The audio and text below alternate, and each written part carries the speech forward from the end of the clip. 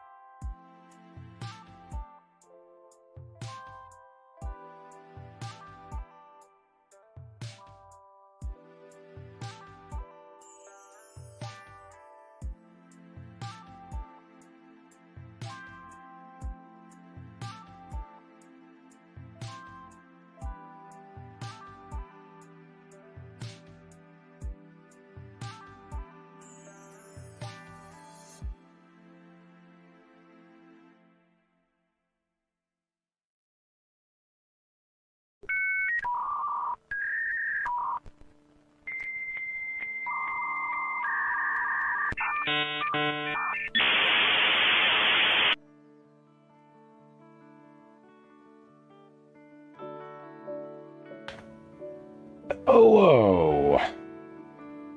Well, remember when I said that I would be live at noon? Well, in my head, I told myself it was 12:30, and then I didn't look at the calendar. So, in my head, I'm not that late. According to the calendar, I'm pretty late. Anyway, the closed captions work. The microphone also works. Well, I guess if the closed captions work, the microphone has to work. I mean, not really. I don't know. It's all just magic to me. Okay, cool. Well, the things that I usually check at the beginning of the stream seem to be working, so we'll be right there. Just a moment.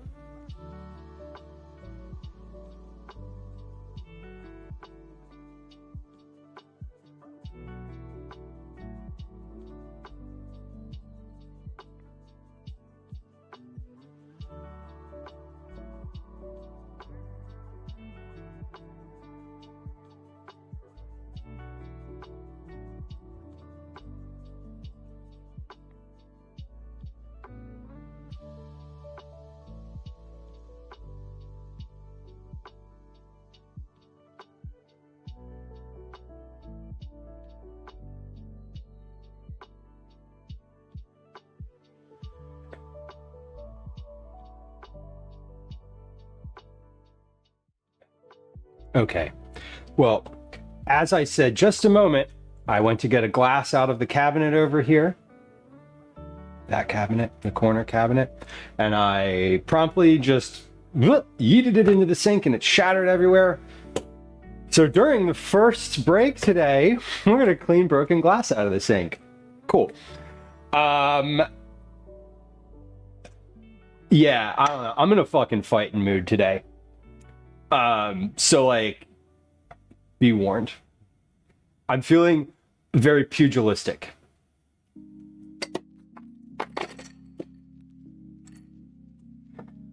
Let me say hi. I'm gonna scroll up and say hi, and then I'll tell you why I'm feeling in a fighting mood today. It has nothing to do with y'all. It actually has nothing at all to do with stream or one specific thing. Hello. Wait, where's the top of the scroll? There it is. The weird thing about the chat monitoring is that it loads yesterday's chats for me, and so sometimes I'll be scrolling and then I'm like, wait, that's from yesterday. Twinderella, welcome in. Hello. Sita, welcome. Raven, welcome. Hello. Hello. So, Fluff, it's summer. That's how it goes in summer. I hope you're doing well. Enjoy the Science Center. That sounds like fun. It sounds like y'all are just starting summer, right into it. Velas, welcome. Raven, make your own ice cream. I have made my own ice cream on stream before. I will make my own ice cream on stream again. I thought about making ice cream today. I love ice cream. The last time I made ice cream, it was the cantaloupe ice cream I made for Calvin's karate instructor, which was like 2 or 3 months ago. He's back now. He had surgery and he's like back. So it was like a long recovery. Anyway. Phoenix, welcome in. Good day. Joe, good day. Good to have you. Joe, do you play chess? I know you are a gamer otherwise. I'm just curious. I wish I played chess. Fair. I play chess regularly, and I'm always looking for people, new, like, daily game folks. I guess I should, like, put that on the internet somewhere. I don't know. I just, like, ask people randomly.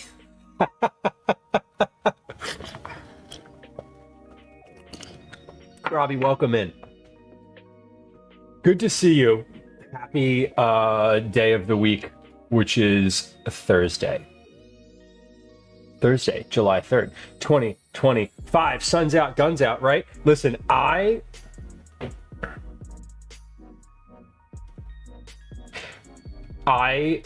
been fucking fighting today. I've been in like a fighting mood. So yeah, guns out indeed, but like verbal guns. I've been on the phone today. I had a win this week though. I had a win. I've been Karening really hard this week. Just like in life things. And I actually did. I had a win. It was nice. Slinka, welcome in. You put me down as an easy win. We were camping this past weekend, Twindrella, and I played two of my friends in chess who like know how to play chess, like they know the logistics of the board, but that's really it. And I'm not great at it. Calvin's way better than me, but I absolutely crushed them in, I don't know, like 10 or 15 moves or something kind of ridiculous. The daily games, the daily chess games, the ones where you make like one move a day, I'm good at those, because while I don't know all the specific like openings and strategy and sort of all the stuff that comes around or comes along with like the nuance of the game, I can sort of look at the board and feel it out and like think ahead. If I have enough time, I can think ahead. That's why I like the daily games. The ones that are like 5 minutes per person and there's a clock, like I'm out. Can't do it. Slinka, welcome. Did I say hi to you? Hello. Whatever. Hello again. Hello to everyone again. Welcome. Oh, my water's boiling. Great.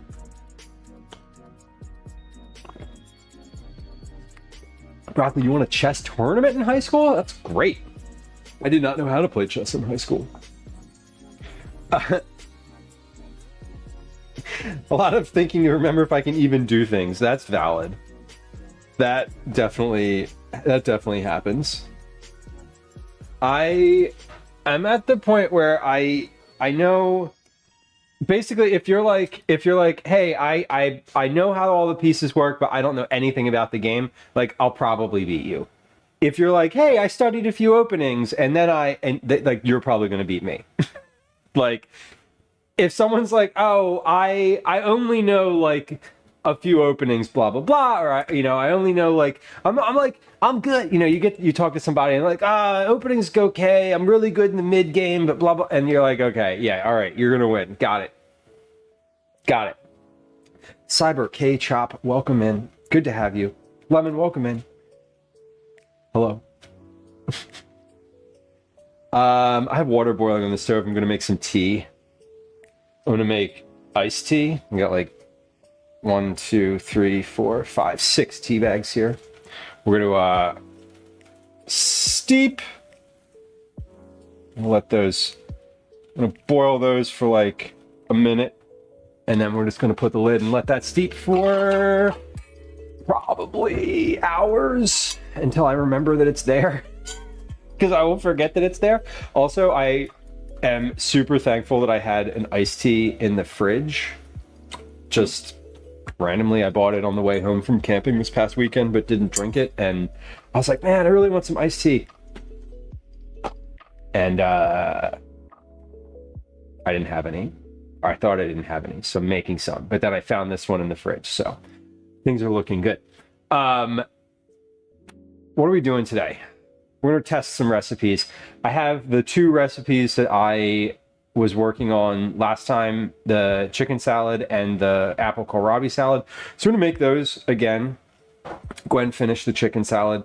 I finished the apple kohlrabi salad. So like it's like they were good. We ate them. The house consumed them.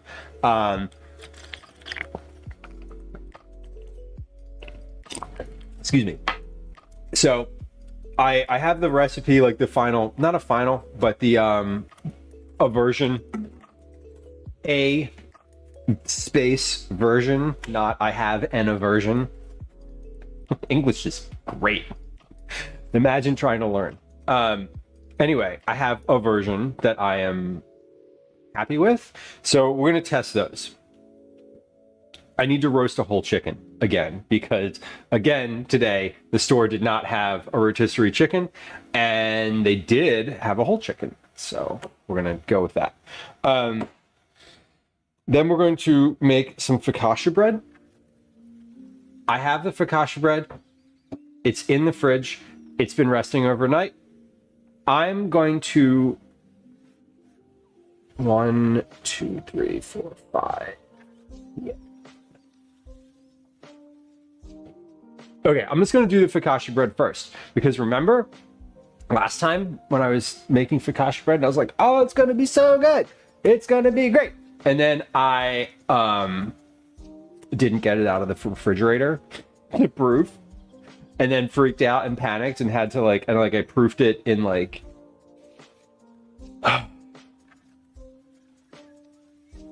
in like 15 minutes, and it worked, but it wasn't the best. Anyway, I don't want to do that again today. So we're gonna get the focaccia bread out. We're gonna put it out on the counter in the pan that we're gonna cook it in. We're gonna let that proof for like the next 4 hours. I'm gonna test some other recipes, and then we'll come back to it. So we're thinking ahead today. Yes, we are. Adorable says, I don't think I've ever won a chess game against an adult. Lots of fellow neurodiverse people when growing up. Getting decisively beaten every time I played soured the whole game. It does. It definitely does. I think I started playing recently. Like, I started playing chess enthusiastically in the past 5 or 6 months, maybe a little longer than that. Calvin got into it and pretty quickly started to beat me, and I wanted him to maintain interest in it, and part of that for me, turn the iced tea off, put the lid on, let it steep. Okay. Part of that for me was like, I don't want him to just be on the chess app, because that's like on his iPad, you know. It's fun to play against real people, and he consistently beats me now. I haven't beaten him in an in-person game on the counter game in a while. I did beat him. No, I beat him. We went to the park. There's chess games in the park on Wednesday and Sunday, and I beat him once in the park recently, and I beat him in I've beaten him in the daily games a couple times, because back to the part where I have time to think about my moves. But I started playing because he was interested, and I was like, cool, I should I don't know, I should indulge here, and this would be good. This would be good for me too, is kind of how I looked at it. So I'm gonna get my Focaccia down. Rusty, welcome in. Chess is fun. Rusty, do you play chess? If you're on chess.com, we should connect. And play like a daily game or something. I am on there and enjoy it. Welcome in. Rusty, your stream last night was really fun, by the way. I was lurking for a while. As per usual, I wasn't chatting all that much, but I love all the little tweaks in the open house party layout that you've made. I think the evolution of that like set of scenes has been really cool. Okay, we're making focaccia today, but that's going to be later. We're going to do first. We're going to test some recipes first, but first, I'm putting the focaccia in the pan here, because otherwise I'll forget.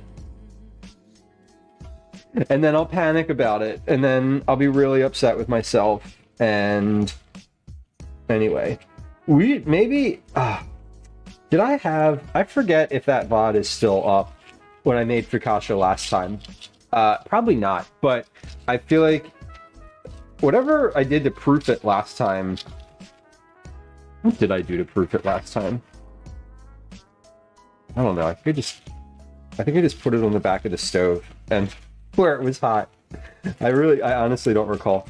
I should look up like a quick proofing method, if there is one. There might not be.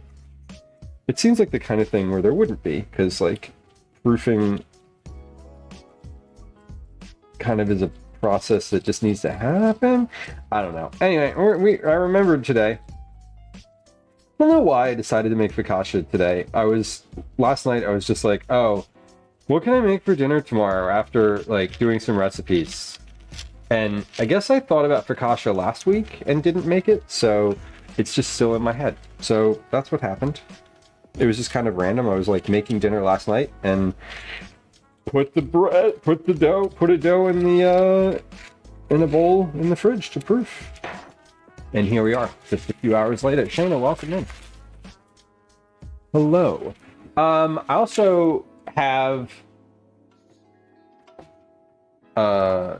which I didn't cut out yet today. I also have Cookie Club entries.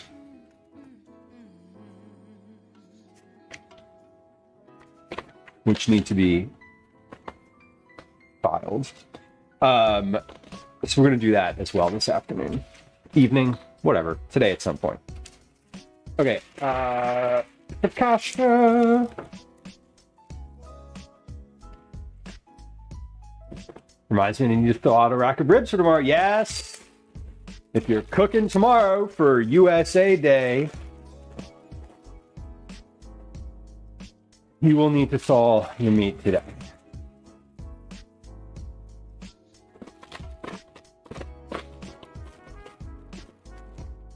Philly cheesesteak and apple kohlrabi salad.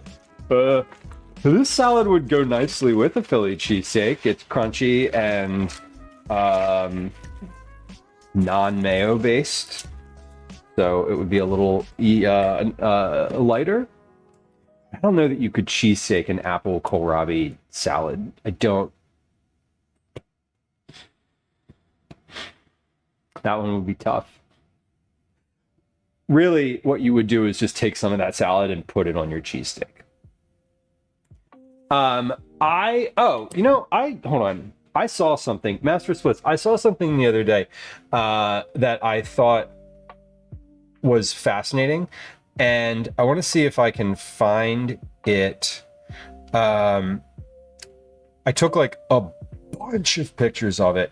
There it is. Okay. I'm going to post this in the food channel on Discord.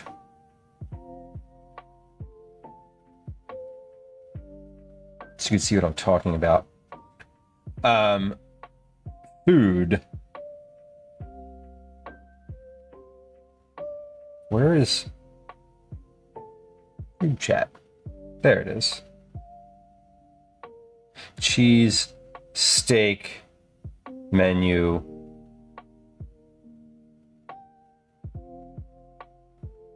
Perfectly broken down. Okay. I just posted in. There's a link to it in Discord. There's there's a link to Discord in chat. I just posted a photo in the food chat channel on Discord of a menu I saw that was like the perfect breakdown of cheesesteaks. Like it has, and for those of you who aren't in Discord, which is fine, you don't need to be in Discord. It basically, like we've talked about cheesesteaks before on stream, where like a Philly cheesesteak is just a beef, cheese, onions. But this menu broke it down of just like cheesesteak, chicken cheesesteak. Like cheesesteak is, you can get all of them with onions, but they had plain options, and then they had the cheesesteak hoagie, which is a totally like different thing. Lettuce, tomato, mayo. They had cheesesteak supreme, which includes peppers, mushrooms, marinara, they had a bacon cheesesteak, but I appreciated that just the thing on the menu that says cheesesteak is steak, cheese, optional onions. That's it. And everything else is like a separately categorized thing. I was like, oh, this is like exactly what I'm talking about sometimes when I'm like, you know, it might be a cheesesteak on the menu somewhere else, but like a Philly cheesesteak is this specific thing. And I love that on their menu, they did. It was just like cheesesteak is this. Everything else is not cheesesteak. Everything else is like cheesesteak plus, right? You're a separately categorized thing. I know. Cheesesteak is a spectrum. Let's get this focaccia done. So cheesesteaking everything, kind of, but not really. What they're doing is just breaking it down into like, okay, if you want your cheesesteak to have like mushrooms and peppers on it, it's something separate. Like they call it like, you know, a cheesesteak supreme, which I appreciated. Because if you just order a cheesesteak in Philly, it really should only have those couple things on it. Deflate the dough. Place one piece into the prepared pan. Roll it in oil to coat it. Repeat. Let the dough balls rest depending on the temperature of your kitchen. Okay. So focaccia, we're gonna just like put the dough ball in here. We're not spreading it out. We're not like doing anything with it. We're gonna put it in, cover it in oil, and cover it with a towel. This dough looks beautiful. It has a couple additions in it from just the regular focaccia dough. I added scallions or green onions and the rest of the roasted garlic that I had in the fridge. So I wanted that to be like internal to the dough. So I added that with all the dry ingredients and then added the lukewarm water. Put it in the bowl, covered it in oil, popped it in the fridge, and here we are.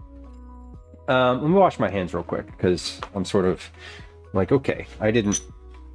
Oh shit! Right, there's broken glass in my sink. Like the moment I was right before I turned the camera on, after going live, I smashed an entire glass into my sink, and now there's glass everywhere. Hold on. Let me pick this up so I don't rinse it down the drain, because that would be annoying. And there we go. Okay. Ugh. Awful. Awful. Okay, I think that's all of it. It did break into like some nice chunky pieces though, so that's at least like one small positive here. Okay. Wash your hands though. That was why I came over here, not to pick up glass. C Films, welcome in. Yeah, I was like, okay, I was gonna test the mic. I'll be right there. Usually, when I say that, so a little insight. If you've ever been here that early in stream, like before the camera's on or the starting soon screen is there, the timer counts down. I hear the little internet sound go. I test the microphone. I test the closed captions, and then I usually grab myself a glass from the cabinet and get like something and put something in it, you know, iced coffee, iced tea, water, seltzer, whatever, or I'll grab something from the fridge or whatever. I just like grab a beverage to have on the counter. Do I always drink that beverage? No, but is it available? Yes. Toss that in the recycling. But today's a fork on the floor. We may have some problems today. I'm just saying. The way things have gone so far. I've dropped 2 things, and we have started 0 of those things. Seafoams asks, how do you describe a roast pork sandwich with love and saliva? How would I describe a roast pork sandwich? Just today, Shane. Fair, but fair. How would I describe a roast pork sandwich? A roast pork sandwich should be a little bit moist, so there should be some liquid. The pork should be a little bit wet. It should have melted cheese and oily, kind of greasy broccoli rabe on it. I prefer a nice like seeded roll, and the roll, this is really important. It's really important that the roll not be soft in the bottom. So you don't want it to be liquidy, the pork, but you do want it to be juicy and soft. Roasted, I believe. How do you describe sandwiches? With love, as much as possible. Place the piece in one of the prepared pans. Done. Pan is prepared. Will I be visiting Independence Hall tomorrow? No. No, I will not. No, I will not. I will not be doing anything tomorrow specific to our American July 4th holiday. That's not true. I am probably gonna put something on the grill and climb up on the roof and watch fireworks. Philly has a nice tradition of personal fireworks, and we have if we get up on the roof, there's a lot you can see fireworks. So basically, like when it gets dark, a lot of neighborhoods and people in Philly will start setting off fireworks, and they won't stop for like an hour or two. So it is kind of fun. It's definitely a tradition. Like we do that, but I don't do like parades. And I'm not gonna lie, I'm not feeling particularly fucking patriotic right now. So I'm feeling patriotic, but I'm feeling patriotic in like a let's not celebrate, let's like fight about it sort of way. So not the vibe. Not the vibe for me tomorrow. I don't need to get riled up. I said right at the top of stream, I am in a fighting mood today. Not just because of politics, just like some life things in general. And I've been see, I thought I was supposed to start stream at 12:30 today, and then I went back and looked at the calendar, and I'm sorry. I said I would start at 12, or the calendar said 12. I thought it was 12:30, but during that time I was like on the phone, trying to get a human to talk to me so that I could yell at them. I've been a pretty big Karen the past couple weeks with good reason. I feel justified about a lot of it, but Mystery Mayhem, thank you for your sub. I appreciate you. Also, it's good to see you. Welcome in. Happy Thursday. Happy Thursday. There's always people who claim about how it scares their wimpy little mouth dog. Broccoli, Daisy hates fireworks. This is like tonight and tomorrow and all weekend, she's just gonna be like in the basement, just like heavy breathing, sort of. She's not gonna be happy about it. That is true. Every Karen feels justified. Foul guys, that's a fair point.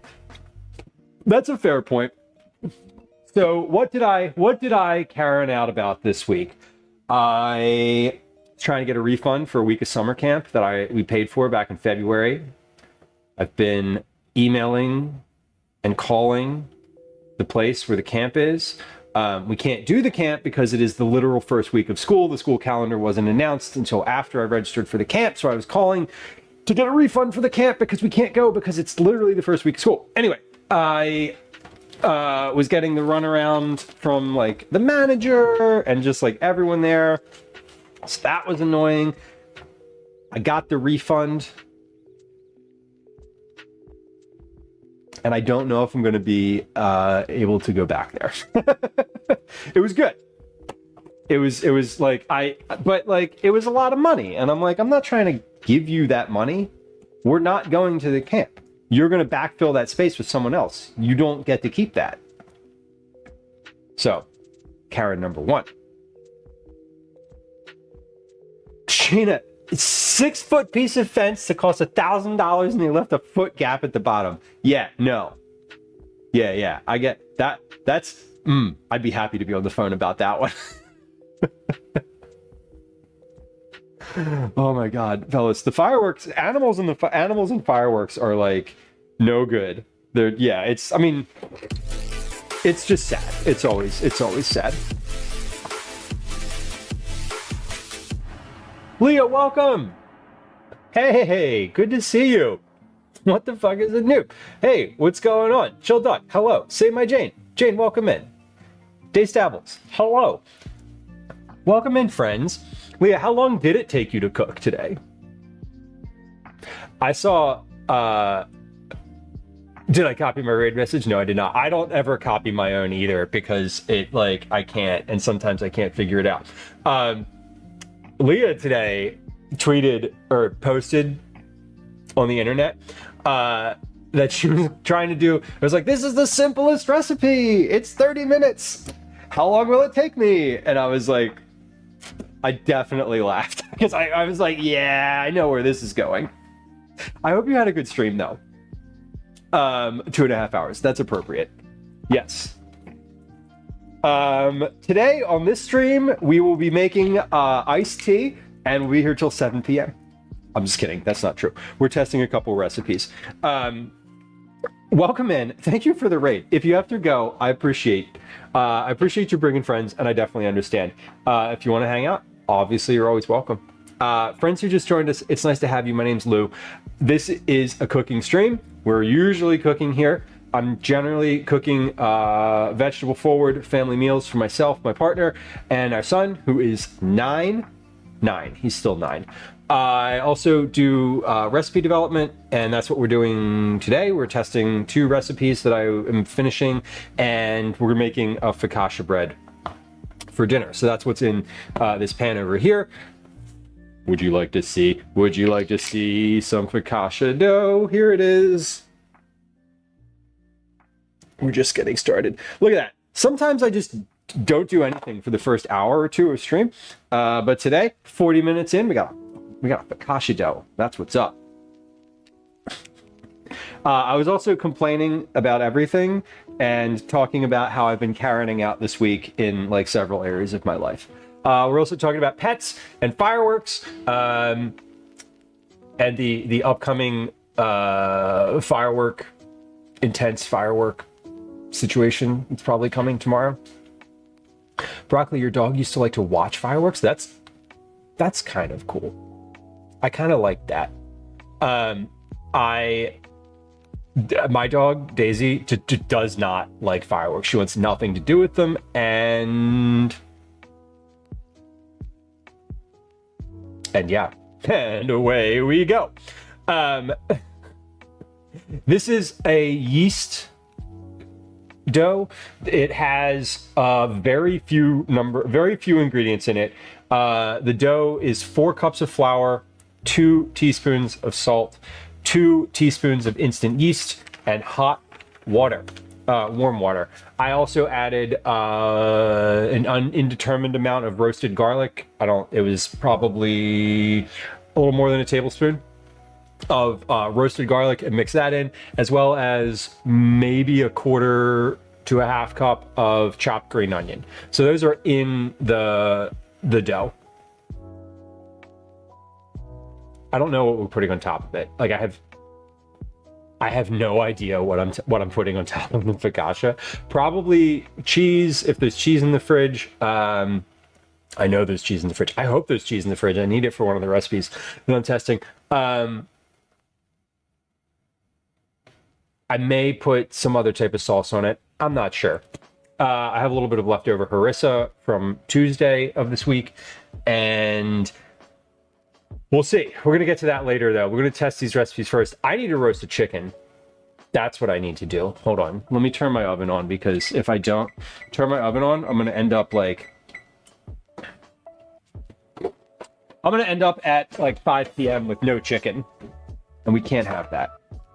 Joe, the fireworks started a couple days ago. Yikes. Yeah, it being on a Friday this year means that they'll go all weekend here. So I'm in Philadelphia, East Coast, United States. I was talking birthplace of the country. The Declaration of Independence was signed here, which I think maybe you've heard of. Anyway, Philly's pretty big on the 4th of July, and I'm interested to see what happens. I'm interested to see what happens this year because our city workers are on strike. So some of the folks who like make the 4th of July stuff happen in the city aren't working right now because the city won't pay them. That's another thing I was yelling about today. That's actually one of the calls I was trying to make. I was calling our mayor's office to yell at them, to tell them to pay the fucking union so that the trash gets picked up and the librarians go back to work, and, you know, our public services work. Our public employees get paid absolutely nothing in Philly, and the mayor is like fighting giving them any kind of raise. And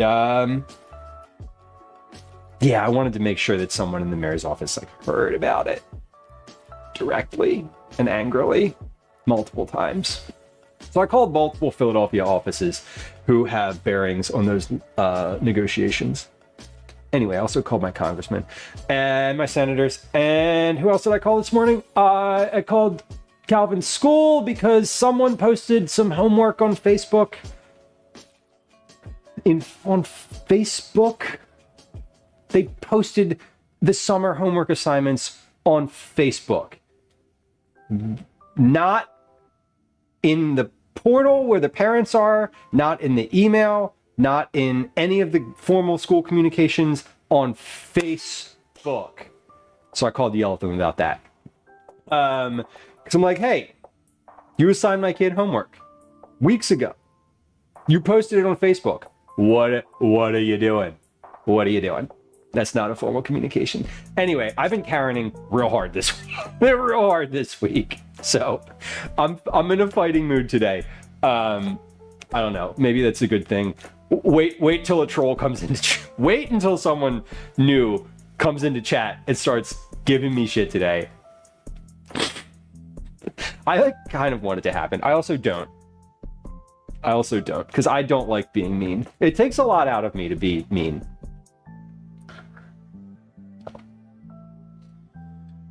No, your dog's getting older. I'm hopeful that Daisy, I feel like, is starting to go deaf. So maybe this year they won't be as bad for her. Well, I'm glad your dog is completely unbothered by fireworks. That's nice. I'm curious what the cats do. They haven't experienced fireworks yet. We have 3 young cats now. So that'll be fun. The focaccia. The focaccia was, I started last night. It was off stream. It was not, I did not do that at all on stream. When did I put it in that bowl? I put it in that bowl about 5 p.m. yesterday. So it was not quite 24 hours, but like close enough. It was all the way at the top. So pro union, let's go. Pro union. Yeah. Yes. Like, I don't know. I don't understand a world. I don't understand people who are not union supporters. I don't know. Like, yeah, I really don't want to like jump down the politics rabbit hole today because I'm already fired up, and I'll just go, and it won't be great. However, I do really, I'm like, the union's literally asking for a 5% raise. 5% raise. They get paid like $30,000 a year. Our mayor got a 9% raise this year, as well as all of the other people that work in the mayor's office. Pay the librarians. Full stop. Oh my God. Noob, the homework posting on Facebook was made, the post was made in a group for parents of students of that grade level. And it was basically like, here's your summer assignments. Fellas, yeah, I feel fully justified. Like the homework thing popped off in my like group text this morning. A couple of my friends were like, did you see this? Did you see this? Like, blah, blah, blah. And I was like, I'm already on the phone. I'm on it. I'm calling them. So I called the school. I left a message for the principal. I left a message in the finance office, the guidance counselor's office, and the dean of students office. Nobody answered because it's July 3rd and it's summer. So.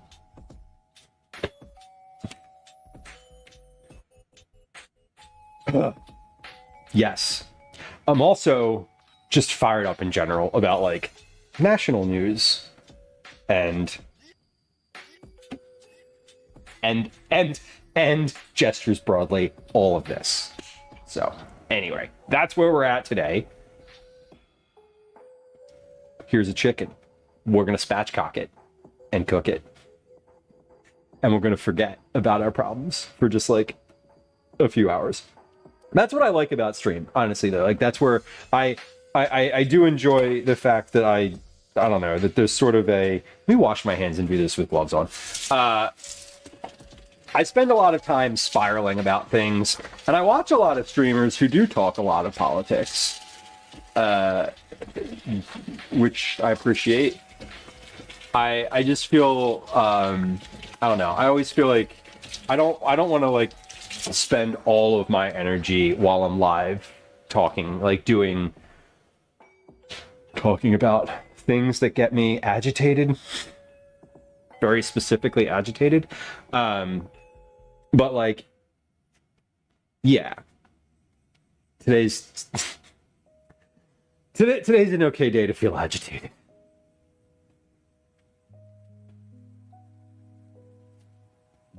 Yeah, Velas, that's how it is. I was like, y'all gave raises to your like admin staff and yourselves, but like the literal trash is piling up in the city, and you're still fighting about giving these people a raise. It's Focaccia and open faced sandwich. Sea Films, what are your favorite meat for sandwiches? I saw you ask that earlier, sorry. My favorite sandwich, my absolute favorite sandwich, is a pesto chicken sandwich with Havarti cheese and caramelized onion. Phoenix, yeah, assuming everyone has Facebook. I'm not even on there. Like, I am. That's not true. I left Facebook like a decade ago. Almost a decade ago. I left Facebook when Calvin was 1. He's now 9. I joined again so that I could like join this group. This like parent group. I'm not throwing this out. We're just putting this over so it's not right here on the counter. I like rejoined Facebook. But I'm like, I don't follow this. I don't follow it. I don't get on it. I joined this parent group and had never looked at it again. It sounds like it's been a year for a week, right, Mystery? It totally has. Leah, yeah, sometimes I can't, I like want to make a cognizant point, but like I'm, you know, wrist deep in a chicken, and it's just not gonna happen sometimes. Oh my gosh. So I'm spatchcocking this. That's what I'm doing, by the way. Just like... Niam, welcome in. Thank you for the bits. Gosh. What a pure time that particular song comes from.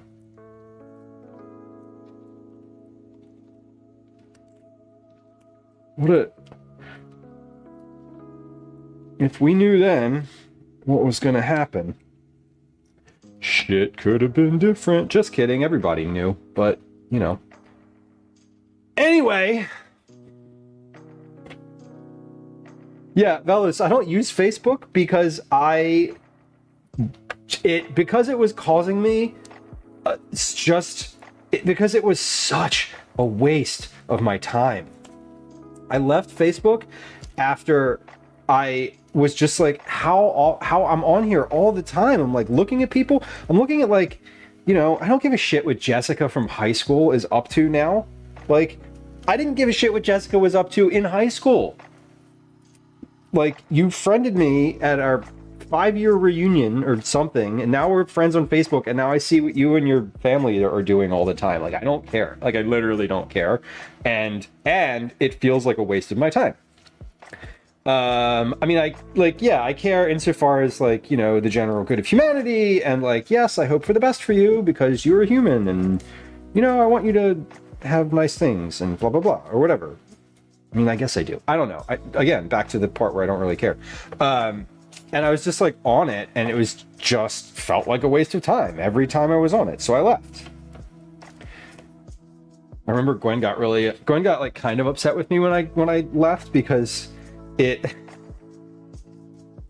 like, I don't know, because it took away all like the pictures that I'd posted, like all the content that was up there. Mystery, yeah, specific groups, and that's why I rejoined it, because there was a group for Calvin's school that was like, you know, his grade level group of parents, and I'm like, okay, I have to be in this because I want the information, but I don't want to like be part of this. I don't want to contribute here, and I certainly don't want to go back and like look at Facebook ever again for any like amount of time. So I don't, and that's why I missed this homework thing, right? Facebook Marketplace, okay. The only thing I would probably use if I sort of got into the mode of doing it would be the like buy nothing group, and like the neighborhood buy nothing group is probably the one that I would join. Again, if I was inclined to like do that. I don't know, if I was inclined to spend more time there, which I'm not, I sort of want, I'm okay not having access to those couple things, because the rest of it just like creeps in. You know, it's the same reason I don't have Instagram on my phone. Because when I have Instagram on my phone, I look at it, and then an hour goes by and nothing has happened. Nothing has, you know, it's just like, oh, I guess I just lost that hour looking at a mix of weird, you know, ads and content, like whatever. I don't know. It feels, because it makes me feel sad when I use it and don't want to use it for that amount of time. And then I am like, oh, I've messed this up. That's the vibe. You argue politics, Twinderella? I can't. I would love... What did I just change? I just hit a button on my stream deck. Something maybe happened. Did I mute myself? No. Is this chicken boneless? No, this chicken is spatchcocked. So I cut the spine out of it and flattened it on the pan. That helps it cook easier. It helps it cook more evenly and quicker. The local Buy Nothing group uses Facebook. Yeah, and so every once in a while, Gwen, my partner, will post something on there. Like, you know, we'll be like cleaning out a room or a closet or something like that, and there'll be like, you know, something to give away, and she'll post it. But I can't. I don't want to have it because then I'll use it. And if I start using it, I will end up using it for like other stuff. I'll end up just doom scrolling. And I hate that. Like, I don't have Instagram on my phone. I don't have Facebook. I do have Facebook, but like I don't use it. I took Blue Sky off of my phone. Twitter is absolute garbage, so I stopped using it because it was making me sad and annoyed. What are the other apps? Whatever the other apps are, I don't use those either. I've never had TikTok. I don't use Pinterest. I use Twitch. Is Twitch a social network? I don't feel like Twitch is a social network in the same way as other things.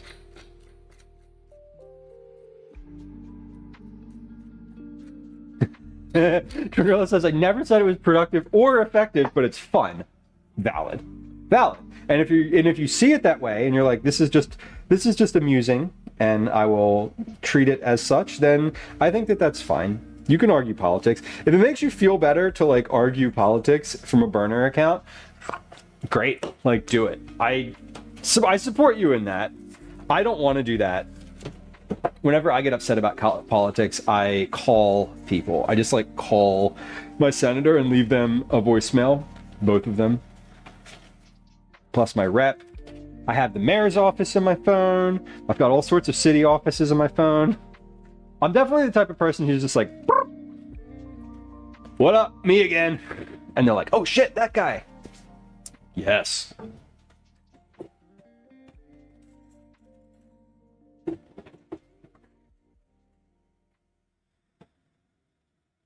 DIY nuggets, Nyan. That sounds kind of fun. Have you made them? Do you have a recipe that you're looking for? It's you're trying to read more books and use less social. I support you. I hope that is I hope that's a successful endeavor. That's hard. Twitch is interactive. Yeah. Yeah, I don't see Twitch as like a social network per se. Twitter makes you sad and angry. Yeah. Yeah.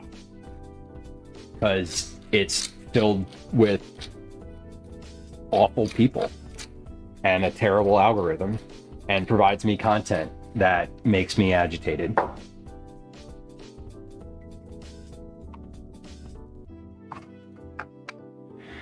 It kind of wants to be a social network. I'm curious. The vertical thing is going to be interesting. I am like, I don't know if my computer is going to be able to handle it, so we'll see. I didn't know politics was even a thing on Twitter. Are you trolling me? Like, literally, are you trolling me? Because Twitter was made for politics. Like, that's where Twitter got its value. Was advocacy and organizing and connecting groups, disparate groups in support of other... Am I like mansplaining Twitter to you? Maybe. Sorry, if so. But yeah, I mean, is Twitter political? Yes. Does my mayor's secretary recognize my voice yet? Yes. Yes, yes they do, Phoenix. Because when I call and say who I am, they're like, oh, we don't need your address. Because the mayor's office always asks, like, they always ask for your address. They're like, oh, it's you again. I'm like, yeah. Yeah. And you have to listen to what I say, because that's your job. and they literally do. That is quite literally their job, is to receive messages to pass along to the mayor.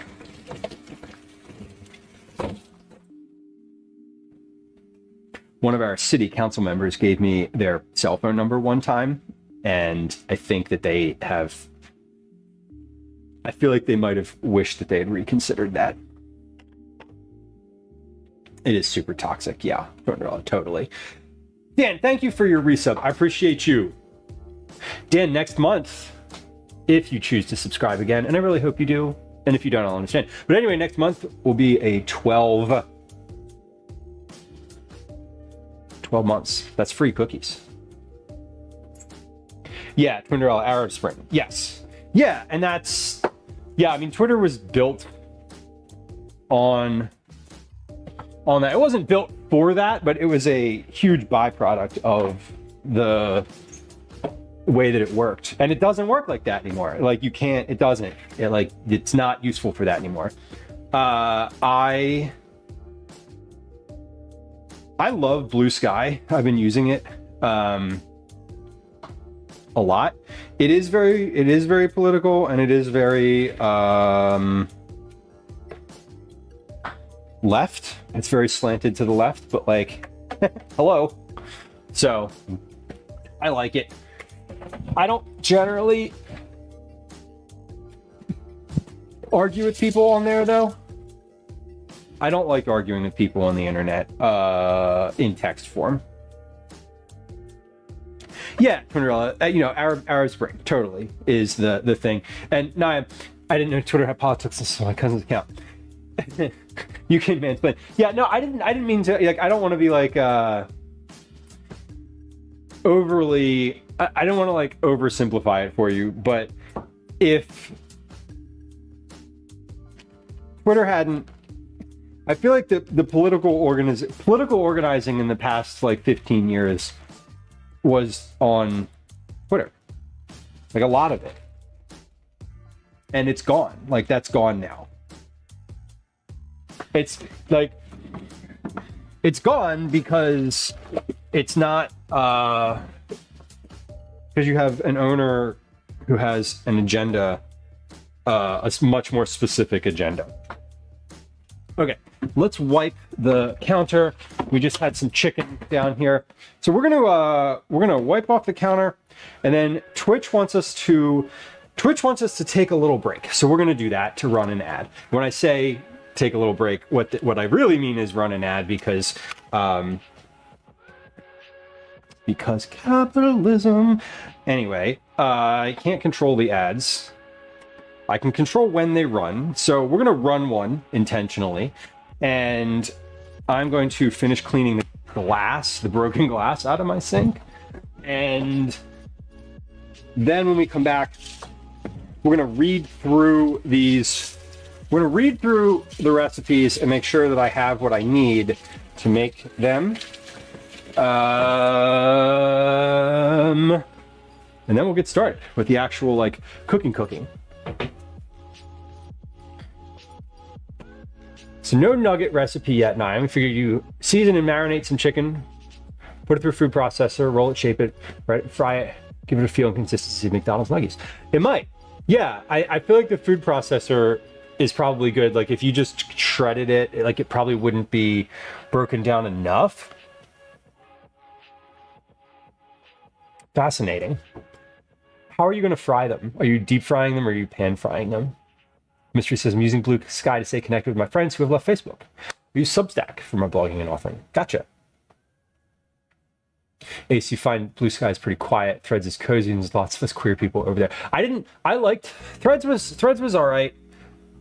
I was using it for a little while, but I didn't like the algorithm, and I didn't like the algorithm. I found like there was a lot of AI. There was so many AI accounts on there, and just like bots, and the mechanism of sorting wasn't good. Their list building tool was terrible. So there was like a lot that wasn't structurally very, very good about it.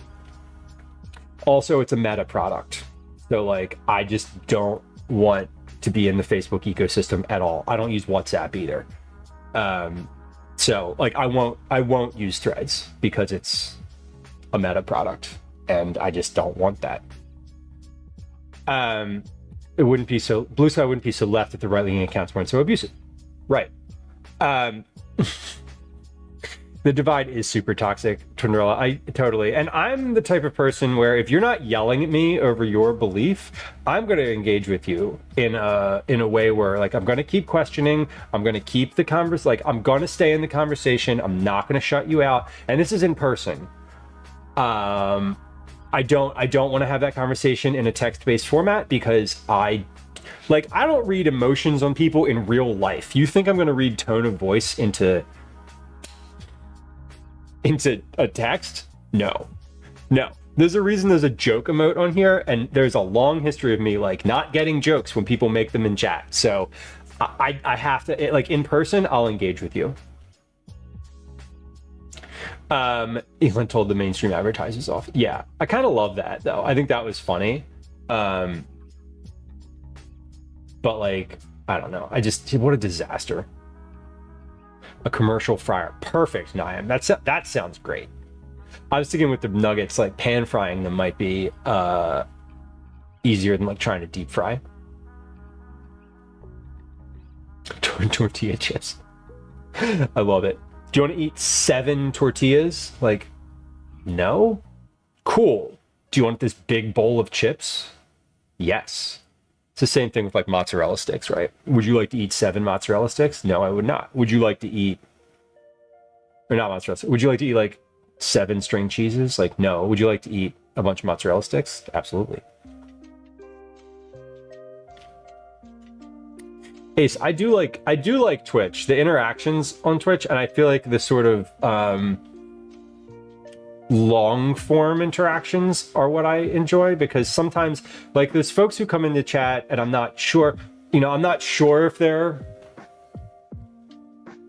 trying to be antagonistic or not, but like over the long term you sort of know, you get to know people, and I like that more than just like a volume of connections, right? Like I remember Twitter used to be just like, how many followers can you get? You know, I'd rather have, you know, just a couple people in, you know, I'd rather have like a small chat that are regular folks than, you know, thousands and thousands and whatever, tens of thousands of followers. Bernie Sanders would be considered mildly conservative here still. Yeah. And here he's a kook. Crazy Bernie. Bernie's not crazy. I voted for Bernie when he ran. I would vote for Bernie again. Yeah, people love to say how weird and awful and terrible his policies are, but like when they're living with them, they kind of like them. Right.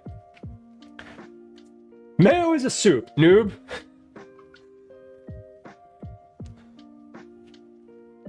I felt a little like the back of my throat thinking about that. That is a violent statement. Mayo is a soup is a violent statement. Full stop.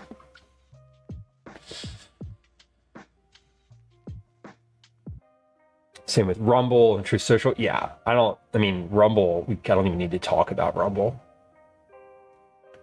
Nobody's, yeah, and that's not, I think your point, nobody's going to be Twitter again, because Twitter was Twitter. Twitter's not even Twitter anymore. Okay. Exactly, Ace. Over the long term, you get to know that some of us are just here to jokingly flirt with you. Let's face it, I'm cute. Thank you. That's exactly what I'm talking about. Like, that's the vibe I want. I don't need 10,000 followers. I just want people to chat with. That was the whole point of starting the stream.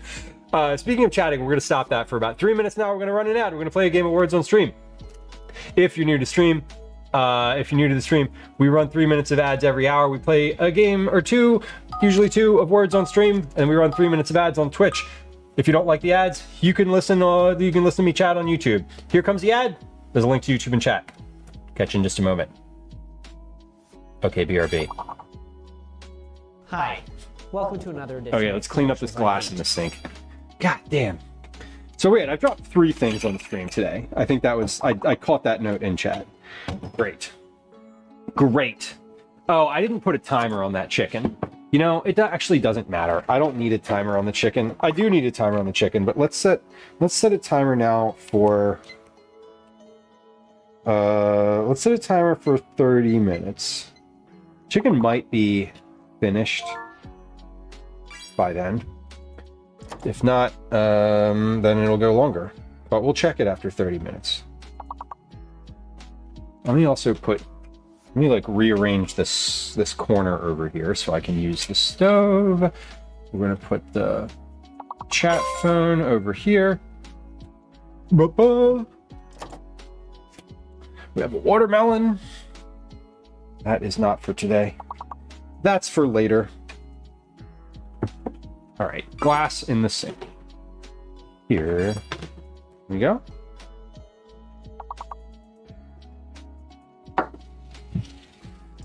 Yuck. Yikes. Let's just stop in the dishwasher too. While we're at it.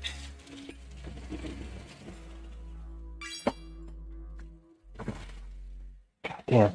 You know, I'm really upset about the glass that I broke in the sink. And the reason I'm upset about it is because it's one of my favorite glasses to drink out of. It's like a wide mouth ball jar. I was gonna say bell jar, but that's not accurate. A wide mouth, like ball glass jar.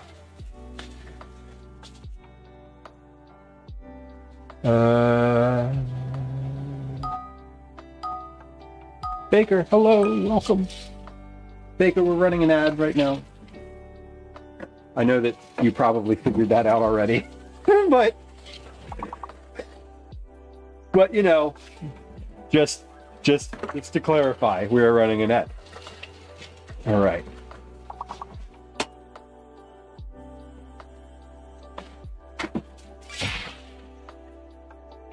Running an ad, and I'm clearing my sink. I cleaned up the glass out of here, took a little towel and wiped that up. So I got all the teeny tiny pieces. R.I.P. my favorite drinking glass. Damn.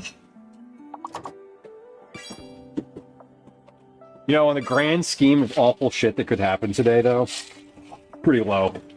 Pretty low, I'm not gonna lie. Hey, if you're on Twitch, welcome back. Thank you for your patience. I definitely appreciate you. Nobody likes the ads. I don't like them. I like that I get money out of them, but I really don't like having to run them. So, like, it's complicated, you know? It's a little complicated, but we do run them. We try to run them about every hour. 3 minutes worth of ads on the hour, and I generally will, like, do some dishes during that time.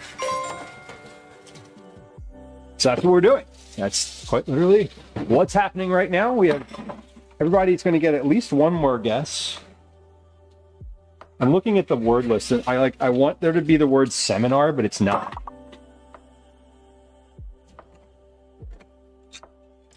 It's missing several letters that would be required to make that one. Last guesses though, get them in.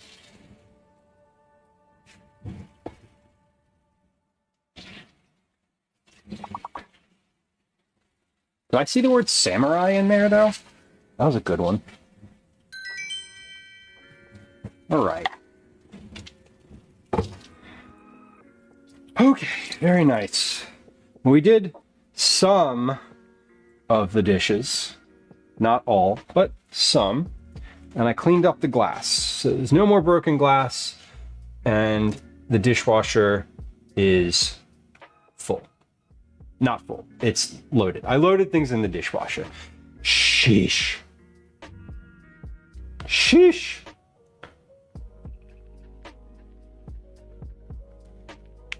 Oh my God. The all right, ads are over. Baker, welcome in.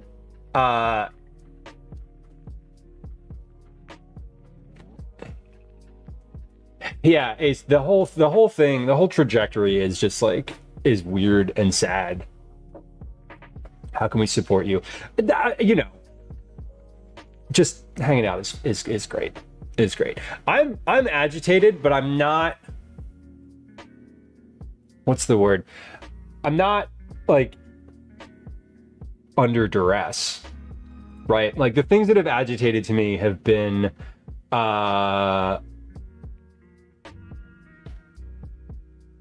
in front of me and not like they haven't like changed what I need to do. Manila, I got your package. I got the package on Monday. I stopped in. I thought I said that. Maybe I didn't. I don't remember. Anyway, I did.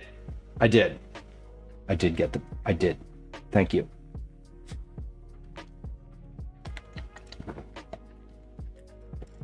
And when I'm between books, I will shift to fiction. Right now I've been reading a lot of nonfiction. Okay. If you didn't see it. Oh, I think I said it. It was like on stream on Tuesday. I think I just said it out loud, and maybe in the 6.5 to 7 hours worth of other things I said, it got missed. Maybe. I did see that it was all of them. Is it okay to share? Like, obviously we're talking about it, so I'm assuming so. And we talked about it on the stream. But Twinderella sent the Hitchhiker's Guide to the Galaxy book because we were talking about it on the stream, and I was like, I have never read it, and people were like, what the fuck? So I'll read it. Killer Queen, welcome in. Welcome in. Hope you're well. I am well. And I too am excited for Focaccia. We're gonna get there. We are gonna get there. While we were taking a little break to run some ads, I set a timer for the chicken. I don't know if it's. I just like knocked the pepper shaker over with my wild gesticulation. I set a timer for the chicken just so I remember to check it. And now we're gonna get in and do a recipe test. We're gonna test the apple kohlrabi salad. First, leave loose package out of this. Well, you know, it was welcomed. I consent. Ace, I feel that I very intentionally consume news from some very like specific sources, and I try not to like doom scroll over it and spiral out of control over it. I consume from specific sources, and then I react in ways that feel productive. That's just how it goes. It is. I've heard it being entertaining. I also have not. It's a movie, right? I haven't watched the movie either, so there's no like spoilers. There's no. I haven't like spoiled it for myself. Phyllis, that's nice. Leather-bound, a leather-bound edition, a tome, if you will. Specific sauces. What sauce are we doing? The sauce that we're going to do for the focaccia is probably going to be a red sauce, just like a tomato, crushed tomato type of thing. I think that's where my head's at. I don't know what this focaccia is going to have on it, to be fair, like topping wise. So. Okay, I've got two recipes here. One is for crunchy kohlrabi and apple salad. The other one is for crunchy shredded carrot salad. If that's what it says at the top. That's not what this recipe That's not what this recipe is at all. This recipe is for chicken salad. So let's just correct that. I think for the chicken salad too, it calls for 5 cups of chicken, basically like 5 cups of shredded chicken. And I had this thought earlier, but I want to add another tablespoon of mayonnaise to this so that it is a ratio, like an easy ratio.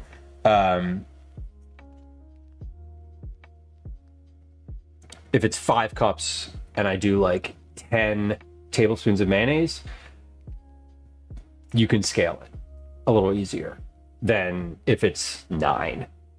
Because 9 divided by 2 is 4.5, and 10 divided by 2 is 5. So that would be easier to do. So we'll try it with that. I'm gonna make it with the 9 and then see if it can take another tablespoon of mayonnaise. I'm pretty sure it can. Gwen said it was a little drier than she wanted it to be the last time I made it. So I think we'll probably try a little more. Where's my shoe? There it is. I always take my shoes off when I'm standing here. Right, like I will take my foot out of my shoe as I'm sort of like in like tree pose. And sometimes I can't find my shoe again. Anyway, whatever. Zach, welcome in. Good to see you. Let's make some crunchy apple and kohlrabi salad. Let me read these first. Let me just I'm going to read these out loud so that I hear them and they perhaps make sense. Maybe. Ingredients: 1 medium kohlrabi, leaves and stems trimmed, peeled. 1 medium Honeycrisp or other crisp apple. 1/2 cup of shredded cheddar cheese. 3 teaspoons lemon juice. 3 teaspoons honey. 1/2 teaspoon salt. 1/4 teaspoon pepper. Optional: 1/4 cup of candied pecans or walnuts chopped. Super clear.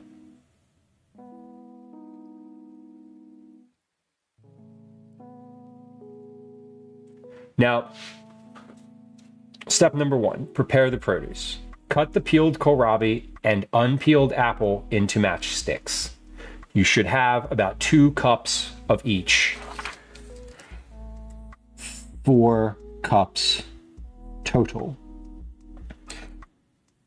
Combine in a medium bowl with the shredded cheddar cheese. Easy. Make the dressing. Step number 2. In a small bowl, whisk together the lemon, honey, salt, and pepper until fully incorporated. No questions there. Finish. Add the dressing to the salad mixture, stirring until evenly distributed. Taste and season with additional salt, pepper, lemon, or honey. So I don't need to say taste and season to taste. I just need to say taste, comma, and season with additional salt, pepper, lemon, or honey, singular, period. Store leftovers in an airtight container for up to 2 days. All right, this is super straightforward. And I didn't print out the writing. There's like the paragraph of text that goes above the recipe. I didn't print that out. I did write it, but I didn't. All I'm doing today is testing the recipe. The paragraph of text had something to do with this being a good non-mayo option for summer picnics or salad, goes along with barbecue. It also has a note in there that if you can't find kohlrabi in your produce section of your grocery store, that you could use just a second apple, ideally a different apple variety if you can find 2. And if you only have 1 kind of apple available to you, then just use that and it's fine. And the other thing that was in that section is a note that I personally prefer blue cheese in this recipe, but comma, blue cheese is less accessible as an ingredient to your like super basic home cook, and cheddar cheese is often something that people will have in the house. So I used cheddar in this despite my own personal preference for using blue cheese. So I would also, you know, you could also like, I would also go a little nuts with this, making it for myself. I would probably add a handful of chopped herbs to this, which I also said. And I also said that you could use Brussels sprouts if you wanted to, instead of one of the ingredients. Like if you can't find kohlrabi, you can use Brussels sprouts. Like they're in the same family, and you can use the Brussels sprouts raw, just the same as you could use the kohlrabi. So the head note that I had, or that I have, the head note that I'm submitting with this recipe says all of that as well. But today we're just doing the test, and we're just testing the recipe without any of those additions, so that we know that if someone makes it and doesn't want to add blue cheese or Brussels sprouts or candied pecans or a handful of chopped up parsley, they don't have to, and it still works. That's the goal. Make sure the thing works at the basic level, then iterate. Or, you know, just go in and fucking wing it. Who cares? Do your thing. Mostly when I cook, I just wing it, but actually like writing a recipe is, you like have to be a little bit more reserved. I would also add celery to this too. If you add celery to this, you could squint and almost make it a Waldorf salad. Waldorf salad being apple, celery, raisins, walnuts, and mayonnaise. Salt, pepper, and some other things too, probably. I bet there's some lemon juice or some shit in that too. Anyway, Baker says there's probably a lot of home cooks with a green block of cheese in their fridge. Just might not be the intended kind. No, that's true. I also had the thought that the cheddar that I have might have gone bad. So I hope that's not true. I feel like I have a second block of cheddar in there though that was unopened, that I bought 2 last week. And I was like, oh, I'm going to have to test this again. Like I will, I'll just buy a second block of cheddar and I won't open it. And I'm pretty sure it's still in there because I didn't use it. Although I was camping this weekend. I don't know what happened in the house. I got no idea. And I didn't look. So, joke's on me if it's not. Okay. Then we're going to make chicken salad. The live reveal. Exactly. Will he or won't he have cheddar? Fresh fennel, Baker. Yeah. Like really thin shaved fennel would be nice in this too. My goal with this salad, so this salad is meant to be like a side. I was imagining a side at like a barbecue, or basically like my thought around this one is on like a weeknight, you know, for a home cook who is cooking like hot dogs or something, you know, basically like a 5-minute fresh salad that's not mayo based. That's it. So I'm trying to keep it as simple as possible. So that's the kohlrabi and apple salad. We're gonna make that one first because we have a chicken in the oven. Ta-da! Roasting. It's looking good. Ooh, it is looking good. It actually is looking good. This chicken I got from a different grocery store. I usually get the chickens from like the farmer's market or the chicken stand, Godshall's Poultry in Reading Terminal. This one I got just at a regular grocery store in like a plastic bag. And so I don't know how good it's going to be. We'll find out together soon. Chicken salad though. Let's read the chicken salad recipe. This one's even easier if you can imagine. There's more It's about the same amount of prep in both of them. Excuse me, Daddy? Sorry. Daddy? Oh my sorry. god. Dude Daddy? Mesa, welcome in. Sorry. Daddy? Sorry. Daddy? Sorry. Daddy? Daddy? Sorry. What? I'm sorry. Daddy? Where... Can anybody remind me where that sound actually comes from? Not who submitted it for a sound redeem, but like what show, movie, entertainment format that's actually from. I know it's from this stream. That's where I know it from.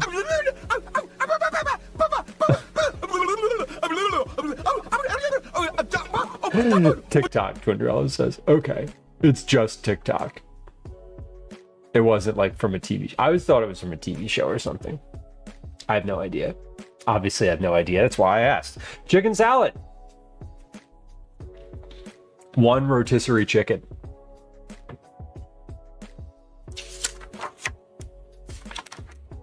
Oh, okay. So this was a viral TikTok of somebody saying I'm assuming like a kid talking to their parent. Maybe. Not a kid. Oh, some dude walking behind his girlfriend pretending to try and get her attention by calling her mommy to compliment her. Okay.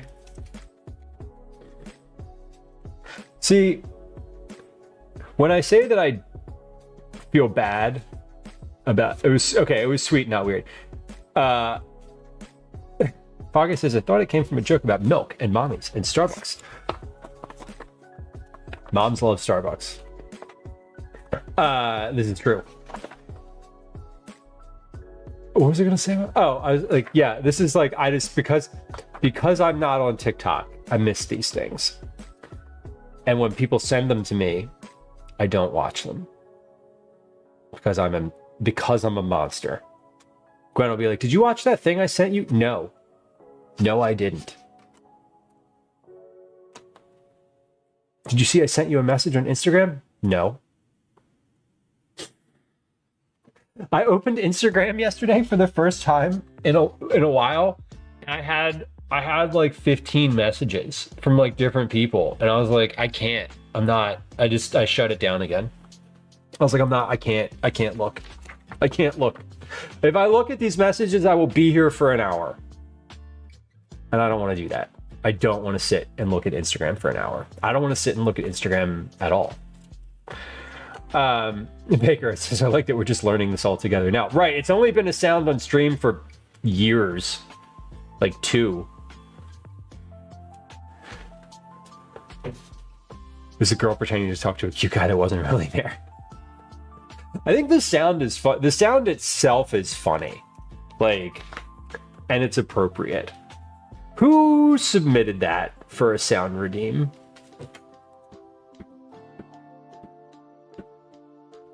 Do we remember?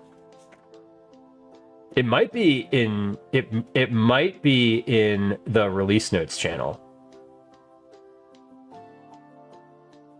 Oh, it was you. Okay. I know Liz hates it. I know our other moderator, one of our other moderators, Liz, hates that sound. Not hates in a like actually antagonistic like way. I find it amusing. I find it amusing.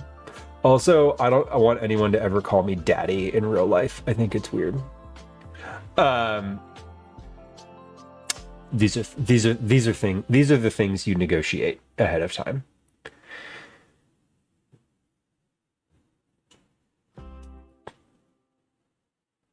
Chicken salad. Cyborg, you hate it? The sound? It's long. It is long. I think I don't know. I always just get a kick out of it because it feels innocuous to me. It feels inoffensive. It's terrible. That's why there's a limit on how many times it can be redeemed and how often. I think there's a limit. know what that limit is. Now we're going to do something extremely fun. We're going to play a wonderful game called Who is My Daddy and What Does He Do? Oh my god. Oh my god. Wow, guys, that movie, as soon as that sound started playing, my brain like finished the line. What is the, okay, hold on, commands. I'm looking to see, because I want to actually see what is the timeout on this. So there's a global cooldown of 2 minutes, and there's a individual user cooldown of a lot longer, 36,000 seconds, which I don't know how long that is. 36. And it don't matter. None of this matters. Seconds to minutes. There's an individual user cooldown of 600 minutes. So an individual person can only redeem that once every 10 hours.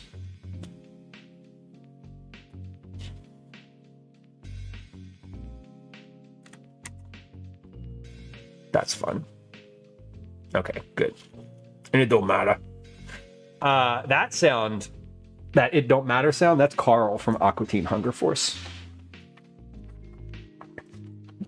Chicken salad, though. 1 rotisserie chicken, meat picked and shredded, or 5 cups of leftover chicken.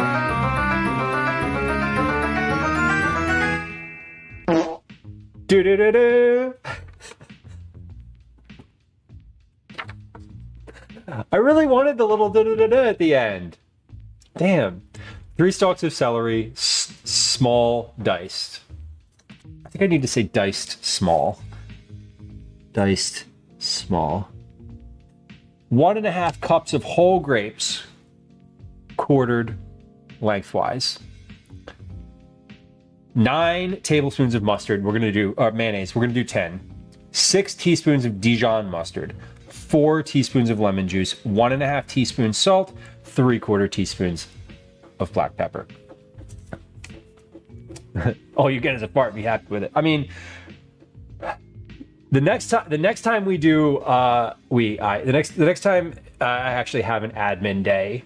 I talked about this recently, but the next time I have an admin day, I have an idea for some like sound stuff involving farts, since it was asked for.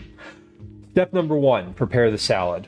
In a large bowl, combine all ingredients and stir until fully incorporated. Taste and add salt and pepper as needed. I don't feel so good. Period. That's Carl Wheezer. Who's Carl Wheezer? I don't get that. I don't know that reference. Are there any sounds on the Stream Deck that are not available in Sound Redeem? Let me think about that. No. That one? Maybe? Oh,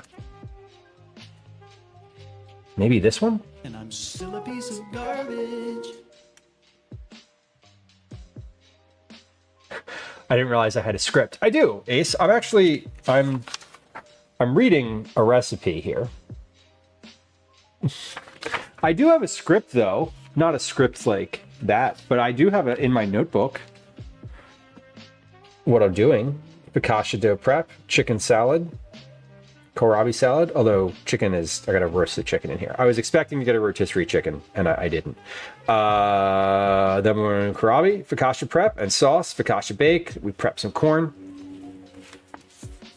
My handwriting is cute. You are potentially the first person to ever say that. Let's find a page. Let's find here. You wanna? Oh, here we go. We were talking about food fight the other day. Here's my notes from last summer's. Here's my notes from last summer's food fight. That's fun. Are there any pages in here? There's definitely some pages in here that have awful handwriting. Hold on. We're gonna find one just to we're gonna find one so that we have a contrast. Here we go.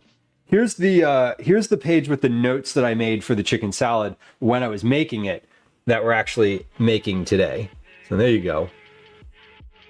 Chicken, celery, grapes, dressing.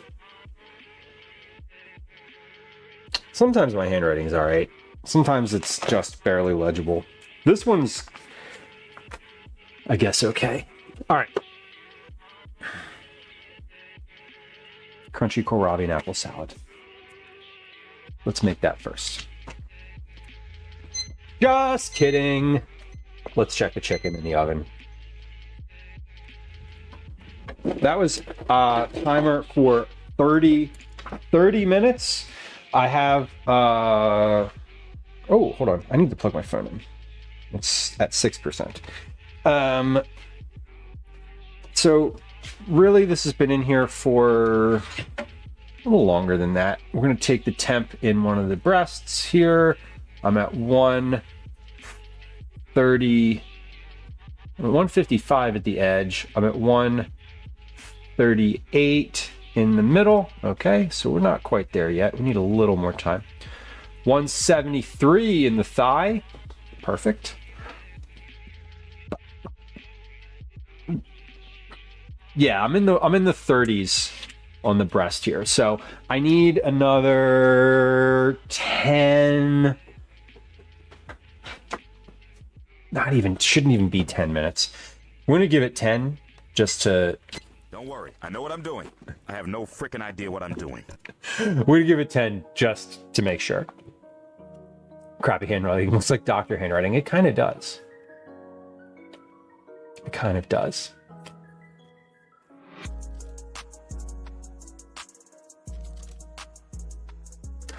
Baker, I'm not flustered over my handwriting. I'm very conscious of my handwriting. My handwriting is weird because I can write nicely if I want to, but it takes longer. You know how some people write really fast, right? And then, they write really fast, but it still looks nice. If I write really fast, it looks awful. In order to have nice handwriting, I have to like write with intention. Is that a felt tip pen? You know it.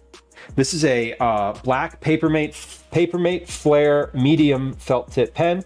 It is the only pen that I use. It's the best pen for me. I know other people have their own preferences. There's folks out there that are G2 fans. I don't understand because the ink in the G2 doesn't dry very quickly. At least it always gets all over my hand. And then I'm like, what am I doing here? Nix, welcome in. Welcome. Happy Thursday. It's good to see you. Happy Friday Junior, y'all. Can we just call it Friday Junior? The Dr. Grip. When you get a good pen, you just stick with it. The felt tip pen works in all of my notebooks. It doesn't bleed all that much. It's pretty reliable. Also, I have about 700 of them in the house, so like finding a non-felt tip pen in this house is actually challenging. When I have to fill out the cookie club, so when I send things to Canada, I need a ballpoint pen. I have a box of like cookie club stuff, right? That's just like all the material, all the things that I use for packaging, etc. In that box is a black ballpoint pen so that I have a pen, period, to write those triplicate forms with, because otherwise I just like won't have a pen. Okay, I have 2 kohlrabi in here, which is great. Maybe I'll grill one of them. Not today. Apples. Where is there? Is this a Honeycrisp? What do we got? This is a Fuji. This is also a Fuji. We'll make this with a Granny Smith apple today. Why not? Granny Smith. Granny Smith is like rolling in it. This apples are good. Fog Guy says a Uniball Signo? Impact 207. I love the specifics of that. It makes me happy.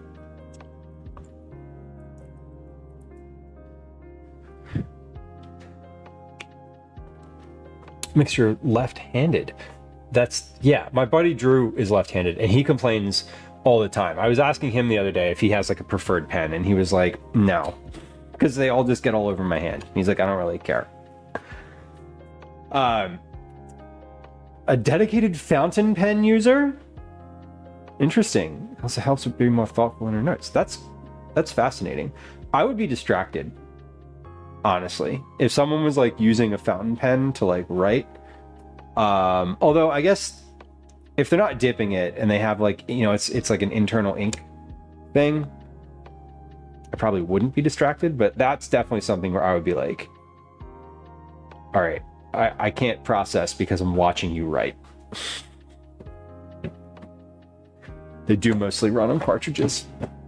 I've never actually used a fountain pen for more than like, you know, being in a pen store and trying it. Thinking of quills. I am thinking of quills, but don't fountain pens have a fillable like situation too? Uniball fine points. See, I have to have a medium point because I also write kind of hard sometimes and I will just tear the paper apart. Kohlrabi, peeled.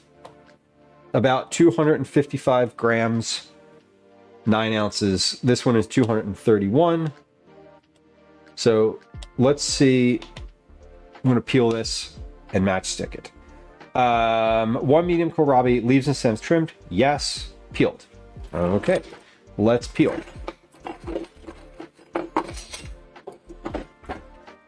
And a lever to suck up ink through the nib. Wow, guys. That's what I'm thinking of. I'm still just thinking of that as opposed to the ones that like just the fountain pen now is like the tip, but it still functions like a normal pen with like a refill. But yeah, if my therapist was writing my therapist was writing with a quill pen, I would be like, what the fuck are you doing?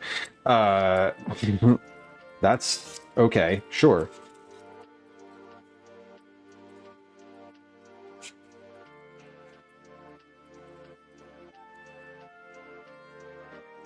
Mine usually takes notes on a computer, which I also don't mind. They're not like clicking around on the computer, they're just taking notes. So it doesn't feel like they're not paying attention.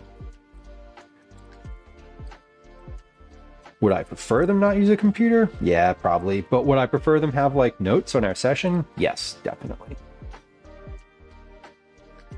I've seen some of those channels, Baker. And that's one of the things I love about Twitch is you can be like, I have this extremely niche interest. Let's explore it. Let's explore it together. I like the channel. I think the person's name is Mr. Horrorologist or something like that. That's someone who does watch repairs, which I think is really fascinating. And another John Sin, Sin, does knife making. His channel is super fun.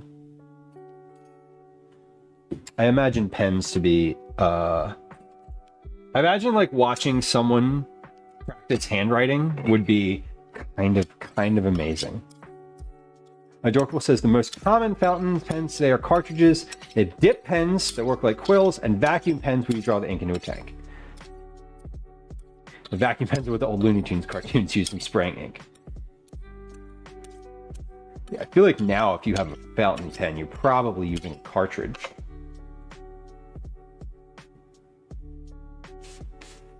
A glass quill. That's interesting. Her notebook is below the shot camera range. That is unfortunate. I love watching. I do like watching people write is kind of interesting. There was a BBC show There's a BBC show about restoring niche old things in England at a museum. Had some very cool stuff. Yeah, that type of thing is like infinitely fascinating.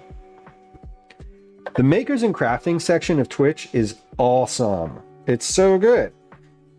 Like, I love all the folks that stream makers and crafting in the makers and crafting category. Lardy is another person who I can think of who does. She also like cooks. I encountered her first through cooking, but she also does a lot of sewing. I like the art. Anyone who's doing art, like I just like anything on Twitch that's not video gaming because I'm not a gamer. So like I don't watch gaming content on Twitch. I watch all sorts of other stuff, just not gaming. Adorable says, I've got a glass pen. Has a very tight spiral up about an inch above the tip. It holds the ink through capillary action. Capillary action is not a term that I expected to be using today. That's funny. Okay, so directions.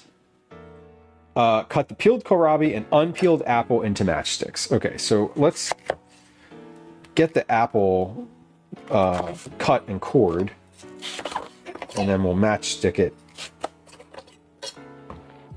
after the fact. So this calls for 1 kohlrabi and 1 apple.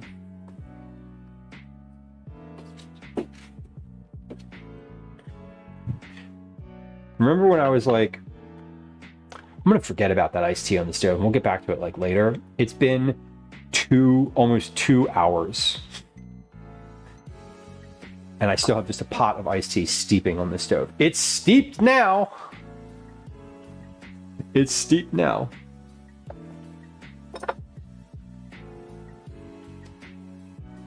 Mix, that sounds fun. Do they stream? Oh no, it's the BBC show. No, it's a show. It's a show on TV. It's not a stream. Asking the questions that have already been answered. Okay. Matchsticks. So matchsticks are always a bit of a mystery for me. I'm like, there's specific ways to slice specific pieces of vegetable and produce into matchsticks.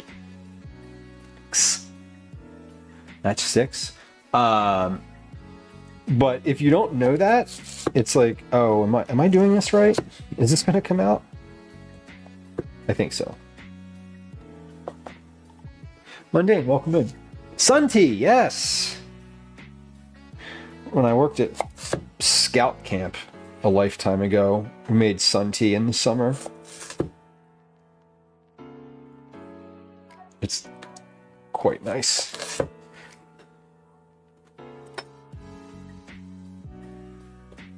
Thief? Seriously. It would be more upsetting to lose a piece of like kitchen stuff sometimes. I feel that. I guess I can, I'm gonna use a different bowl, but I'll use this bowl.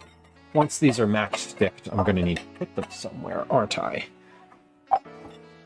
Yes, I am. We'll get this bowl out for the chicken salad. No, that's not gonna be big enough.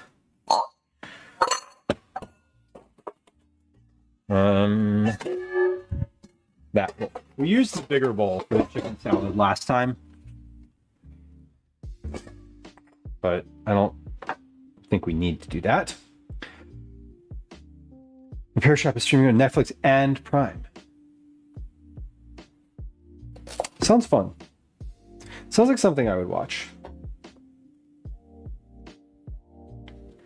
What am I watching currently? I hopped back into Outlander recently against my better judgment. I started season 5 of Outlander this week.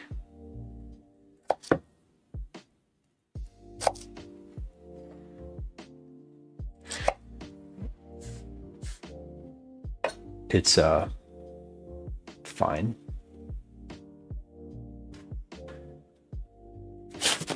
Mix, that's cool. They showed a picture on the show. Like, wait. Leonardo DiCaprio spitting out the beer meme. Do you know what I'm talking about? Was that, or am I just saying memes out loud instead of visually like they're supposed to be? It's like when you have to explain jokes and you're like, oh, well, I guess it's not really that funny. The pointing one, yeah. I forget what movie that's from. It's from something, but it will never. I don't remember. I don't think I knew what movie it was from to begin with. So.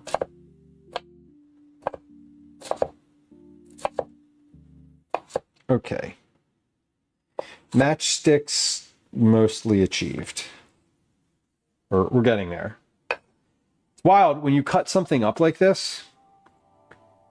Like one kohlrabi doesn't seem like all that much, but this pile that I've got going on here, this pile is half. Is not even half of the thing. The other half of the kohlrabi is yet to be cut. I'm using a different type of apple today, so this should be pretty tasty. Star Wars Next Generation, the Next Generation. Adorable. I actually know what TNG stands for. Be proud of me. The Picard hand on his face meme. Yeah, I know that meme. I know that meme. Hey, I actually know that one. I think that's isn't that a global emote on Twitch?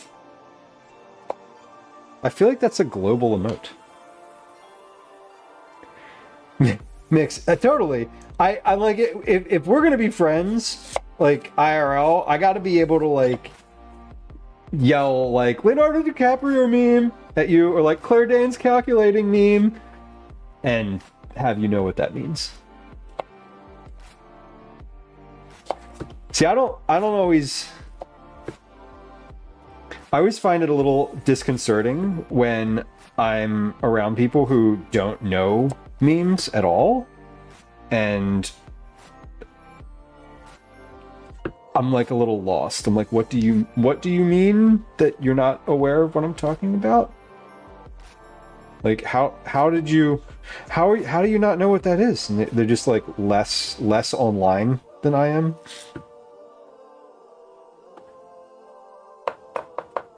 Okay, but we're getting there. Cheese is under the sauce. Cheese is under the sauce. Cheese is under the sauce. Where's the cheese? Where's the cheese? It's under the sauce. Yeah, see, I know what you're talking about. I get it. I definitely know that meme. My other favorite meme, or not, I don't even know if this is a meme anymore, but there's one that's like a kid. It's not a meme. It's just a video. It's like a parent handing a kid like a pot, like a hot pot, and they're like, it's hot on the bottom, and the kid like goes to grab the bottom of the pot, and the parent's like, it's hot on the bottom, and the kid like goes to grab the pot from the bottom, and like they keep trying to get it. The kid keeps trying to grab the pot on the bottom, and then finally the parent's like, it's motherfucking hot on the fucking bottom. And the kid just like, the kid looks like panicked, like they're being like, but I love that one because then I relate to it so hard. Having a kid now who you do have to say things like that. Calvin's great, right? Like he's great. He is ideal in so many ways, and he's super typical in so many others, and I think it's funny. Thoughts on IRL Toolkit in IMS? Thoughts on IRL Toolkit. What are my thoughts on IRL Toolkit? My thoughts on IRL Toolkit are, it's nice if you are doing IRLs. It is nice to be able to have a cloud OBS instance. I think for myself, if I had a if I had a computer at my house that I could use as a home server, I would rather use that. IRL Toolkit it costs money, so that's always a thing to consider.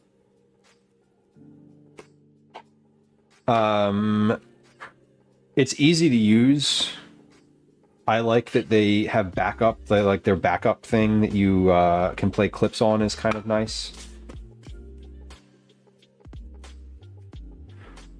So that I like. Charcoal Dragon, welcome in.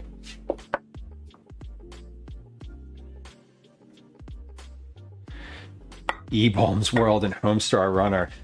Yes, Mix.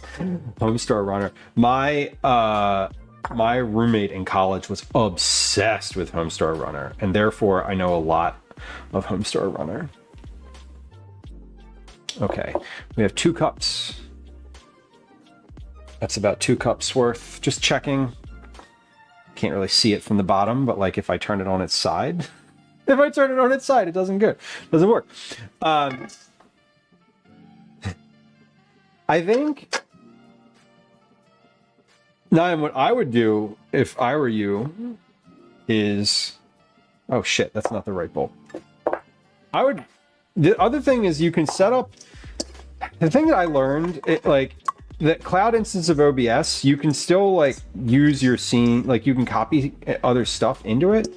So if you're not planning on using it like right away, and there is a monthly fee, so if you're not using it right away, it might not be worth paying that until you're ready to like do the thing. But you do you. I'm not going to tell you what to do. I've had a good IRL Toolkit for my live streaming. My IRL lives has never. We've had technical issues during the IRLs. IRL Toolkit has never been the problem. I will say that like straight up. I've had issues with LiveU. I've had issues with the modems. I've had issues with other stuff, but never IRL Toolkit.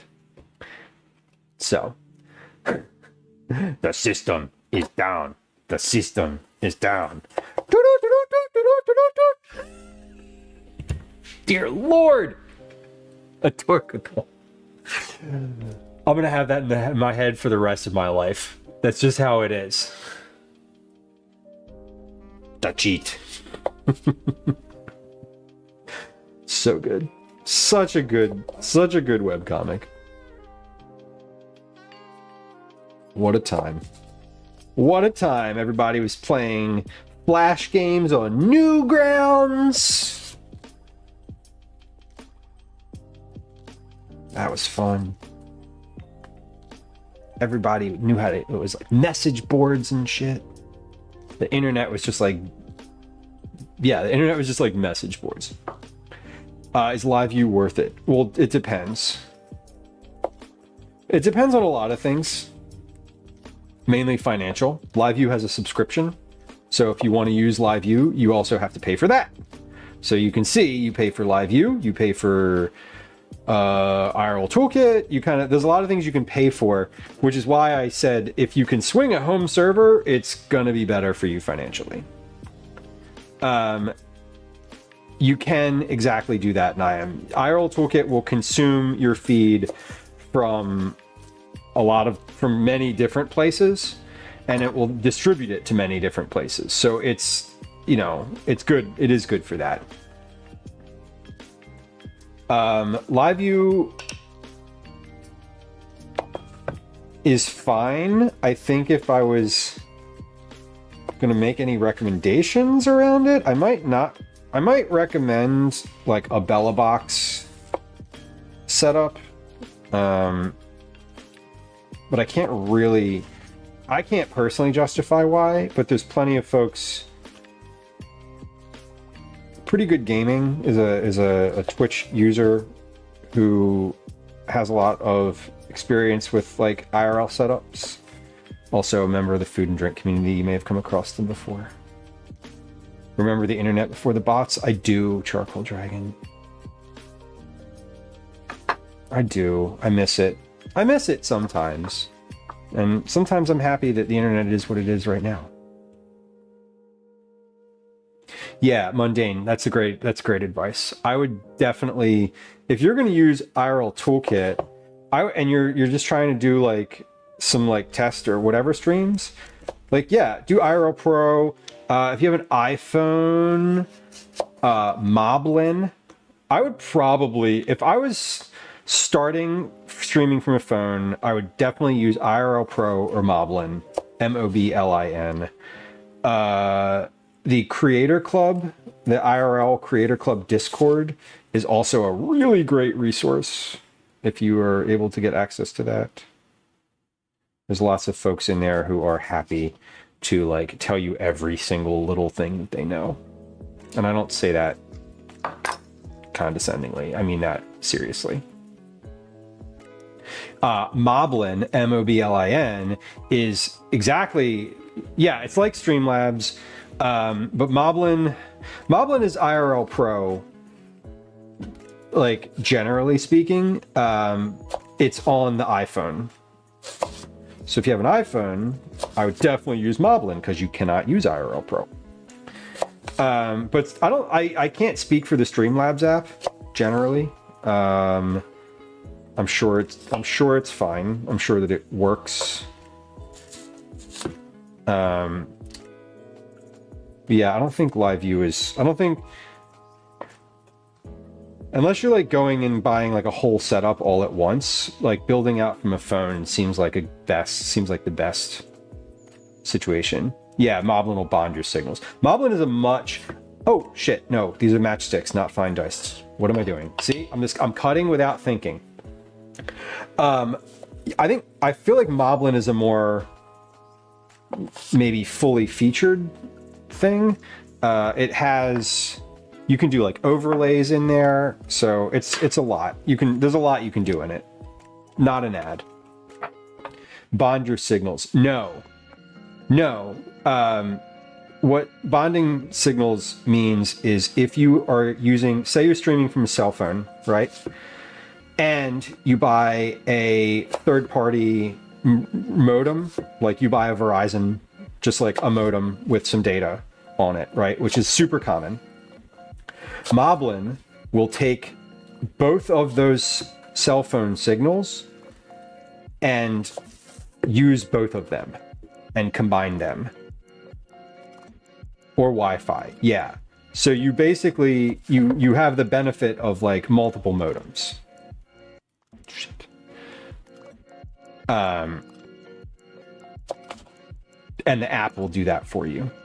Like that's what live view is. It's an encoder with a bunch of different modems that bonds them together so that you have a strong signal. You know, if you're somewhere where you can only get 600K upload, but you have 4 modems, bonding them together means you have 2400K worth of bandwidth to use for your stream. If you already pay for Streamlabs Prime, I would definitely just go with that then. Basically, my recommendation would be just start.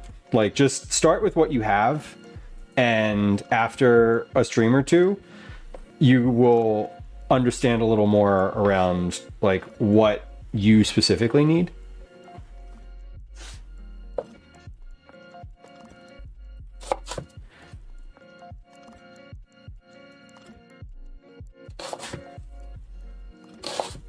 So I went with the live view unit because I wanted to be able to have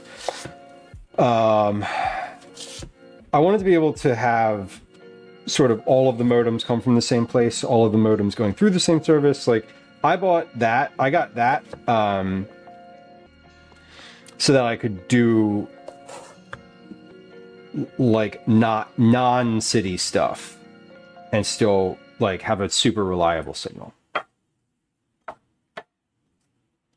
You need to get into IRL. I mean, listen, if you have a cell phone, you can go live. You don't need any of that. You literally don't need anything except a cell phone to go live. You don't even need a cell phone if you have a modem. But from the things that most people have in their life, all you really need is a cell phone. All right, we got 2 cups worth of apple. Let's measure how many grams that is. It's about 178 grams. The Kohlrabi was like 183, so this is good. Let's see. We'll do 178 grams. Okay. And then shredded cheddar cheese. Let's come on back over here for a minute.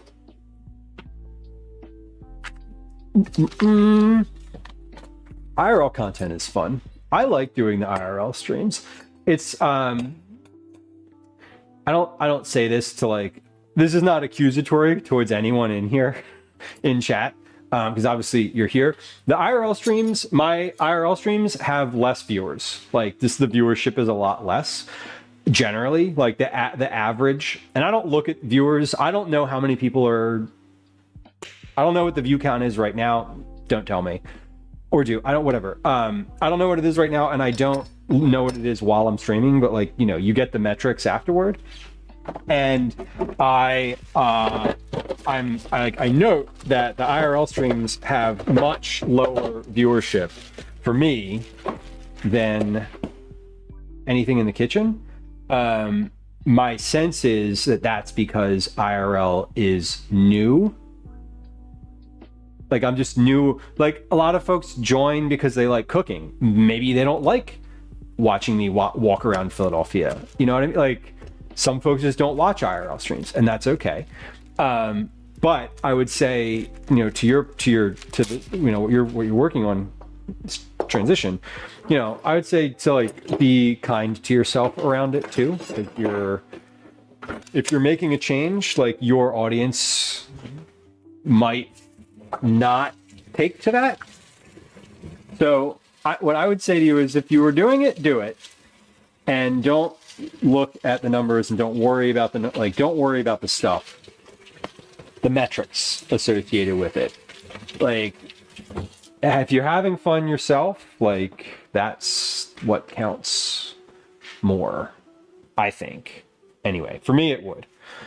For me it does, very specifically. I don't ever look at the numbers while I'm live, but I do afterward, and I'm like, oh, you know, the IRL streams have, you know, clearly less people watching them. Some of them don't. That's the metrics wise, the 2 best streams I've ever had have been IRL streams. So, you know, generally speaking, they're not as good. However, if I was like, oh, what's my best stream numbers wise, it was an IRL stream. So take out of that what you will. 1/2 a cup of shredded cheddar cheese. I think I got about 1/2 a cup right here. Yes, I do. Look at that. Hell yeah. Hell yeah. That was exactly 1/2 a cup of cheddar cheese. Okay, we're going to mix this in. Can I pause this one more time? No. Yes, I can. Oh, good. Okay. I'm going to mix that. I'm going to put the cheese in, and then we're going to make our dressing. We're going to make our dressing for this. Then we're going to take a quick break. What do I need? Lemon, honey, salt, pepper. Honey, lemon, salt and pepper. All right, cheese is good. That's about 1/2 a cup of cheese. Should be roughly 45 grams here. 42, close enough. Within a couple grams. All right. Cut the peeled kohlrabi and unpeeled apple into matchsticks. You should have about 2 cups of each, 4 cups total. We did. We measured. Combine in a medium bowl with the shredded cheddar cheese. We did. there it is. Step 2, make the dressing. In a small bowl, whisk together the lemon, honey, salt, and pepper until fully incorporated. Okay, so we need 3 teaspoons of honey. Honey, you are needed.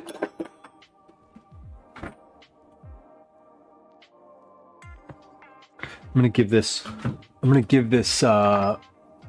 teaspoon a little spritz of oil so that the honey slides out of there better.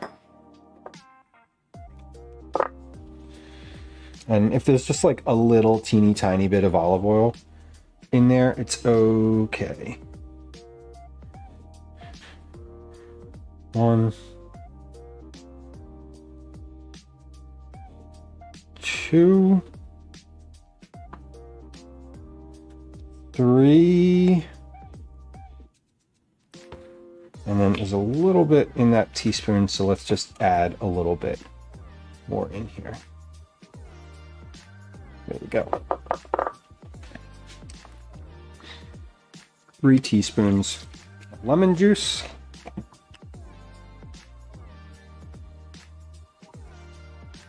1,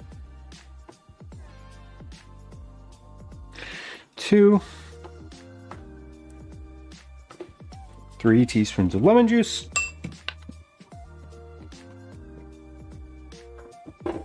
Half a teaspoon of kosher salt. Kosher salt.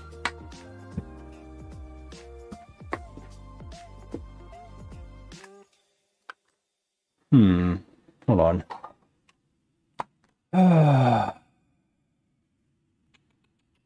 What am I doing here? I'm looking for something. Where are we?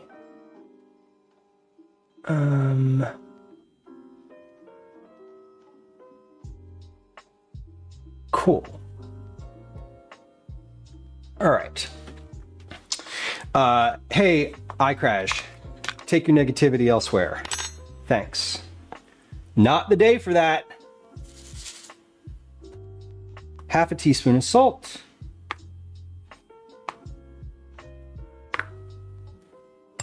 And a 1/4 teaspoon of pepper.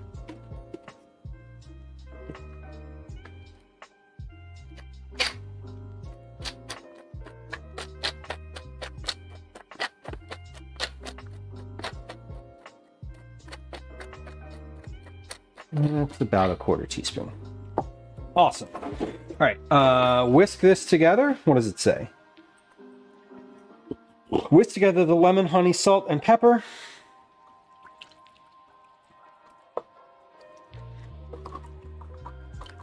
There you go. Until incorporated. Boom, welcome in.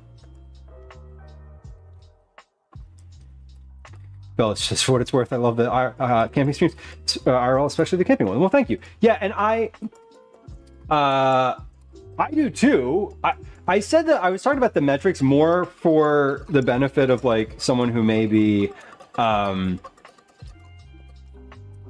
Niam who's like considering starting, and you know, I was just kind of, when you change what you're doing, right? When you like switch up what your thing is, some people don't like it. Or not, it's not even like not like it.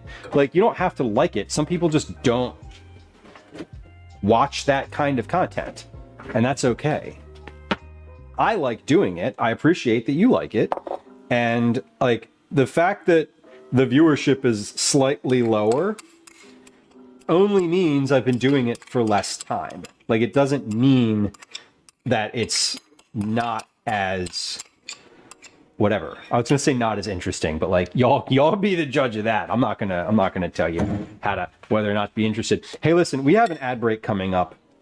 I can't push it out any longer.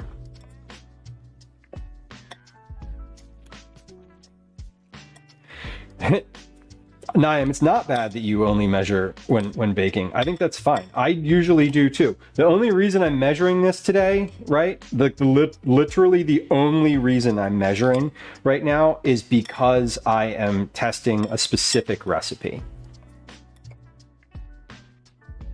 Beep boop Beth, welcome in. I am here to lurk. I am here to stream. Enjoy your lurk. I hope you're well. Happy Thursday. Happy Friday Junior, if you will. All right, when we come back, we're going to taste test this and make adjustments. If you're new to stream, we take a 3-minute break. About every hour, we run some ads on Twitch. Here comes an ad. Here comes a Game Awards on stream. We'll be right back. Hi, welcome to another edition of Commercials I Hate. Okay, that is going to get taste tested.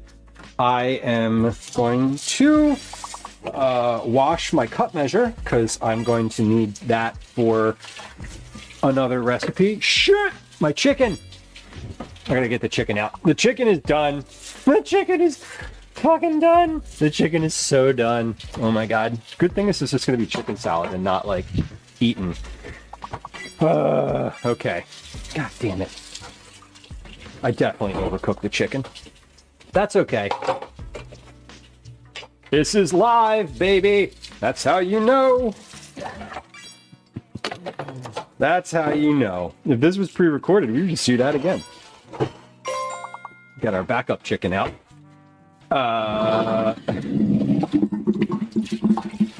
It's fine though. I'm really just an AI.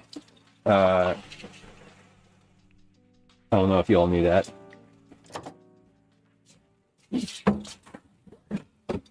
Okay, that's good. I think this is going to need more dressing on it, but we'll see. It looks okay. It might need, this might just need to marinate for a minute. That might be also the case.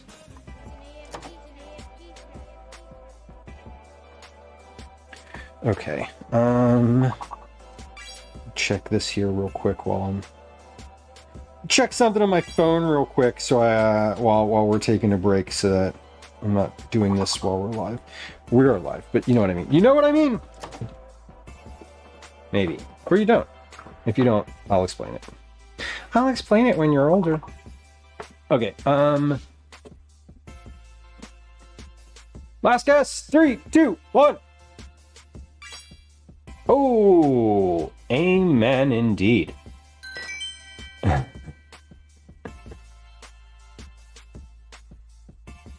All right, we got time for one more.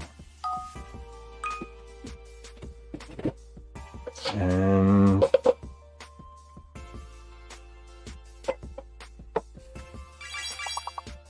just gonna do I need to peel anything for the chicken recipe? I do not. Okay. I do not.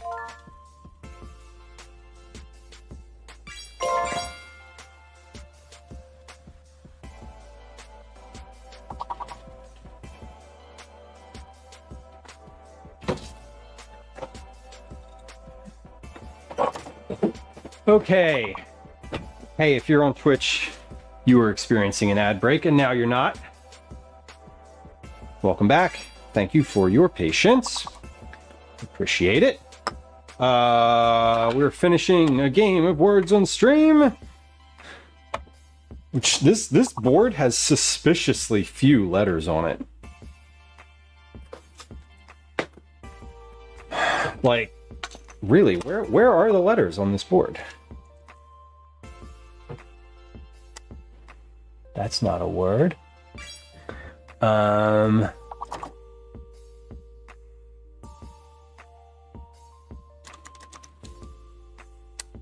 Wait, that was already a word?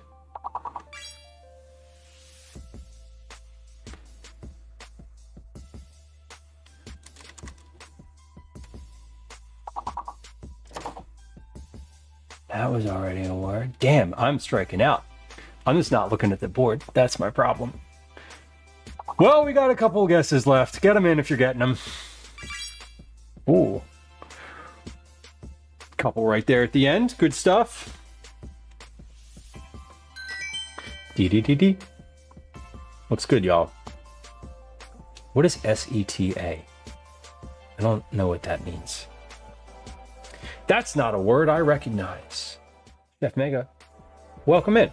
Chef Mega, I believe I was watching a new ish to me food and drink streamer last night, and I said something about the food and drink club to them as they were rating out, and someone else in chat was like, oh, Chef Mega already like mentioned this to them, and I was like, oh, cool. I think it was you. Might not have been. I don't know. You know what? It actually doesn't matter. Welcome in. Generally speaking. Okay, we finished this salad. This is like recipe done. So I'm gonna give this another stir. SETA, S-E-T-A, is a hair-like occurrence on invertebrates. Oh yeah, I knew that. I didn't know that. And you know what, Mix? In about 3 hours from now, I'm not going to know that again. That's how that works. Oven off, chicken out. I had a full-on panic just right as soon as we started the ad. For anybody who's not a subscriber, I turned my timer off for the chicken in the oven and then was like, da-da-da, we're just going to keep doing what we're doing. I'm just going to turn the timer off. And I was like, I heard the oven click and I'm like, oh, shit, I still have chicken in there. So the chicken's out of the oven now. It's finished. It's definitely cooked. We're gonna let that cool over there. The hairs on a tomato stalk. Well, now I have context. Now I have context for like the size and scope of what you're talking about, Mix. I do speak highly of it when I can. And that's, I think, they were new to me. I've lurked on their stream a couple times, but I finally like actually said hi last night. I'm a lurker, and I have like, whenever I say hi to someone on stream, whenever I like actually say hi, if it's not someone I've like, there's some folks that I will just like, I don't know. There's some folks who I've known now, and like we've interacted enough where I'll say hi, and then they just kind of know that I'm probably not gonna like be really chatty, right? Like I was lurking on Rusty's stream last night, and like I said hi to Rusty, and he was like, "What's up, Lou? How you doing?" You know, he's so nice. But then I didn't feel it compelled. Anyway, I felt compelled. I was like, I've been watching these folks. I've watched these folks like a couple times now, and they're funny and they're new to the category. And I was like, let me just like say hi and be nice. I don't know. It takes a lot of energy. Chicken is done, not Getty. Facts.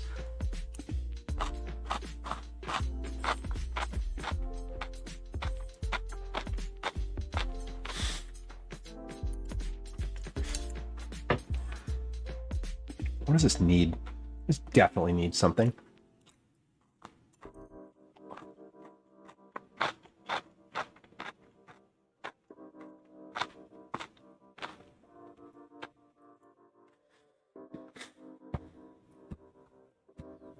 That needs more salt. I'm gonna add another quarter teaspoon of salt to this. Stop. That's not kosher salt. Mix, yeah, you know, it's funny. The channel that I have probably the most channel points on is Patrick Richards' channel. And it's because it's a DJ channel, so I chat. One, I have a higher tier subscription there. Two, I like, it's a DJ channel, so you just like spam emotes in the chat, which I'm perfectly comfortable doing. I don't have to engage. I can just like spam emotes. Rusty's nice to talk about tater tots. Wasn't he doing tater tots recently? Didn't he like do that? I feel like he was doing a stream with Whiskey Monster that was like tater tot related. Or she was doing a stream with someone that was tater tot related. Like this was like last week. Lemon, you're eating tater tots? Amazing. Did you make the tater tots? I would be impressed. You needn't have made them, though. I'm not. I would not also be judgmental if you didn't.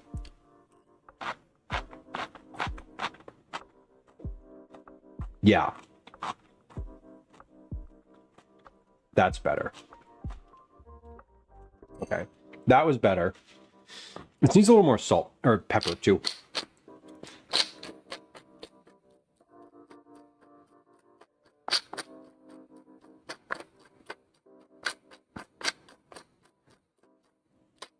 Put tots on the meal prep.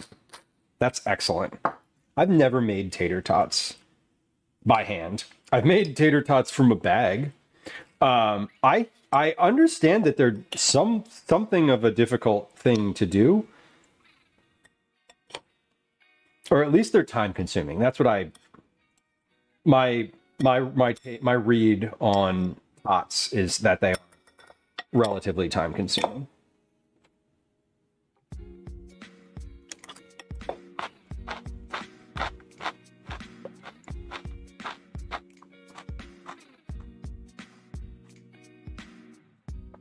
I like that. That's good. This has Granny Smith apple in it, so it's a different taste than what I had before. But I like that. And let me I'm gonna get like an actual forkful of that. Oh, it says I'm never gonna try it again. That's great.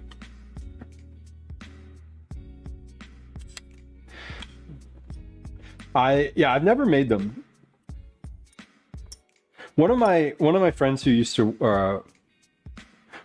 works in a restaurant used to work at a place that made, like, they had tater tots on the menu, and he used to have to like make the tater tots by hand, and like always complained about having to shape tater tots by hand.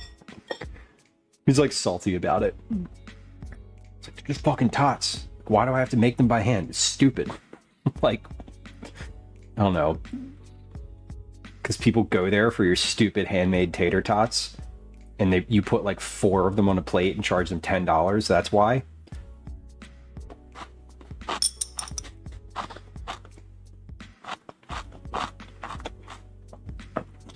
Because how else do you sell a whole potato? How else do you sell a quarter of a potato for $10? You make, like, if you sell tater tots made by hand, like, yeah, there's effort to make them, but you're also just like, how many tots do you get out of a potato? 4 or 5? Right. This is good. This is good. That just needed an extra little teeny bit of salt. Dollar on YouTube, welcome in. Happy Thursday. Hand-shaped pots with spite. Yeah. They were a little spicy because they were filled with hatred. And they're not better either. That's the thing, Lemon, to your point. I ate those tots and they were not better than bagged tater tots from Wegmans. I did not tell him that. The ketchup was better. The ketchup's also handmade, but 1/4 teaspoon. But I didn't go there to order ketchup. Yeah, I wasn't gonna be like, and he didn't ask me either. He wasn't working that day, so I could have been like, if I said it, I could have also just been like, oh, but I bet your tots were better. They wouldn't be. Okay, I like this. I'm happy with how this came out. The only changes that I made to this are adding 1/4 teaspoon of salt. I got some honeycomb. Do I just chew on it? Yes. Yep. You just eat it. Literally just eat it like bubble gum. It's wax. You can you can eat the whole thing too. You don't have to. But yeah, you literally you cut a piece off and eat it. Like, just pop it right in. Baker, you got to make sure the homies know you appreciate their tots. Well, I did appreciate them. Like, they were good, right?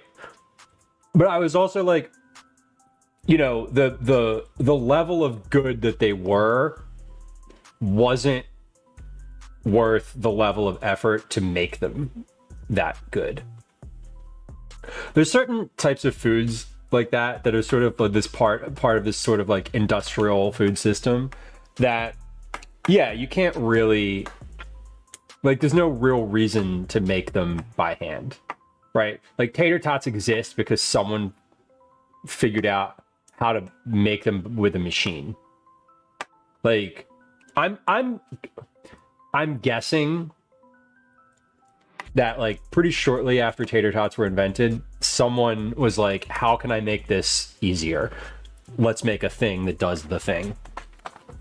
Okay, so this salad is good. Optional, a quarter cup of candied pecans or walnuts chopped. Optional, I'm just gonna say, instead of saying a quarter cup, I'm gonna say optional, top with candied pecans or walnuts. Because that's what that's what you should do with it. You should top them with it, and I don't, you know, however many you want is fine. Yeah, the hash browns are like, what the fuck? I love a hash brown though. Don't get me wrong. Yeah, and that's like another thing, like the hash browns that are sort of just like a hash brown loaf. Don't make those by hand. No need. All right, this one's good. Let's take a picture of this in a little serving dish.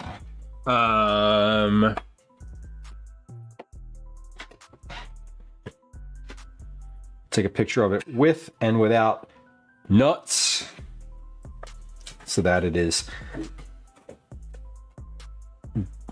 both forms are good. I do have some candied pecans from the last stream that we used candied pecans on, so I'm not going to candy them again. We're just going to use the existing ones. I love tater tots though. Like I've been sort of like getting, you know, I've said some mean things about tater tots in the past few minutes, and I don't. They were comments about the process of the tots and sort of the way that the tots take on their journey to my mouth. However, I love tater tots. They're just like that, the crunchiness of them, and then the potato inside, like, come on, it's like a potato, it's like potato chips meets mashed potatoes. Like, it's just the best. I love them. They're a great chance for texture. Yes, yeah, exactly. Exactly. If done right. And they're only done right if you make them individually by hand. That restaurant is still there too. They still make those fucking potato tots. Potato tots? I'm gonna go over here now for a moment and think about what words I just used. Let's take a picture. I'm just gonna take a picture of this over at the sink here.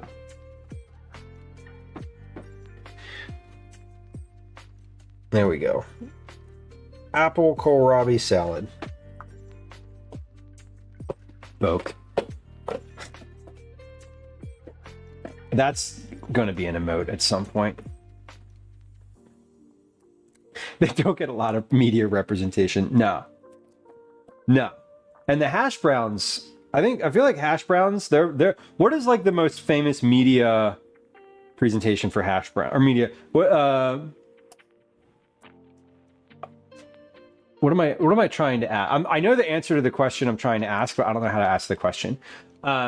If you could pick a place that has famous, like when I say hash browns and you think of like places to get hash browns, what comes to mind?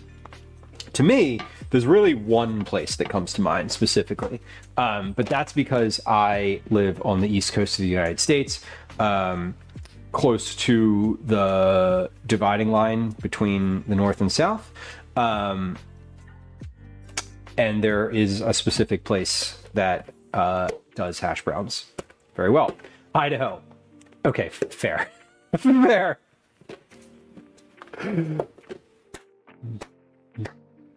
Mix, this is for you.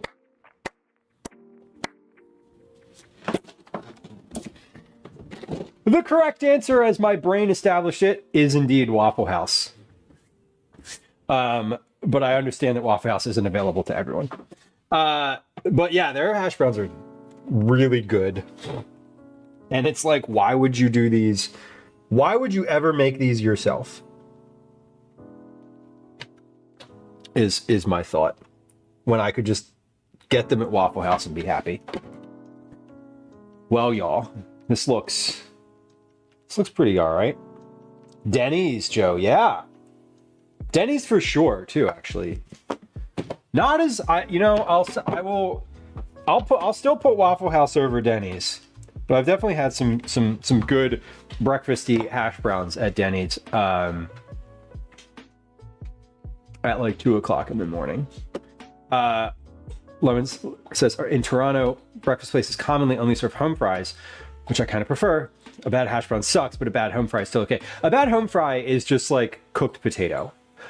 So I'm with you on that one. A good home fry, though, is distinctly different, I think, than a hash brown. And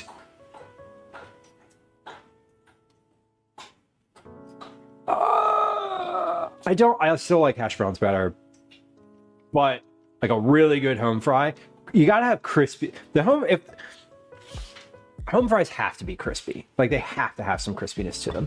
A bad hash brown is way more disappointing. No, that's true. That's exceedingly true because bad home fries are just like scalloped potatoes, right? Like bad home fries are just not crispy. Bad hash browns are both not crispy and soggy. It's the Waffle House is the default hash browns in my brain, right? McDonald's, Denny's, yep. Yeah, McDonald's I think is probably like number 2 if I was to say like if you were to like twist my arm until I could think of the first hash brown place I thought I could. First answer would be Waffle House. Second answer would definitely be McDonald's. Mary Brown's potato wedges. I do not know Mary Brown's potato. I do not know Mary Brown's, nor do I know their potato wedges. But if it's coming up in the context of this conversation, I bet they're good. But no, that's a totally valid point about the home fries, though, because yeah, bad home fries are just like soft scalloped potatoes. And if you're expecting like really good home fries, you can just be like, okay, I guess I'll eat these. That's true. Okay. Apple kohlrabi salad is ready to go. I'm gonna eat this little bit that I just put in the bowl instead of putting it back in the container because I'm kind of hungry and I want to do that.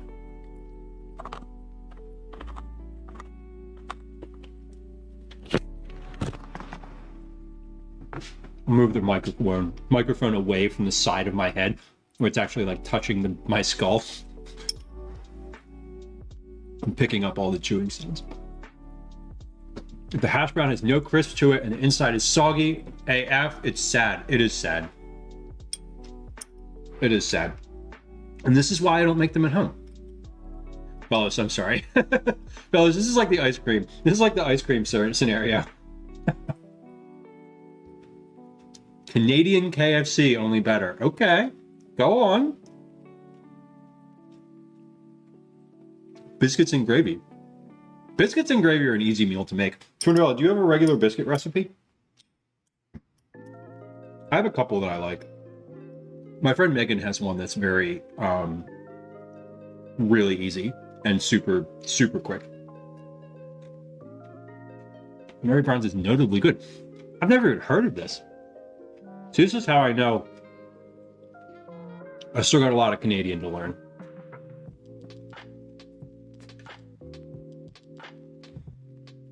The Canadians gave up when US changed. Good. Good. I don't actually turn it out. I don't know if I have the recipe offhand, but I can tell you exactly how to Google it. I would just Google biscuits and then the word splawn, SPLAWN. That's Megan's last name, and that's what she publishes recipes under online. And maybe include the word simple in there, I think it was on the Kitchen, Kitchn website. But they're good. I've made them. I have the printout. Like I have it printed out, but it's in the big pile of printouts somewhere.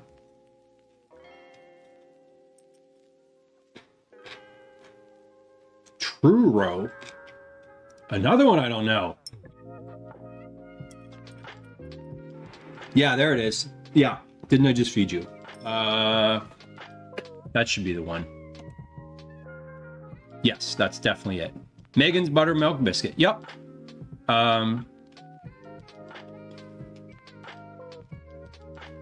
Yes. Yeah, and the one I was thinking of is linked in the first sentence of that one that you just sent.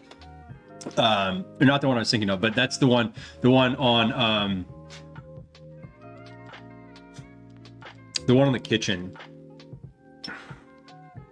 A Domino's mix at Domino's would be... Domino's is pretty phenomenal. I was camping this weekend and my buddy Jesse was like talking about, he's like, I'm gonna order pizza to the campsite. And we were like, no, you're not. He didn't. But he did look it up and you could from Domino's. But that biscuit recipe is one that I've made. And I'm not like a biscuit maker. Megan is a very big biscuit maker. I definitely trust her biscuit prowess. She has biscuit bona fides. Bona fides? Whatever. Pictou County sauce. Man, there's a lot of stuff I'm not familiar with in chat today. I love it. I don't know what Truro is either. Okay. That recipe turned out great. I'm pretty happy. No additional changes. I want to say top with chopped candied pecans. Or walnuts.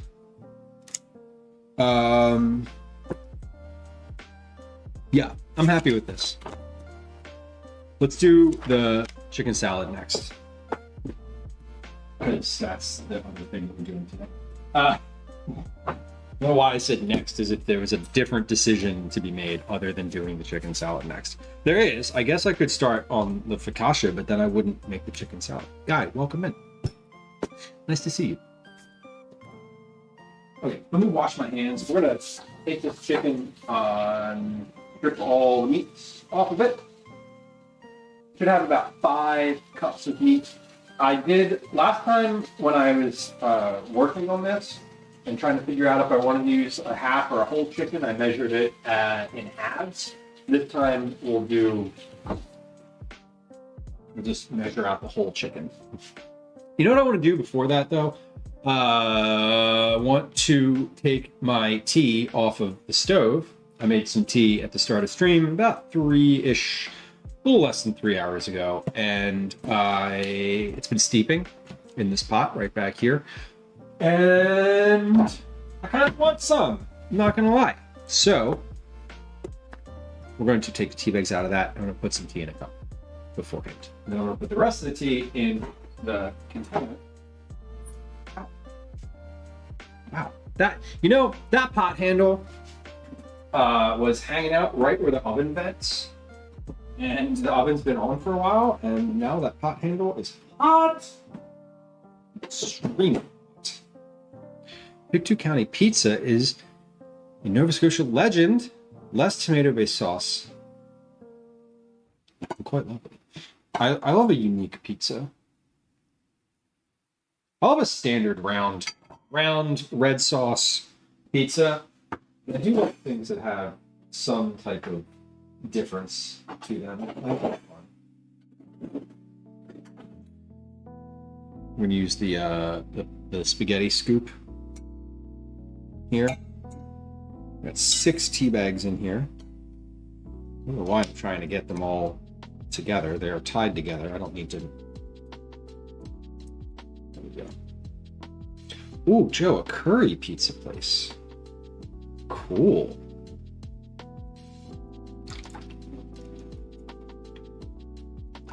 Pizza's fun. I kind of love pizza because it's super. It can be just like a low effort, low cost, you know, food. But you can also make it like really complicated and use all sorts of high quality ingredients, and it's versatile. Like pizza is sort of like a blank slate onto which you can paint your dreams or your hungers. Yeah, it was a weird thing to say, huh? Whatever. Where's my glass? There it is.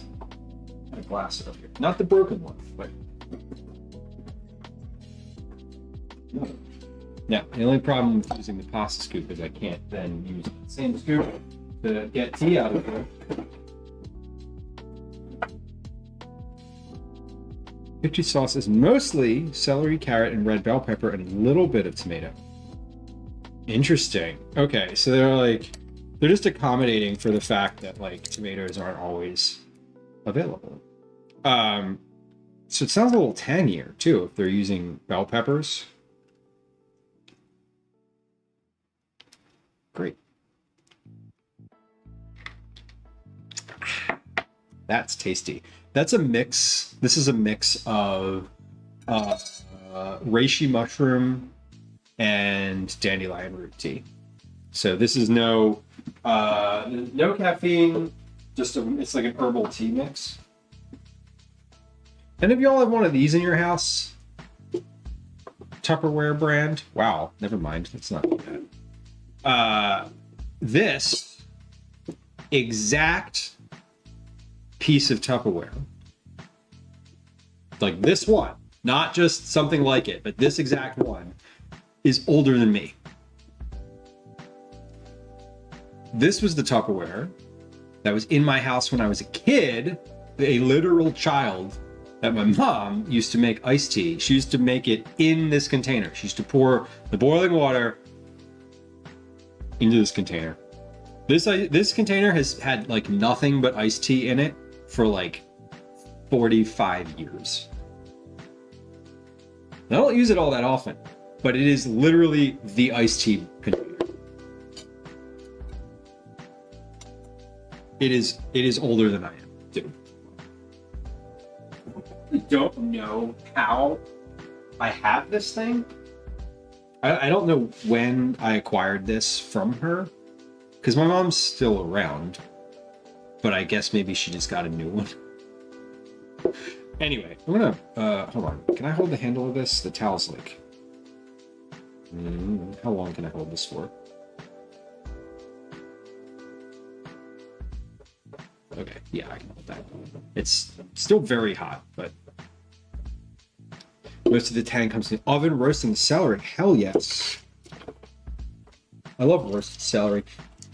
And if you don't use celery in there, you could use celeriac too. Celeriac? I actually don't know how to say it. I've cooked with it a bunch, but I don't know how to say it. The benefit of brewing the tea right in here is that you just pour the exact amount of water in. The downside is it's plastic and probably has been contributing microplastics into my diet for 40 years. You win some, you lose some. No. I'm gonna put this in the fridge right. Goes. Oh, it's the cheese that I myself put in the fridge not an hour ago. Fun. Old Tupperware bowls of my youth. Yellows, oranges, and yellow. The ridged lids. Yup. Oh my god. I know. Oh, the Tupperware, like plasticware from decades ago was so much thicker than current plasticware. It's like, yeah, like it's no surprise that you could just pour boiling water into that thing and it would be totally fine, because it's like a centimeter thick. You could probably like run it over with a car. The goldenrod, orange, and blue Tupperware jugs with the button lids never quite were as secure as suggested mix. I know what those are. We had green ones. We didn't have lids though. None of their stuff had lids. But we did have like all the Tupperware bowls growing up. All of the various multicolored Tupperware bowls. Judo, welcome in. Hello.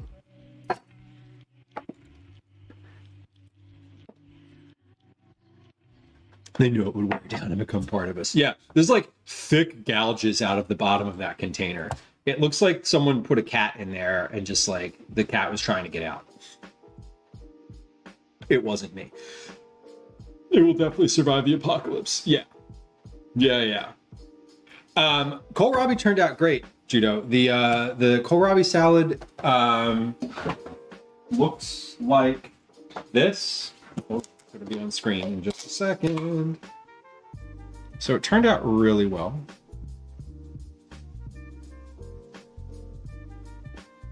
It's this time around I used a Granny Smith apple instead of a Honeycrisp. But I think it's really just a matter of taste and not something that I'm actually following to use. Okay. We have a chicken. The chicken was cooked. The chicken was very cooked. So let's see how this all kind of comes out. I'm going to get a 4-cup measure here, and ideally this chicken will fill this cup. That's the goal. Let me wash my hands. Yeah, the shreds are in us now. I know. It's who even knows? Like 40, 50 years from now. Well, 40, 50 years from now, we might not have science. So. But if we do, the fun things that we find, the things that we find may not be so fun. Fennel apple, Phoenix. Hell yeah. Fennel's good. Fennel's really good. You could add fennel to this. I'm making a really simple, like super simple recipe. I'm omitting a lot of things that if I was just like rooting through the fridge, like making it myself, I would put in. Like herbs, I would put celery in there. I'd probably put fennel in there if I had it. So I'm just trying to maintain, like it's a simple recipe. I'm trying to keep it simple. So that's the goal.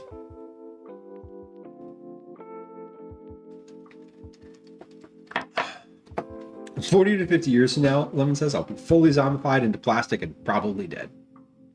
Yeah, or your consciousness will be living in a computer somewhere, manifesting itself in weird ways. Or you'll have gained sentience through the mitochondrial network of the mushrooms. Who's to say?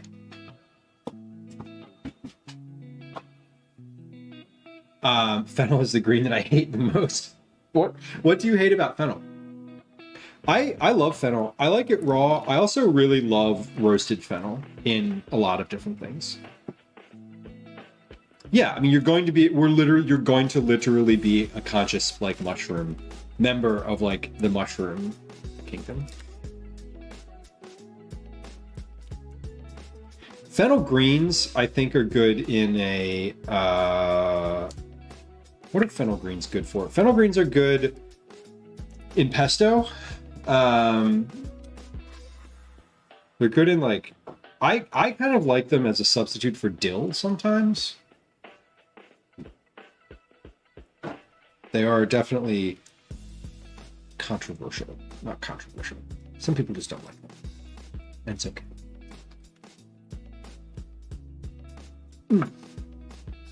Fennel is one of those things that it's so specific. It's like you if you like it, you probably like it in like a lot of different ways. And if you don't like it, like you probably don't like any parts of it. They're icky. I don't use I wouldn't use a lot of them. But if I'm making a pesto and I have fennel in the fridge, I'm going to toss the tops in there just because. Just because of the bitterness. Fair enough.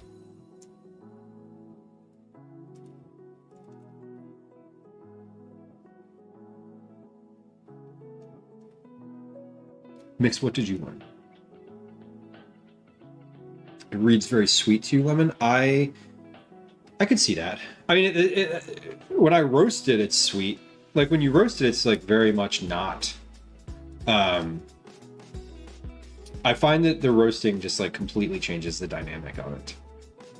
The anise flavor. It's, yeah. It's funny. That's definitely like the example if you're trying to tell someone like what that is, like what is the flavor of anise, like fennel is probably the most accessible common thing, right? Would that be right? What else has anise in it? Like where else does that flavor pop up? It's very loud. I like fennel raw. I like it shaved in salads, and I don't love when I'm eating raw fennel. I want it to be really thinly shaved, though. I don't love like big chunks of it.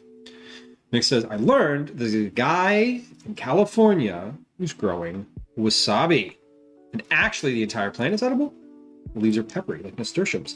That's cool.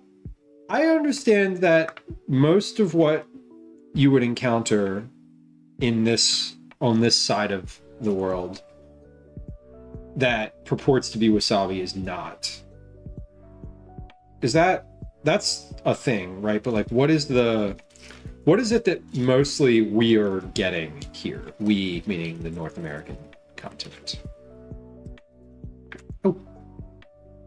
And if he can do it, that means I can do it, Mick says. There it is. There it is. The motivating factor in all of this.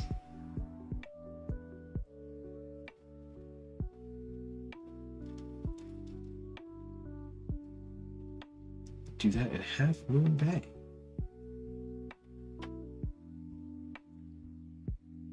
They do the wasabi growing? Mostly horseradish. Yeah. Colored horseradish. Yeah, okay. That's, yeah, I'm like, I knew it was something, but I forgot what.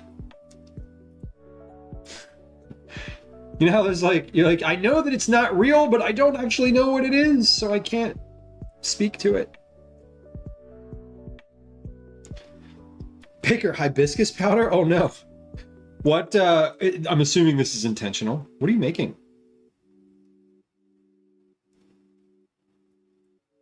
I had hibiscus bitters recently. They were really good.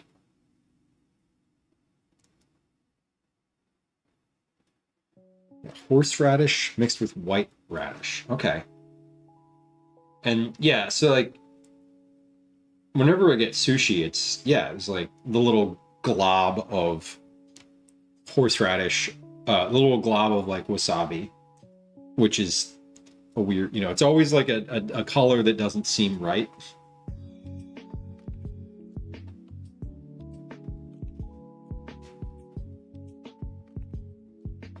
That would be cool. Gravel channel, the spring that runs for the water circulation. You know what I watched on YouTube the other day? I watched a person digging out a spring for over an hour to make a better like flow for their farm. So oddly enough, I know exactly what you're talking about. Hibiscus simple baker, okay. And the sugar roll, cool. That's fun.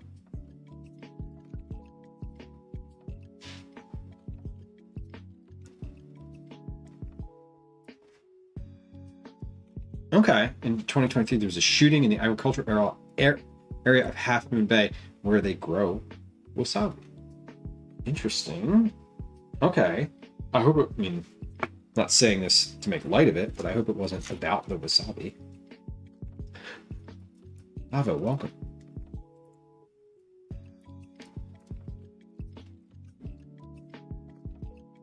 A tuna cheek coated entirely in wasabi. I love I'd love fresh wasabi.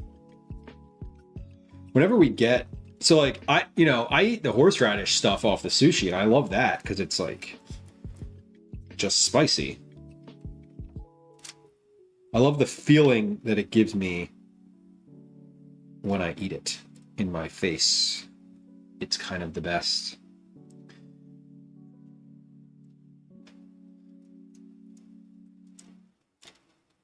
I don't think it was about the wasabi. We're good. Crisis averted, but not really, because violence. All right, that is. I'm almost about half the chicken, and I'm just about to cross over the 2-cup threshold here, so that's right about where I was in the oven. True, that does sound good. Just like raw, fresh tuna with like real spicy wasabi on it. Sounds fantastic.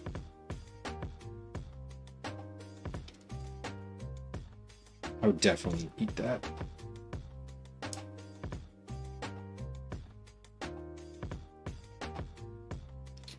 I was talking about recently doing an IRL, looking or going to different like late night food spots in Philly, and I've added another place to the list recently, and it's top of mind right now because it's a sushi place, and they have like a little counter, and they're open until 2 a.m., which is nothing's open until 2 a.m. here, so I was like shocked that this place was open at all.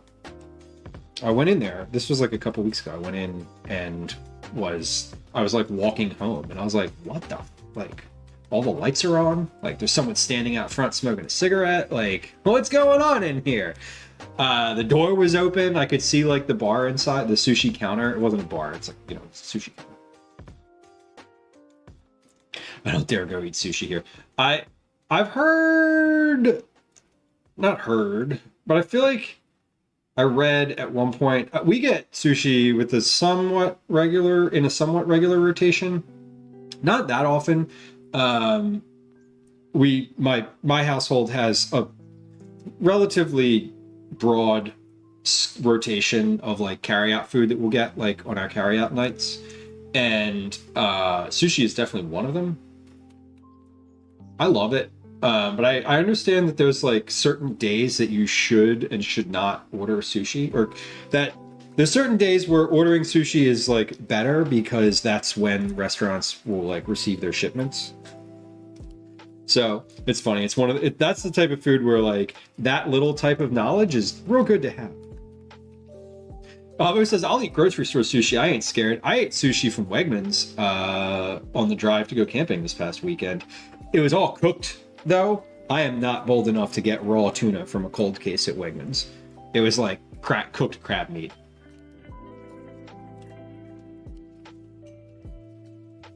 I am not that bold.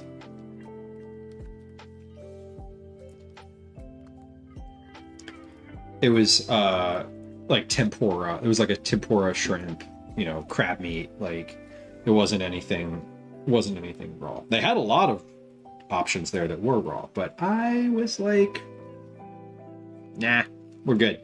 I was basically like, I'm not tempting fate here because I'm going camping and I don't want to be out in the woods having a bad sushi experience. That is not my idea of a good time. No, thank you. I was like, we're gonna opt for the cooked version of this, whatever that is. And I stand by that decision. I think it was still a good one.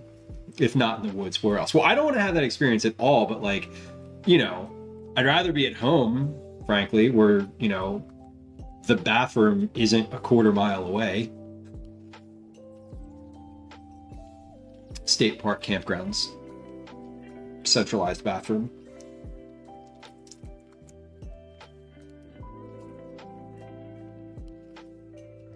Is it Japanese market? JP market theory that will sell saku for a decent price. So you can DOI. Okay. Sell poke, which is amazing. That's nice.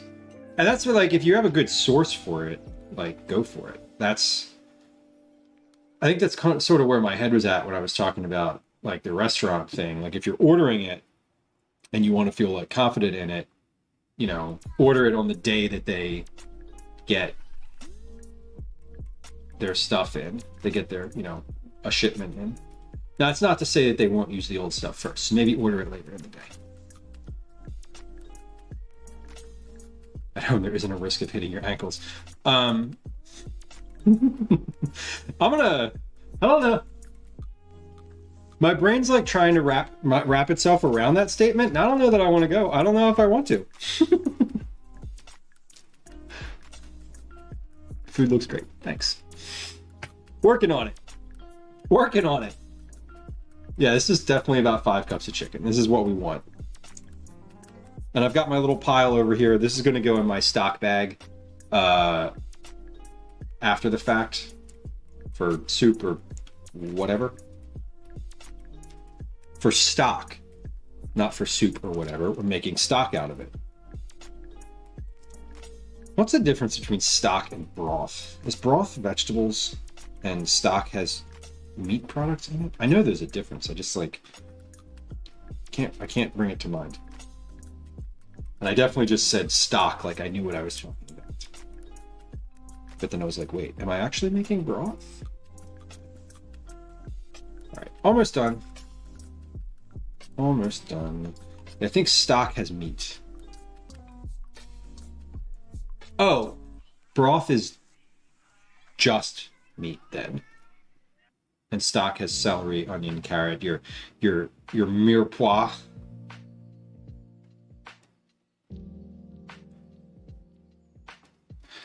Lemon says, supposedly, and according to my school, stock has bones and aromatics and is simmered longer. Broth is meat and simmered less time. Okay. So it's a time thing. So the meat is the difference. It's like if it's bone, then it's one thing. But if it's like actual meat, it's another. Well, so stock is typically made from bones, resulting in a richer, thicker, and more gelatinous consistency. Gelatinous is always what we want to hear when we're talking about stock, due to collagen release. Broth is primarily made from meat and vegetables, yielding a thinner, lighter, and more flavorful liquid. Right. So basically, you make it, and when you put it in the fridge, if it hardens up, if it like solidifies a little bit, just like a little bit, then it's stock because it's richer, thicker, and more gelatinous.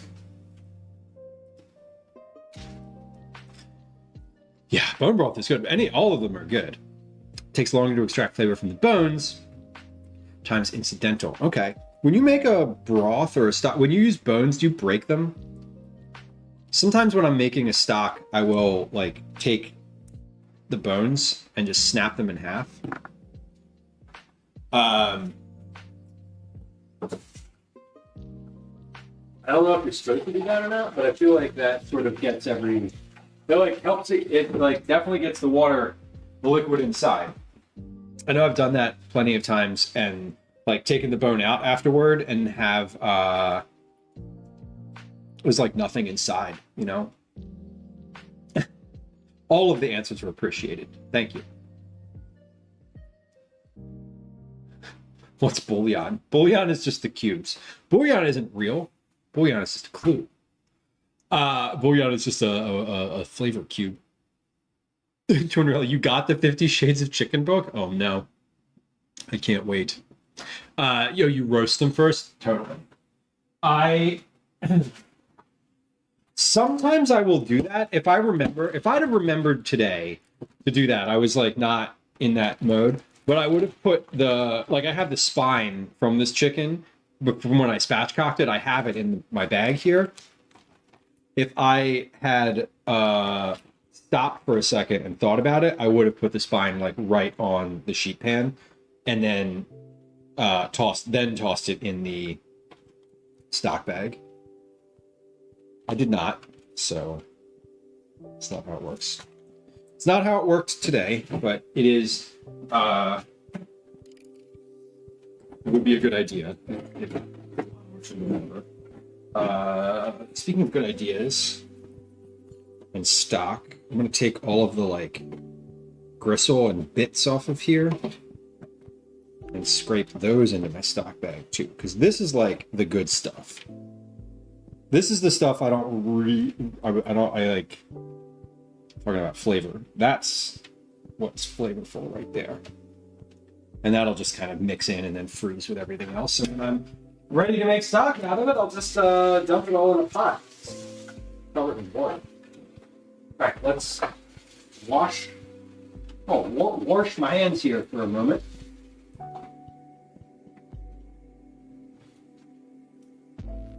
Uncommon, welcome in. Oh, quarter, the other.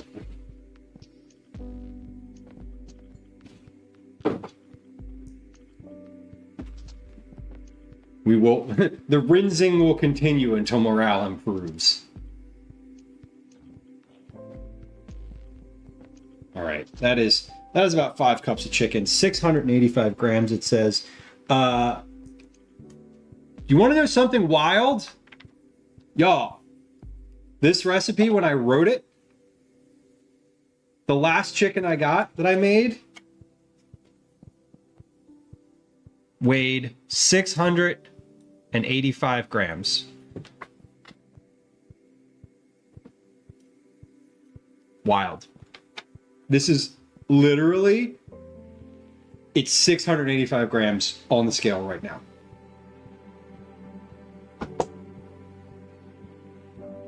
Weird. About 5 cups of leftover chicken, 685 grams, 24 ounces. Play the lottery. I think I just blew it though. I think that was the one. That was the luck. The genetic isolation. Oh, totally. I didn't buy this from the same. I didn't buy the chicken from the same place either. It was a different. I mean, they might have gotten it from the same place originally, but I got it from 2 different stores. Where I got this one. The one today was from like just a regular old grocery store. The one last time was from a poultry vendor. I'm writing terminal market. No, I don't think the stock I can fit in here anymore. Time to make some stuff. Okay, chicken is good. We're good with the chicken. Is it heavy in the breast or the legs? It had larger. The breasts were a lot larger in this than the legs and thighs, which I think is typical. That's like typical of your grocery store chicken. 5 cups in the chicken. Yeah, the chicken itself was like 4 pounds, like the whole thing. The bag said it was like 4 pounds.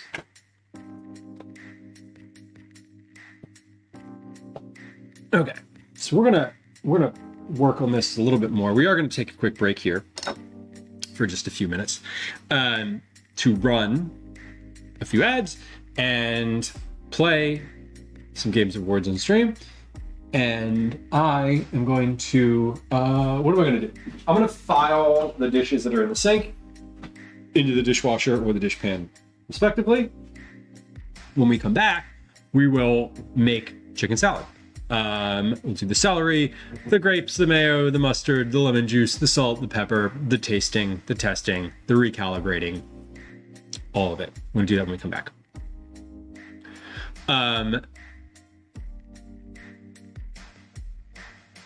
Yeah. Nine says, do you think ads are worth it? I don't want to run ads. Thought about doing sponsored content. Could they pay better? Here's the thing about ads, Niam. If you're streaming on Twitch, you don't have a choice whether or not you run ads. Your channel, if it's an affiliate channel, will have ads on it no matter what you want. So go ahead and do your sponsored content and enjoy. The options that you have as a streamer are to run the ads as pre-rolls or to run them on a schedule that you select. On this channel, we have selected to do ads for 3 minutes every hour and then there's no pre-rolls. So we're gonna do that. Here comes the Game Awards on stream. Here comes the ads. There's no option to turn off ads completely. No, there's no ads. There's no option to turn them off completely. If you're an affiliate streamer, your channel has ads. Speaking of, I'm sorry, here they come. Hi, welcome to another edition of Commercials I Hate. Good segue. Good segue. Darla on YouTube says no ads are not worth it. No, I mean, it depends on what you mean by worth it. As a viewer, no, they're annoying. As a streamer, I make more money from running ads than I do on gifted subs. Until that changes, until I make more money from other things, I will just continue to do them in this way. Because they're going to happen regardless. That's the thing about the affiliate. That's what affiliate means. They get to run ads on the channel. And on YouTube, it's the same. It's not exactly the same. It's a little different. But they still run ads over your content if you are a monetized streamer or content creator. You can choose to not be an affiliate, and if you're not an affiliate, you don't have ads, but then you don't get any of the benefits of being affiliate. So you kind of just have to do it. That is how the world works. That is how the world works.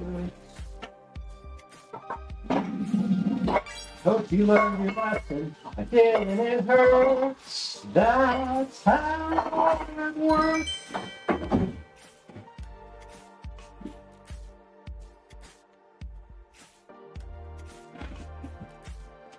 Filing all the dishes in the sink. Very nice, y'all. Oh, one more go. One more coming in.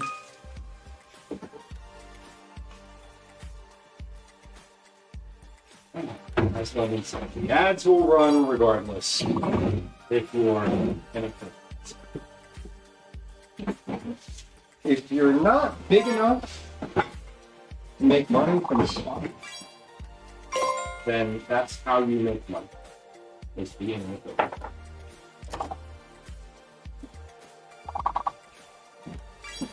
What's his name? I feel like there's some big streamer very recently was like demonetized their Twitch channel. I think it was like Ninja or something. Yeah, if you're at that level, you don't need affiliates. Hey, we're almost there. We're almost there. We got one 5-letter word. It's not bidet. It's debit. Wow. Good work, y'all. Debit. Y'all. Congrats. That was good. That was really good. That was perfect timing, too. Our ads on Twitch literally just ended. That was a cleared that board, right? You did get the board. Command board in chat, and it'll count. It counts no matter what. But and if you were, well, I didn't see the first. I don't know if the first one was not. I don't think. But on the ads thing, if you're affiliated on Twitch, your channel gets ads. You can't do anything about it. You can just choose whether to ignore it, which means pre-rolls, or you can choose to manage it, which means setting up a cadence that works for you. And That is how the world works. That is how the world works. anyway, Phoenix, thank you for subscribing. I appreciate you. Congrats on not getting ads anymore. You know that you could choose as a streamer whether or not to show people who subscribe to your channel ads? Did you know that? Because you can. You could just be like, nah, it's not a benefit. Everyone gets them. I can't imagine. Okay. Yeah, you can make subs watch ads. Like, I just like, what? Why? I get why it's an option, because like, because you know, customization. It just feels weird. Okay. Let's get the rest of these ingredients out. Okay. Okay. 3 stalks of celery and grapes.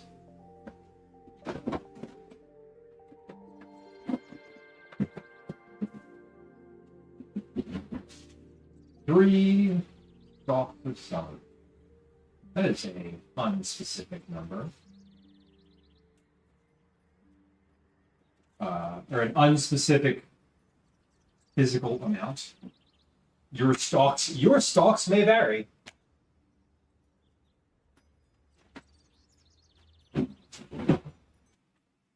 All right.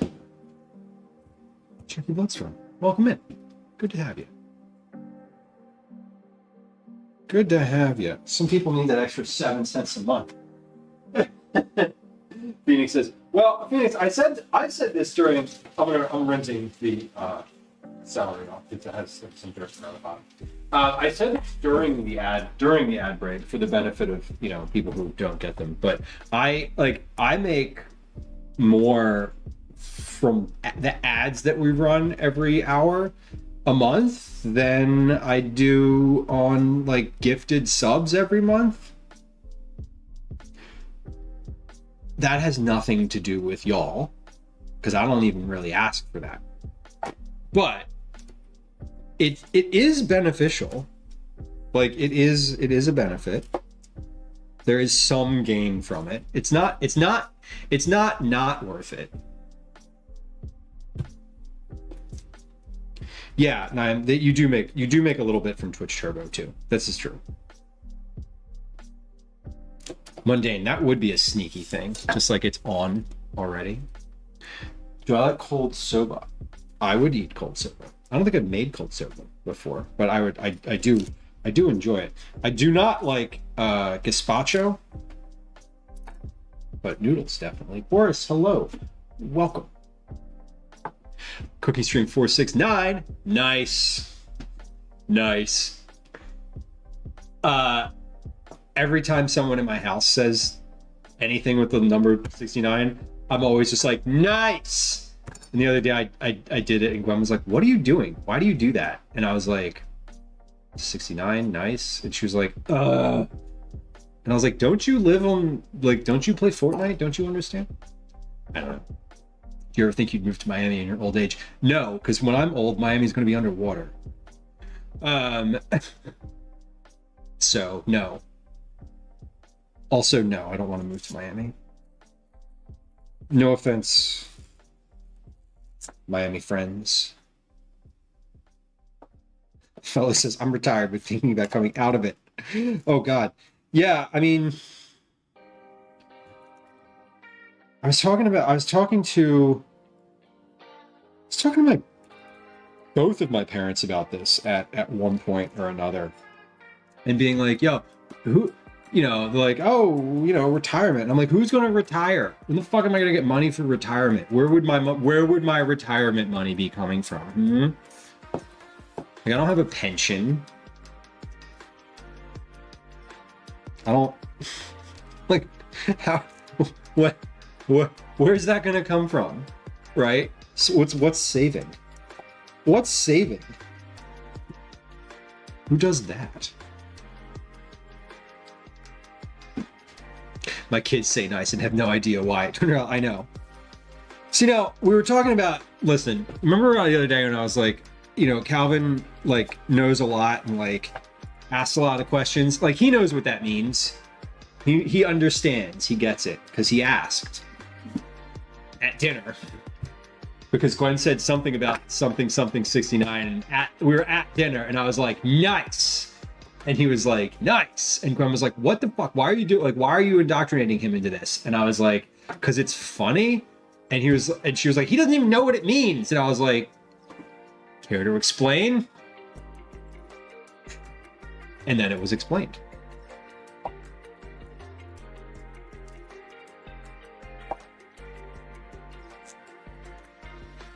You see, kids, when 7 and 8 go away for the evening, 6 and 9 like to hang out.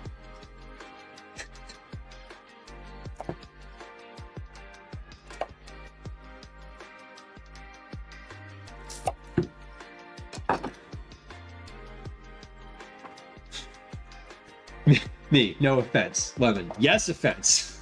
I will offend.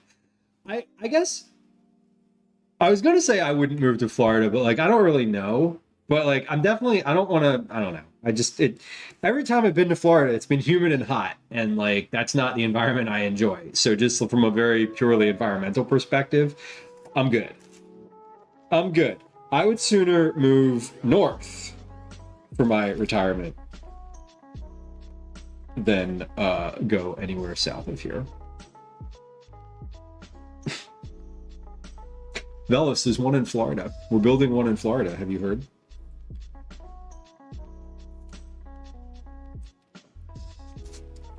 Why are taxpayers funding firemen and police retirement? Because they're public, because they work for the government. Because the government generally pays a lot less than the private sector, and in order to get people into government jobs, I'm speaking in a vacuum here, not in the current light of our realistic, very real political situation, but generally speaking, public sector jobs in the government pay less, so benefits have to be better in order to entice people to work there. That's why. No one's going to put their life on the line for, a little tiny bit of money if there's no benefit to it. That's all I'm saying. Kids at that age are a mess, Judo. Kids are a mess in general. The youth are not okay.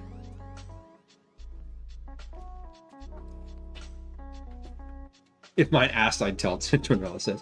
The older two have figured it out. The twins just think it's because the numbers fit together. And it is, but... And firemen and police have unions. Right. Yeah, like teachers used to have. That used to be a big thing for teachers to have pensions. Not anymore, but 3 stalks of celery, diced small. About a half a cup of celery.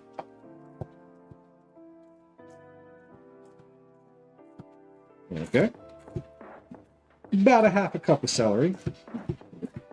Time check. 16:11. Gwen and Calvin should be home at some point relatively soon. They were Gwen was picking Calvin up from, not school, camp, and they were getting ice cream, but that was like 30 minutes ago, so they may have...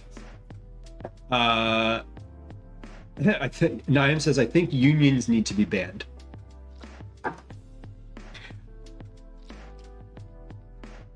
No. And if you want to justify why you think that, I would invite you to do that in chat. That's all I'm saying. I am 100% unequivocally, without any stipulations to it, a supporter of unions. 100%.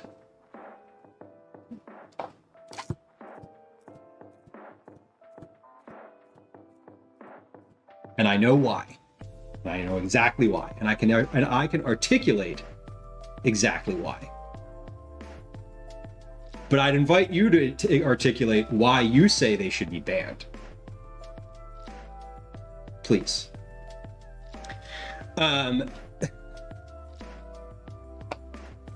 Twinderella's starting with some good reasoning there.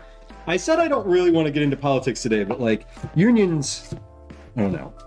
I don't get it. Liz, hi. It's Liz, hi. It's really good to see you. Yes. I've been sort of fired up today. I had some fights with some folks for various reasons, for various things in my personal life, most of which were justified, most of which were Yeah, I would say totally justified. But I'm in a mood today. I'm in a mood today, and it's a fine one. I timed someone out earlier also because they said that my food looked ugly. Someone that I've been following for over a year. The first thing that they put in the chat was their follow age, and the next thing that they put in chat was like command follow age, and then I was like, you should throw that out. That looks ugly. And I was like, fuck off. Just get out of here.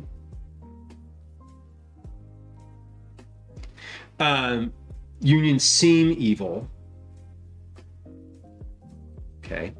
Seem is a word based on opinion and not fact. News on the worst police officers and school teachers. I mean, yes, but like that has nothing to do with unions. That is people being bad, not the union being bad.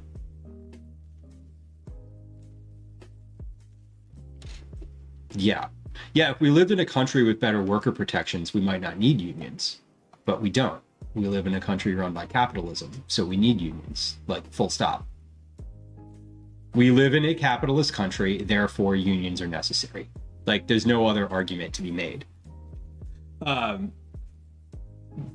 Like without the union, without a union, you are beholden to the owner, which is a single person who is in it for money, and if they can pay you less, they will. But if all of the employees have the option to leave at the same exact time, it really kind of forces them to come to the table. That's the point. We were talking about unions earlier because in Philadelphia, all of our public workers are on strike. So our library workers and our garbage folks and all that,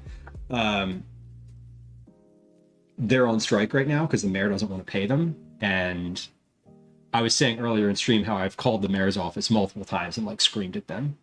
Not really screamed, but I've chosen some very specific, strong words to use with the people that picked up the phone.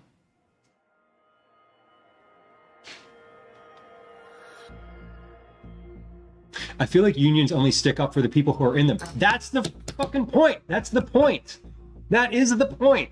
Yes, exactly. They stick up for the people that are in them, and you join a union so that you can have things like insurance and guaranteed pay raises and days off and safe working conditions and proper training and proper materials to do your job and all the shit that people cut corners on in order to save money in the capitalist system.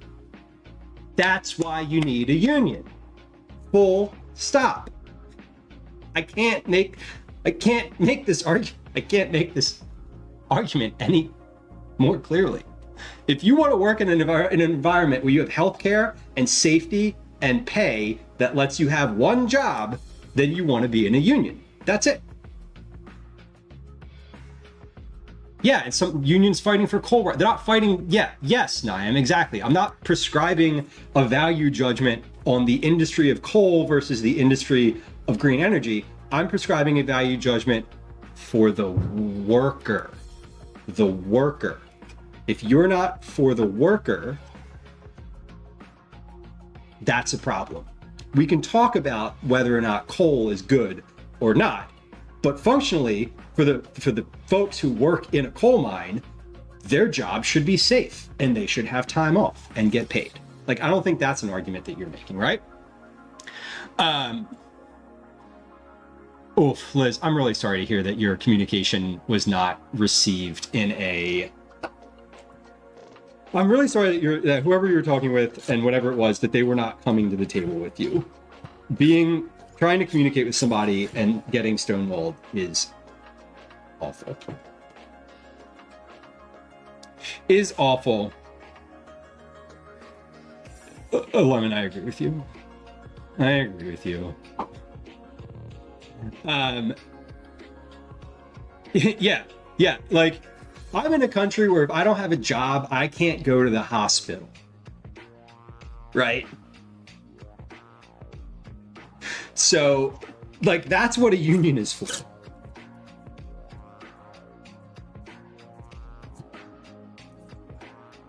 For example, if you're a woodworker or a plumber or an electrician,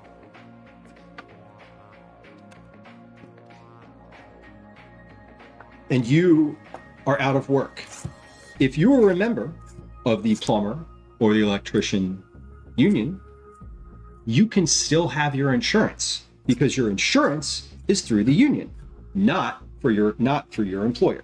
Like as a case by case and like a specific case example, like that's why you would want to join a union. So yeah. I feel like that's just, that's it. Like we don't have all the things that like Europeans have, or basically any other basically every other country in the world with regard to healthcare has better protections. We don't. We protect the people with the money. I'm talking about protecting the people who are doing the work. I said who's advocating for keeping coal miners and the country and the people that own the coal mines. But I think my point is that like, yeah, I get it. I don't love coal either, but I also don't want folks who are working in that industry to like have unsafe working conditions, right? Like maybe that's the only job in the town or the place that they live, and you know, they need that job. It doesn't matter whether it's a harmful job for them. It matters because it's what's putting food on the table, and that is where the union comes in to make sure that they can still do that. Yeah. all of this. So yeah, I feel like that's can we go back to this sound? That is how the world works. That is how the world works.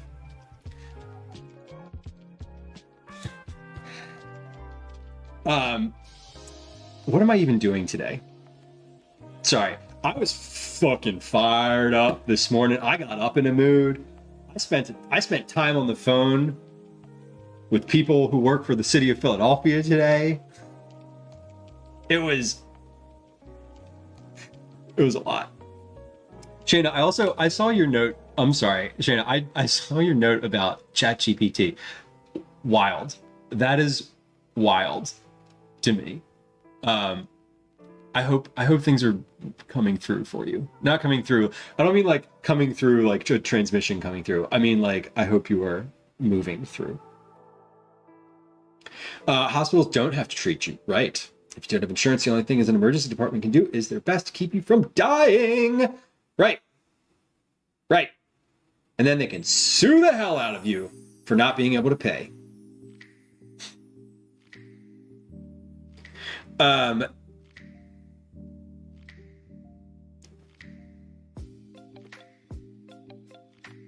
Able to negotiate a higher salary through HR. Well, right. I mean, the union negotiates a higher salary for everyone. HR negotiates individually. We're talking about collective bargaining. Collective bargaining is the value. You can always, as an individual, get more in the private sector negotiating for yourself. But what you don't get in that is protections. And that's the difference. You don't get any benefit of collective bargaining, and you don't get the protection of like, hey, you can't fire me for whatever reason, right? Like, of course, if you negotiate a higher salary for yourself, like you might prefer that, but we're talking about workers, like the worker.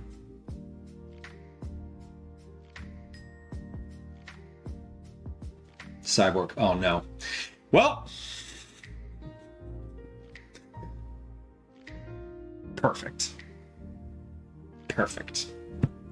3 stalks of celery, 60 grams, half a cup, 2.1 ounces. All right, I need to like measure this because I used 3 stalks of celery and now we have like a lot here. So I have half a cup, but I want to measure how much half a cup is because it might just be that I used, yeah, half a cup is 60 plus grams. So Uncle works at Nintendo and he says his union is great because he's in Japan. Because he's in Japan. They're a little different there. Although being, yeah, I mean, talk about work culture in Japan. Work culture in Japan apparently is also intense. Adorkable, I know, right? Happy 4th of July, everybody. Let's light some sparklers off and hope that everything burns down.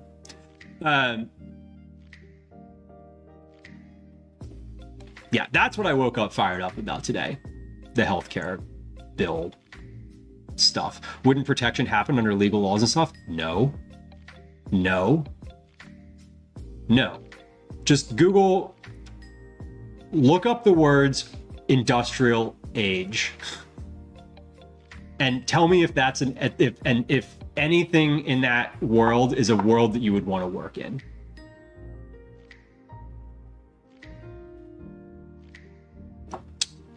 Unions are the reason that we don't have children working in mines. Unions are the reason that your boss can't force you to work more than 40 hours a week unless you agree to it. So, wouldn't protection happen under legal laws? No. Not in the US. Not in the US. That's a half a cup of celery. I think that's probably good. I think what I really want 2 sticks of celery here. 2 stalks of celery. Because this is like a stalk left over. Now I might want a little more.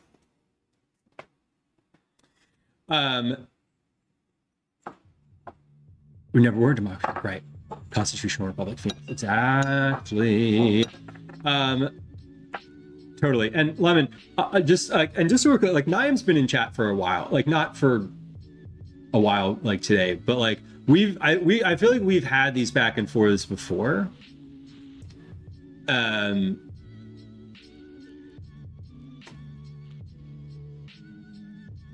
This is clearly one I feel particularly strong about.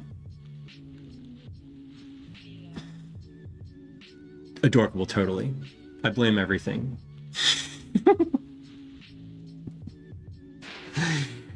When I was 13, I couldn't get any job until I was 16. I mean, sure. Imagine having to work at 13. Imagine working at 12.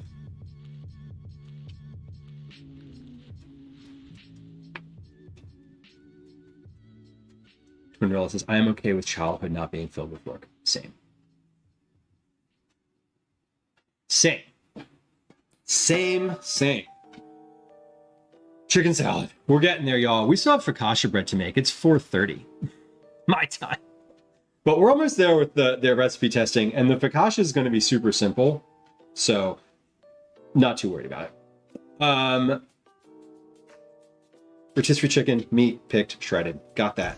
Celery, 60 grams, half a cup.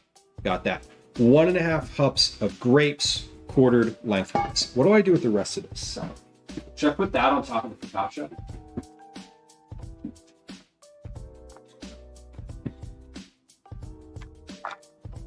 And I mean, plenty of other countries have different labor laws. The US is just particularly callous towards its workers. Did I crack my neck? Draw laughs on YouTube. Yeah, I did. Did you hear that? Oh, sorry. I just went like that. You can have an independent job here. You can do, Velos, to your point, like you can do entrepreneurial activities. But in order to get like hired as a full-time worker, you have to pass certain benchmarks.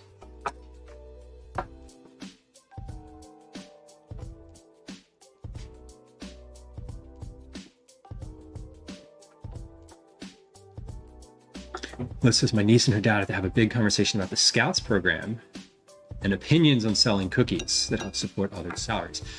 Yeah. And I'm assuming you mean with the Girl Scouts, because you're saying Scouts and cookies. I know that girls can join Scouts now, like the boy what used to be called the Boy Scouts. But apparently, yeah, I know the Girl Scout sort of cookie program has a lot of bad, not I don't want to say bad actors, but yeah, it feels. My understanding is that the actual money that each individual gets, like per box sold, is like really low.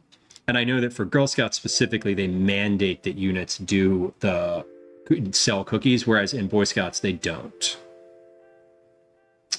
They don't mandate that you do their their freely available sort of fundraiser. The Boy Scouts fundraiser is popcorn, but like they don't force you to do that. The Girl Scouts like forcing you to sell cookies doesn't. I agree with you. Does not feel great.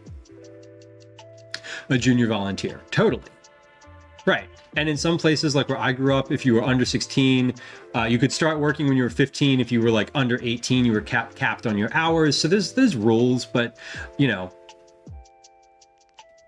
totally. No, Lemon. No, I'm with you. I'm with you on the, like, if you're free to be in chat and have the back and forth, then you're gonna get you also have to be willing to like take critical feedback.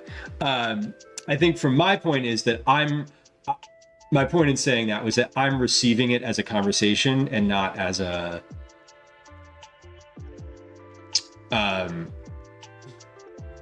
I see it more around like education and less around like just someone trolling and being combative, if that makes sense.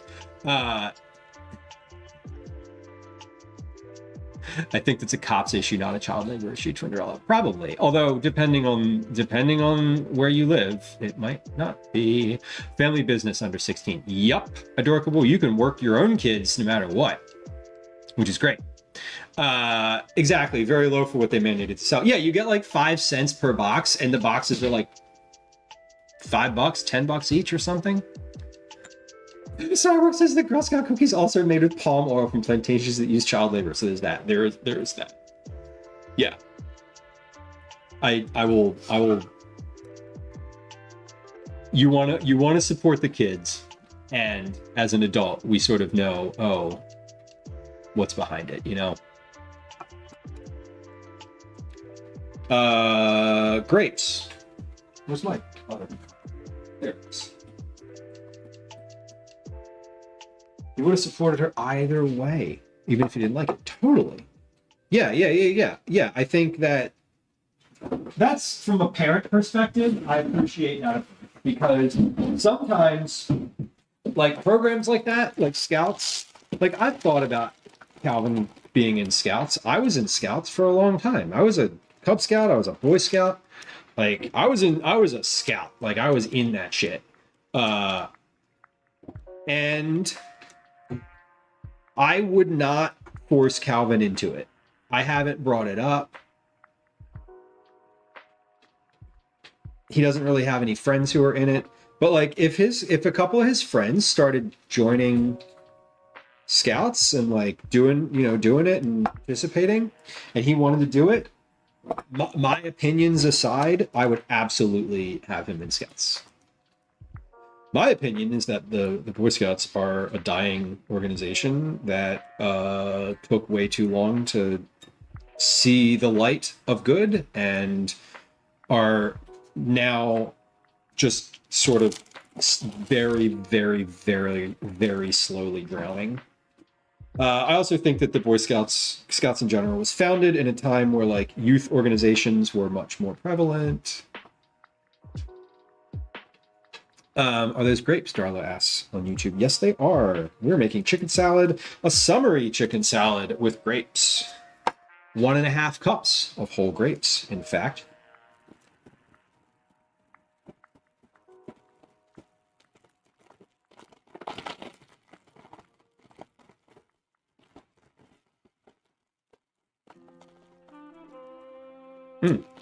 Fine. Yeah, like that's. I feel like that's a. I don't know. To me, that reads as someone on a power. Still reads as someone just on a power trip. Liz, you have a hard time believing that I would happily join, go and be in Scouts? Is that what you'd have a hard time believing? I feel like I would, and I don't mean that. I definitely would, because my experience with Scouts is also that the group that you're in makes a difference. Gotcha. Okay. Understood.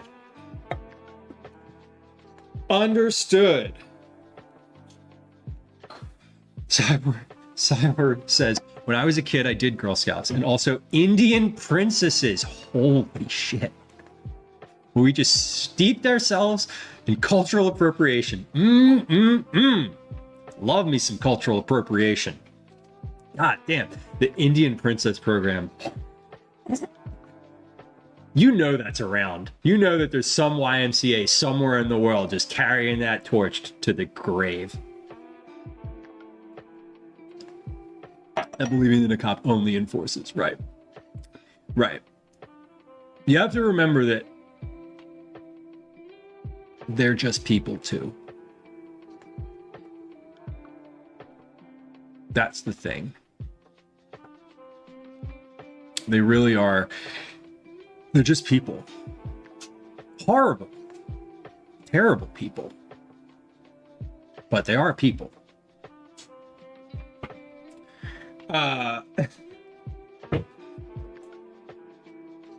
Liz, the Pocahontas costume. I keep thinking back to Bo Burnham, who, problematic as he may be.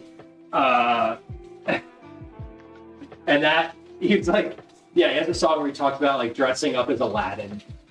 And that is like, the costume's like still in the closet, in like the closet at his parents' house. And the line in this song's like, should I burn it? I shouldn't burn it. What should I do with it? Like, is burning it bad? Oh my god, you got dressed as Fat Albert. Holy shit, Simon. You've come a long way. You've come a long way, and none of that was your fault. As a kid, you don't know anything. You don't know, you don't know. You have no idea. I had no idea when I was a kid. Well, I did have an idea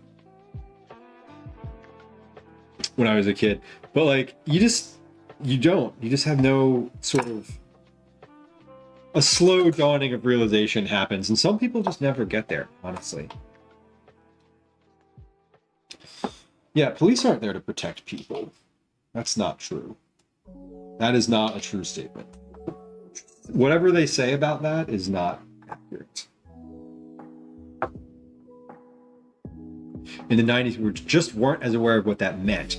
Right, and I will speak for myself as a person who grew up as a cis white man in a mostly suburban environment.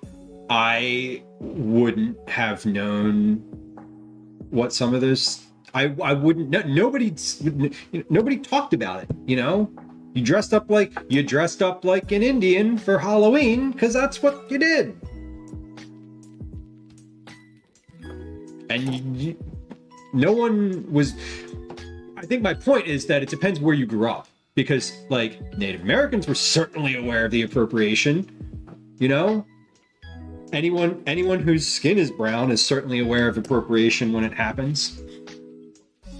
But if you didn't grow up culturally, if you grew up in a mostly or all white community, as I did, you don't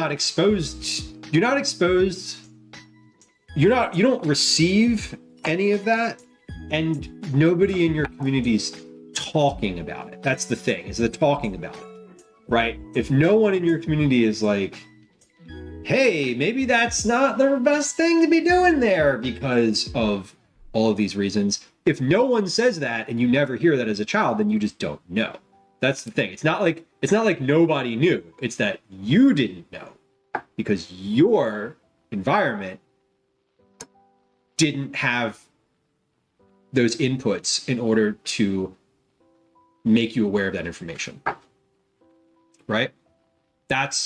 It's not like it didn't exist, and certainly plenty of people are very aware of it.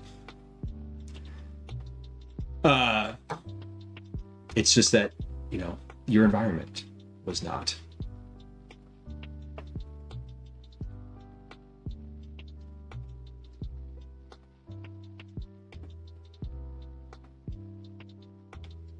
Bear Rex, welcome in.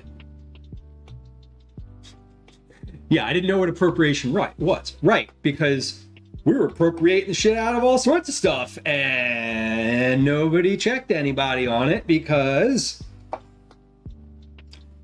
why would you?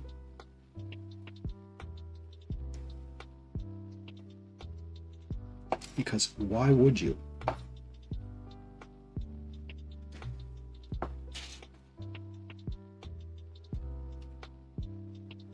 Yikes, Dadbot.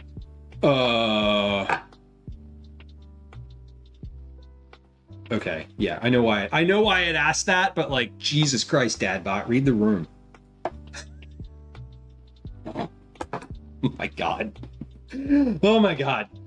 Y'all, listen, I don't always have the right words here, right? Like, I don't always have the right words. I definitely don't always have the right understanding because of like C for reference, my childhood, which I just talked about, which was like suburban and white. But like, I think that it's important to continue learning. And Twindrella, I love the recommended reading that you put in chat as well. Friend Lisa dressed as a geisha for Halloween. Years later, my best friend tried to clown me with an inappropriate costume, and I was like, wow, so you thought it was me, your only Asian friend, dressed as a geisha. Why is that exactly? Yes.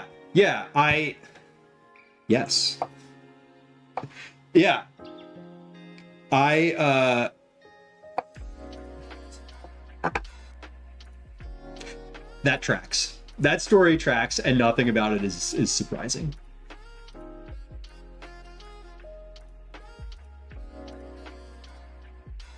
Naim, we're not gonna talk about. I'm gonna cut off the cop defense. We're gonna stop defending, okay?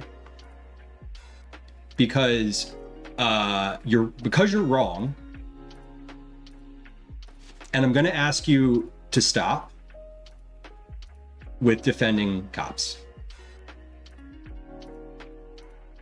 because you're wrong, and I'd like you to educate yourself a little bit more before you come in and try to make those arguments, because, as I said, you are wrong, and I don't want to entertain that line of thinking anymore.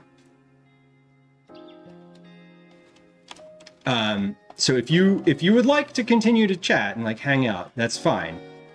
But if you continue, like literally one more chat saying that defending cops, we're done. You're done specifically. I'm like, that's a line for me. We can talk about unions all you want, but if you come in and talk about how like the NYPD is diverse, respectfully to you, but fuck all the way off with that comment. Cool?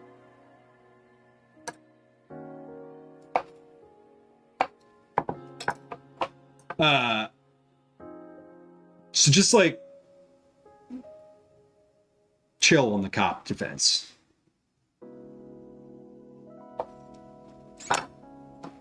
Thank you.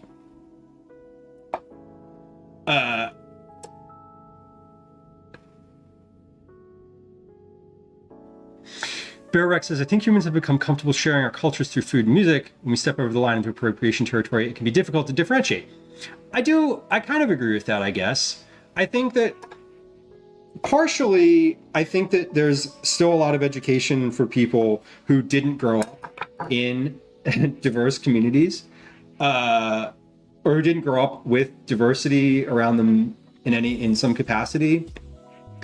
Don't always read when something is appropriation. So I think what I would say to sort of counter that is that if someone says that to you, like, hey, this is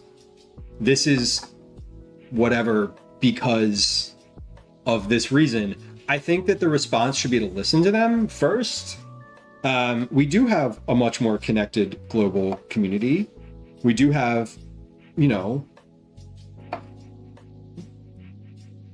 here's an example. I didn't know what miso was until I was 35. No, that's not true. Until I was in my 30s. And I use it to cook now, but I would never say like, oh, I cook anything authentic, right? If I'm invited to participate, great.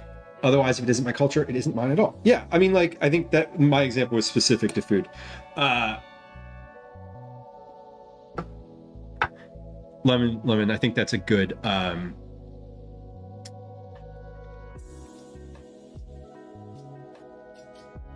is a great point. I want to read that out loud in its entirety. People who grow up in white habitats have no idea how to appreciate simply due to no opportunity.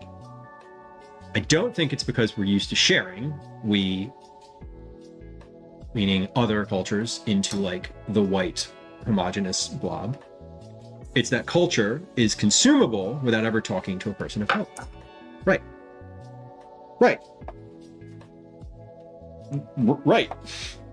Like, you know, you see the gochujang cookies on the New York Times website, and all of a sudden you're an expert in gochujang, and you're like, cool, let's use this in everything. And now it's my favorite spice. And like, it's Asian. Cool. Right. But you're never actually going to like talk to you're never going to like understand where it comes from, or what the history of it is, or any of that. So, yeah.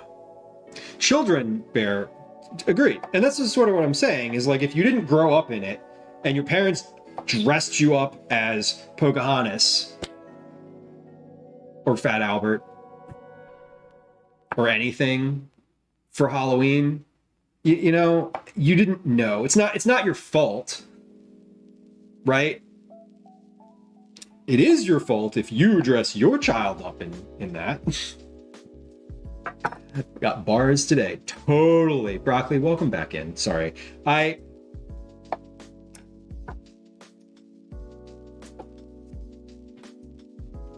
Daisy just made the weirdest noise from somewhere in the house.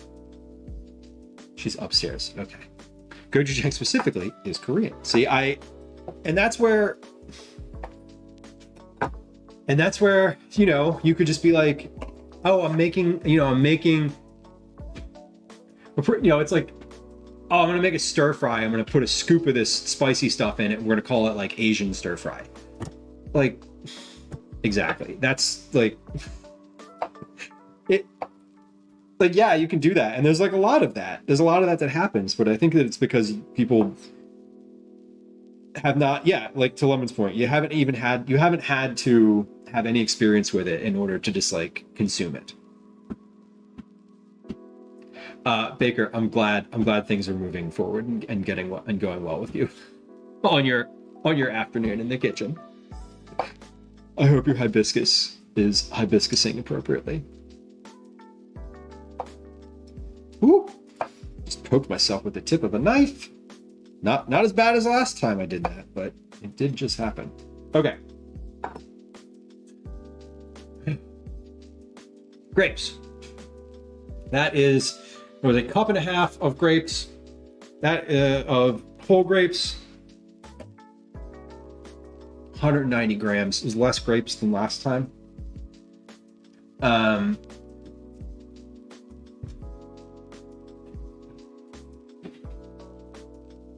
feel like I'm gonna add some more grapes to this, and what I'm gonna do. I was about a cup and a half of grapes. I'm going to add another half cup. Because last time I added more grapes. And it was by weight. And this time, it doesn't... Excuse me. This time it doesn't weigh as much as it did before. So, I think we need to add some more in here. I'm gonna add grapes until this gets to be 280 grams. So I'm gonna add about another 100 grams of grape to this. And then I think I'll need to bump the actual number of the cup measure, the initial cup measure. I'm trying to, basically, here's what I'm doing with this recipe. I'm trying to get away with measuring the grapes before you cut them, because it's really annoying to like cut grapes and measure, cut, measure, cut, measure, cut, measure. That said, I thought about a cup and a half would work. I think about 2 cups is probably the right amount of whole grapes. That's 280 grams right there. So we're good on the, whoa, yeah, this bottle of water. All these small and it's just kind of a pill. The grapes are going in the chicken salad there. Yes, the grapes are going in the chicken salad. The grapes, this chicken salad has grapes and celery and chicken, or the 3 main ingredients. It also has mayonnaise, mustard, lemon juice, salt, and pepper. It's a really simple chicken salad. Really simple chicken salad. The inspiration for this one is twofold. One, my partner Gwen used to work at a restaurant that had a very straightforward chicken salad that had grapes in it, and they served it in a pita bread with a little like piece of bib lettuce or like crispy lettuce or something like that. So she really likes the grape chicken salad. I like it because I used to go, when I was a kid, there was like a lunch counter in the town I grew up in that had a chicken salad on their menu. It was like a diner, not a diner, I don't know, a small town lunch counter. I don't know if that means anything to you. But it is, they had a grape chicken salad that I really loved. And so when I started making chicken salad as an adult, like, you know, I made this one and Gwen was like, wow, that's really good. So this has sort of become the default household chicken salad with chicken and red grapes. When I make it off recipe, so I'm working on a specific recipe today that I both wrote and am following. And it is simple, so I'm trying to keep it simple, but I would probably add like 3 or 4 more ingredients to this if I was just making this, generally speaking, at like for myself. Like I would probably add, talking about appropriation here, I'd probably add a little bit of curry powder to it. I would not call it Indian chicken salad. I would just add curry to it as a spice because it's good. I might add some type of walnuts to it, possibly.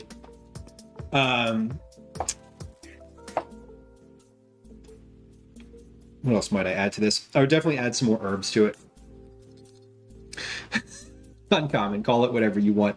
I would never dare to call anything something that wasn't the actual thing. Oh, good Lord. All right, 280 grams worth of grapes. Good. Calvin and Gwen just got home. So, FYI, it might be a little bit noisy in here. 2 cups of whole grapes, quartered lengthwise, 280 grams. That's about, yeah, I mean, that's also about 2 cups here. We have a Twitch mandated ad in right around the top of the hour here. So just like a heads up that we're going to also have a little ad break here at the top of the hour. Grapes and Jolly Ranchers. That sounds like a very balanced dinner to ender on. Phoenix, hibiscus ice cream would be good. Hibiscus is great. Butter lettuce. Yeah, Phoenix, definitely. Butter lettuce, bib lettuce. Liz, I have not taken the garlic cookies yet. What I want to do, so the last time I was just doing a test, and what I would like to do is I want to make them one more time. No, like I do. I want to make them just one more time completely. So I think they were good. I think they could be just a little bit better. Is Kohlrabi easily available? I think so. It's easily available for me.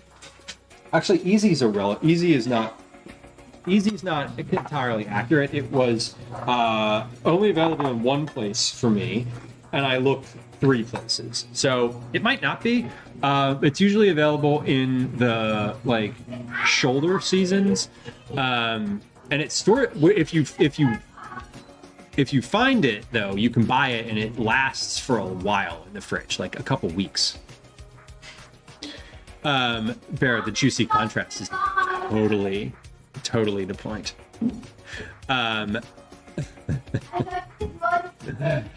Niam, I can't eat macadamia nuts. I'm allergic to them, but they might be good. Jolly Rancher Bubbles, what are those? Kitten time, Liz says. It might be kitten time soon. It might be.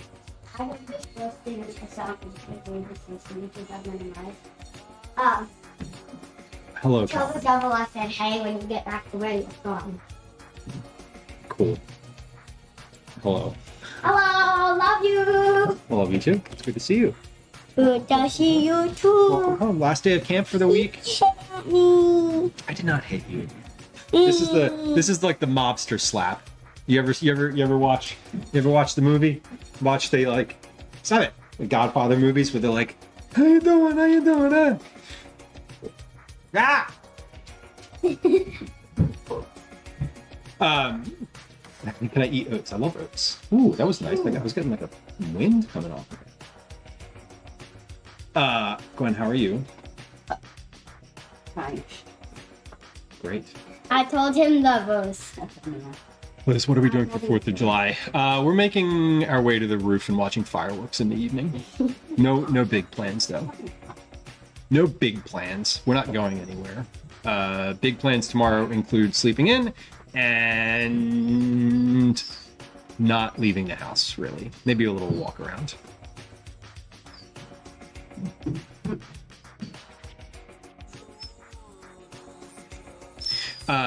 Liz, from the roof, there's a long history, not a long history, but like Philly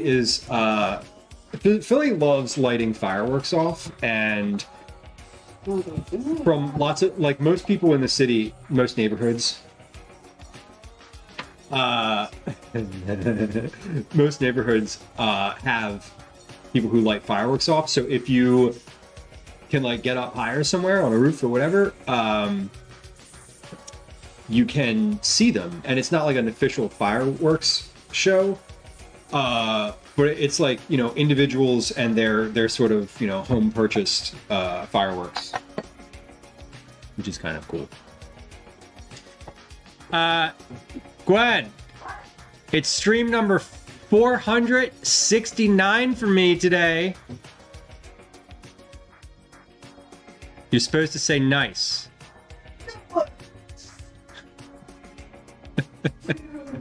Dude, nice. Corn-based porridge. I love corn. I love corn pudding. Do we have to drug Daisy? Yeah. It's not going to work though. She needs to be unconscious. It's just our roof, Liz. It's not a community. So we're like, Philly's just mostly row homes. So there are some that have like communal spaces, but ours is not. I used to climb up I used to stack, when I used to get on the roof, I used to stack I used to bring my nightstand outside and then stack a ladder on top of it. It was very unsafe. We don't do that anymore. But yeah. Yeah, Daisy's already like beyond freaked out. There was like a firework last night and she's still like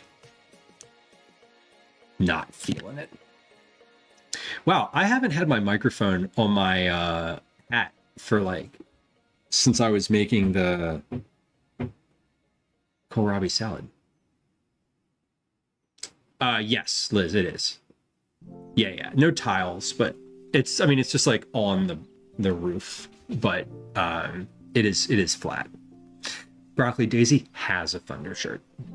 Daisy not only has a thunder shirt, but she also has prescription medication, daily prescription anxiety medication, and anxiety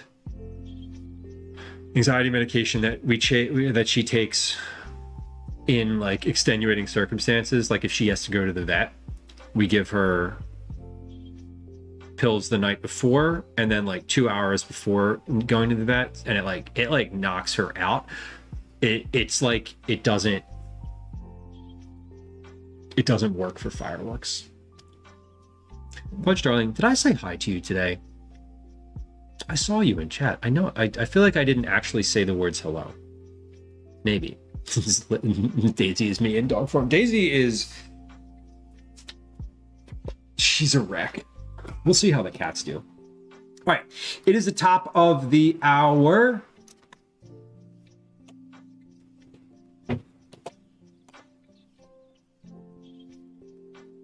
It's the top of the hour. So we're going to run a quick ad break on Twitch. And we're going to do our words on stream.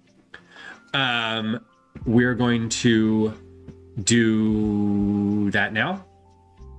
And then when we come back, we're going to finish the chicken salad and we're going to do the focaccia. We're going to start the sauce for the focaccia and we're going to put the focaccia in the oven. Ear protection? Oh my God, uncommon. I don't know if Daisy would wear ear protection unless it was like strapped to her head. She hates the thunder shirt. I feel like the thunder shirt is worse for her because she hates having stuff on her. She doesn't like wearing jackets in the winter either. She has sensory issues. Okay, let's run this ad and this words on stream, John.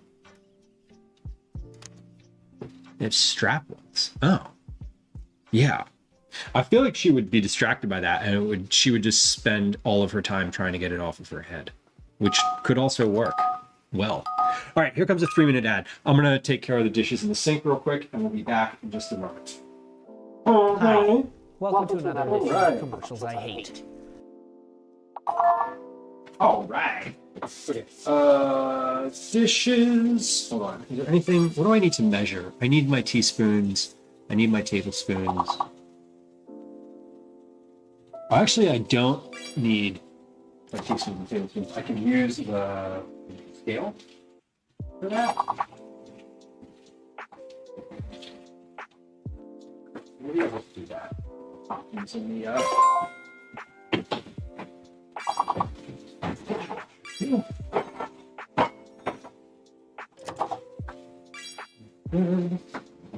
I need a cup measure for anything else? No.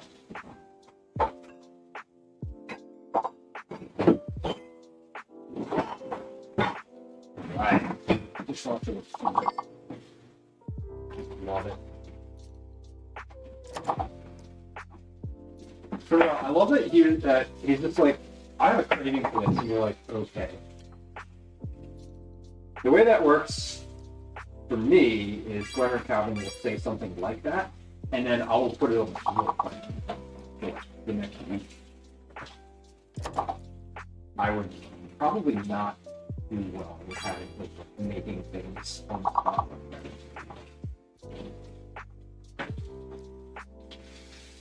It doesn't seem like the type of vibe I could get from it.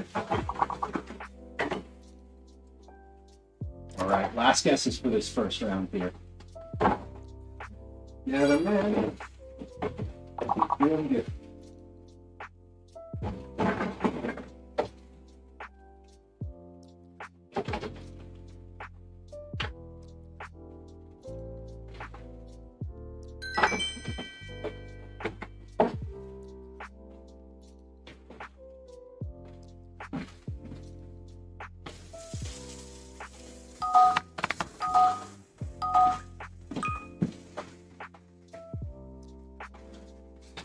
What time is it?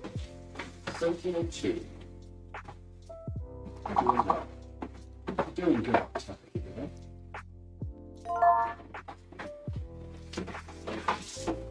Sort of doing. I was kind of hoping to be a little farther along, but that's okay. I've also been chatting. And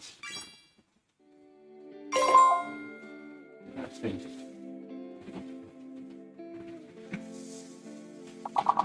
wait, did it Uncommon didn't pick that one up? Ah, it didn't.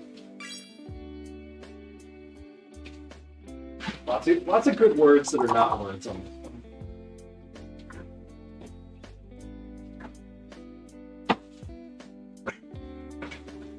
Alright. If you're on Twitch, welcome back. Thanks for your patience. We discussed ads at length earlier in the stream. I know that they're not everyone's favorite. I am thankful that if you're hearing me right now, that means you stuck around. Or you're subscribed. Actually, no, if you're hearing me right now, it means you stuck around. Period. If you heard me a minute ago. Alright, 2 more guesses in this round. Yeah, man, if you can. Hey, wow, okay. That's a cleared board. I heard it go. Very nice, y'all. That's a couple cleared boards today. Good. Wait, why did that not go? Oh, there it goes. Okay, that was a very, very long delay from the bot. Concerning. I will do nothing about it, but it is concerning. Okay, prepare the salad. In a large bowl, combine all the ingredients and stir until fully incorporated. Okay. Hey, welcome in. A pullover thing that they call it a happy hoodie for groomers to use on cats to calm them down. I know some people who would love to have a happy hoodie.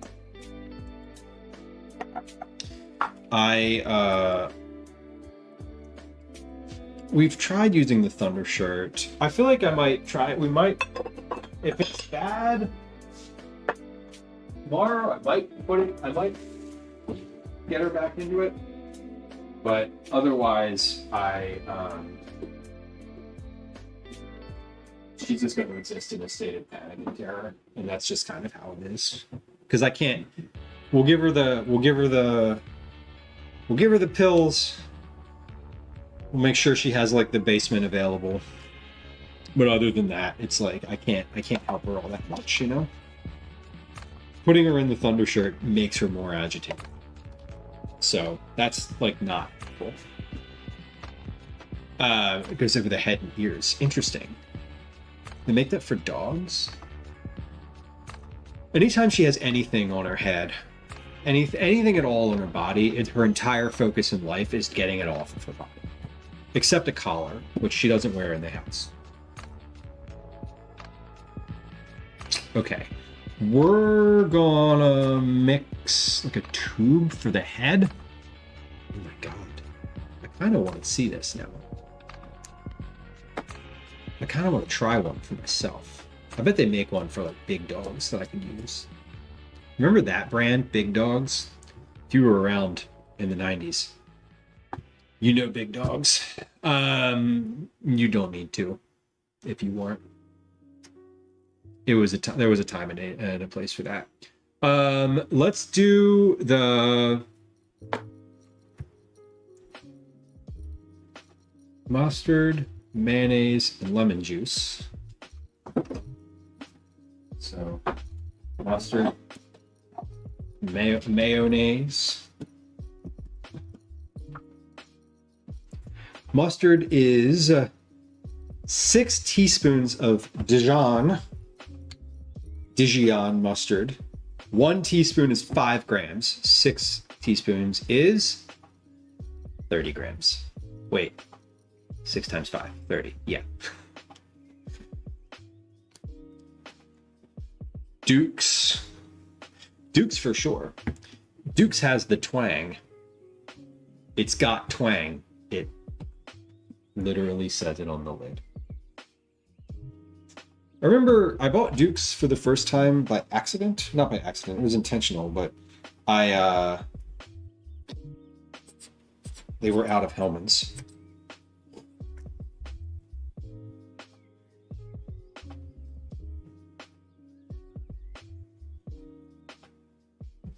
30 grams. Perfect. 10 tablespoons of mayonnaise. 1 tablespoon is 14 grams. That's 140 grams of mayonnaise. Lemon, shield your eyes. I'm sorry. 140 grams of mayonnaise is like a lot. It is a lot of mayonnaise, but not that much. 124, 139, 140. Perfect. Just get that last little splotch off of here. All right, we got the mayo, we got the mustard. I need 4 teaspoons of lemon juice. 1 teaspoon is 5 milliliters, which is grams, 5 grams. That means 4 is 20 grams. 17, 18, 19, 20. 21. Oops. Okay. I'm going to add the salt to this and the pepper as well before stirring things in, because I like just putting it all in and stirring it together. You don't need to like season it later. All right, so how much salt? 1.5 teaspoons of salt. This is a half teaspoon I have. So I need 1, 2, 3 of those. And then 3/4 of a teaspoon of pepper. Now, I don't always measure pepper, but we're going to today.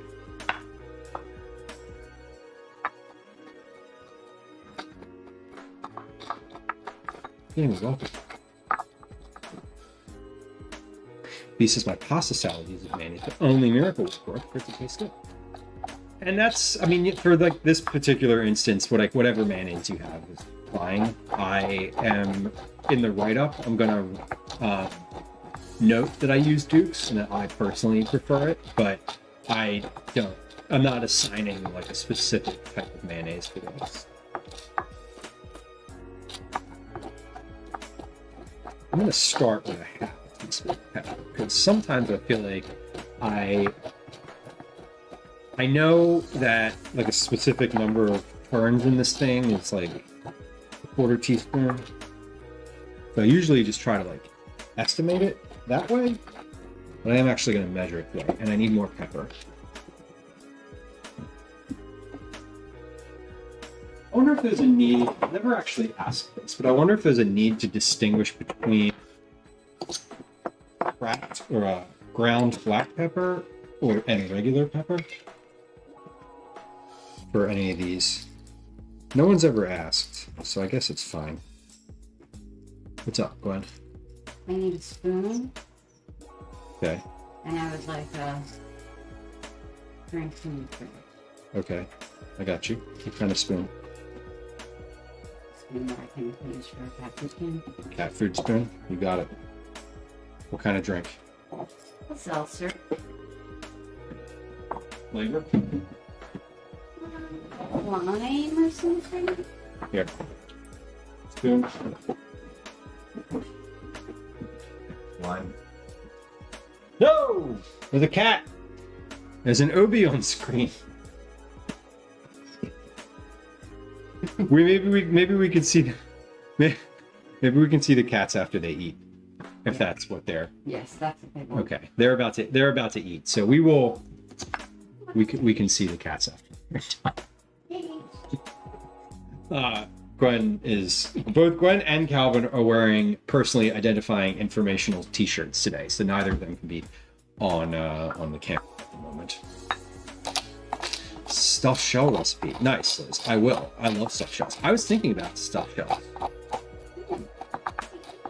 recently, actually. Phoenix, the article from the last stream. What am I doing? What was the last stream? So the last the most recent stream about the cookbook, the repertoire stuff. I didn't start that yet. these are due first, so I have to get these done first. The recipe and write-up for the chicken and apple salads are due a week before, so I'm getting those out of the way. How did it go though? I think it went. The pictures turned out fine. So let's add. That's a half a teaspoon. We're gonna add a quarter teaspoon. So I'm calling for 3/4 of a teaspoon of pepper. So there we go. 3/4 of a teaspoon. If you don't, this is so silly, but if you don't tell people to add salt and pepper, like they literally won't. And then the commenters are like, this is bland. I'm like, no, you're bland.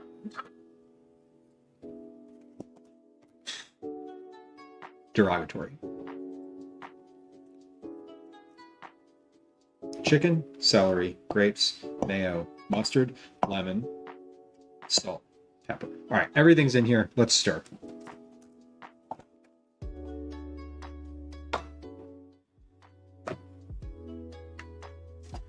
So this is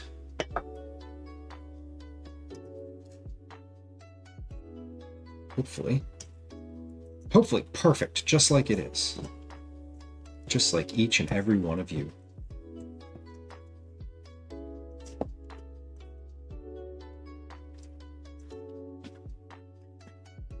Now, from the one that I made last time, I added an additional tablespoon of mayonnaise and an extra half teaspoon of salt.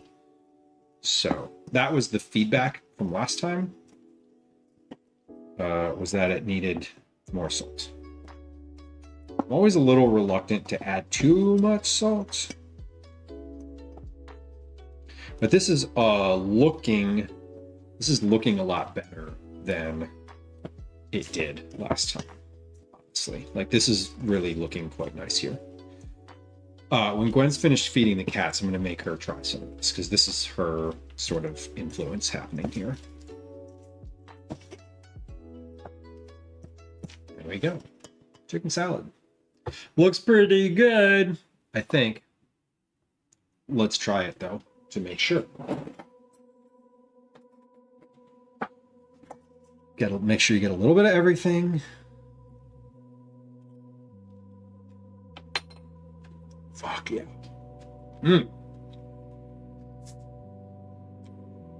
Yeah, that's way better.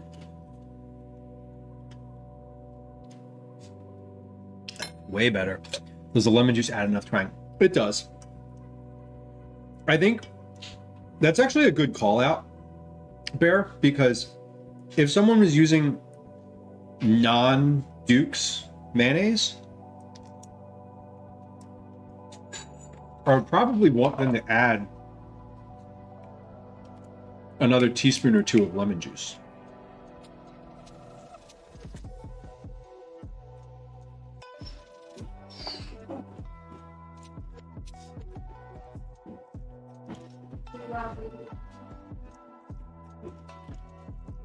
Really, I'd want them to add paprika, but we can't add another ingredient, so we just add a little bit more of what we have. So, all right, that was really good. One more big scoop of that, just to make sure. Gwen, will you try a bite of chicken salad? And let me know your thoughts when you come back up to the kitchen. Okay, I just want to prep you for that expectation.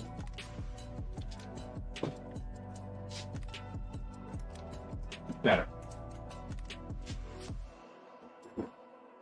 Yeah, that's good.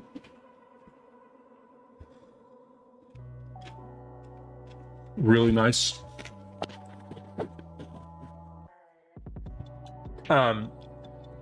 Was the question about the focaccia?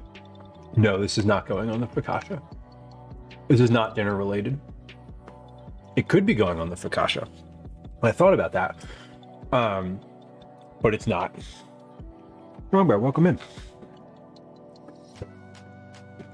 I could, but that's not my intention today. This is super. This is super. So I feel pretty good about it. Yeah. Yeah. It's not even close to it. Yes, that's identifiable. No, you cannot wear that on screen. Ah, You changed from one shirt that was I know, because into the other one. it's tight, and I just wanted something looser. That makes sense. Hey, there's a cat on screen. Hold on. Hold on. We're changing the camera. There it is. Okay. This is Elsie. I'll get behind Elsie. That way they're not distracted. This is Elsie. what do you want to say? Oh, hello. Do you want me to? Can I grab? It's a little size comparison. Yeah, this is. I need to let me in.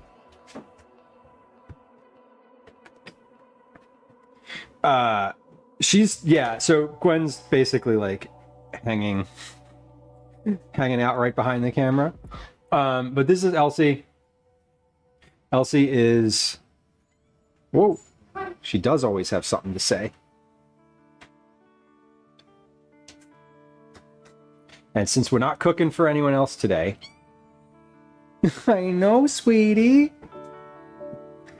Cyborg, we are. They have been formally adopted. This is actually our cat now. Yeah. Yeah, she's a good one. Gwen, you want her back? Yes, and the chicken salad. Okay. There you go.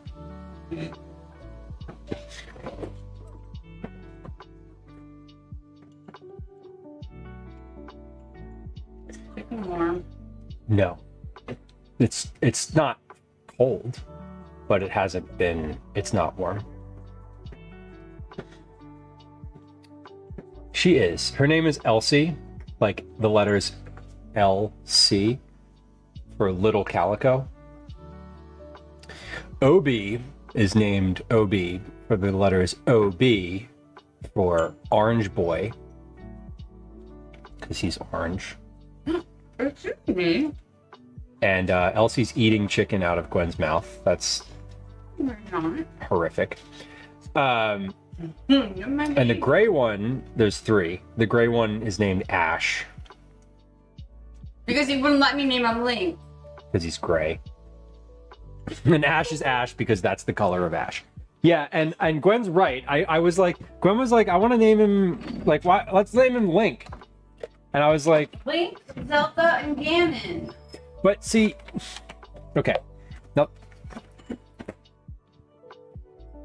that wasn't that wasn't the thing. It was. It could have been. We're gonna see. It would have been Zelda. Right, because it's Don't you look like a Zelda? she look. Zelda. There's a Triforce on her face. Cyborg says they could have middle names. Elsie Zelda. Easy. I love it. Yeah, so this is good. This is good. This is better than the last one. Yeah, is it different? Marginally. Is it different? Yeah, I incorporated the changes that you told me to make. Like, and nothing else. So if you like it, might have been a piece of gristle or bone. Unacceptable. There's a whole chicken, so like, there could be like a small piece in there. Yeah. Like when you say first. You don't like when I say gristle? That's a interesting tidbit. Where is the other one? I just saw him. They went upstairs. Oh, okay. See, she doesn't even.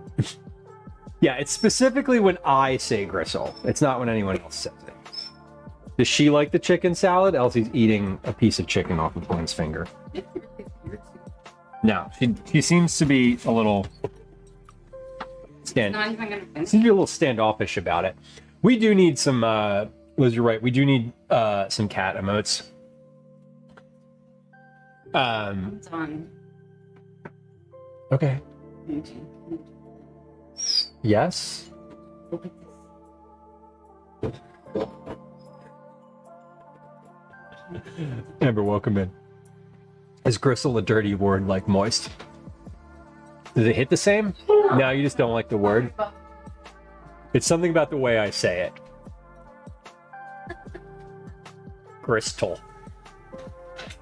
Like, You need a little girthy gristle. Yikes. Yeah, Gwen doesn't like the way that I say umbrella either instead of umbrella.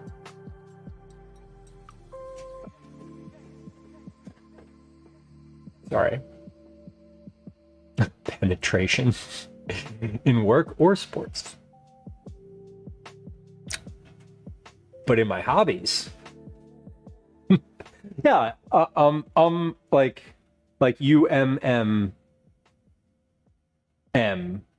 umbrella, like umbrella instead of umbrella. Yeah, Girthy Gristle's my performer name. Okay, we're finished making chicken salad. We're finished making apple kohlrabi salad. Both recipes came out very well, sort of as expected. Yeah,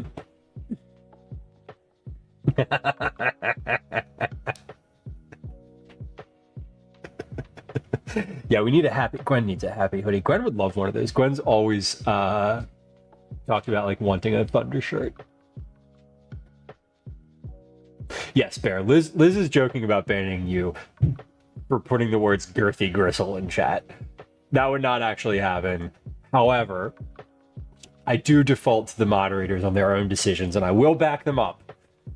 So, Liz, thank you for clarifying. I will always back up the moderators when they decide to boot someone out. Because you know what? They're the ones I'm not going to argue with. Anyone else in chat, I'll argue with you, but generally not going to argue with the moderators. I'm surprised the Flirtbot isn't responding to Girth. What was it responding to in that message? Oh, the word flirt. Right. It might at some point respond to that if I just wrote it down. We'll suggest it. We'll suggest it to the bot.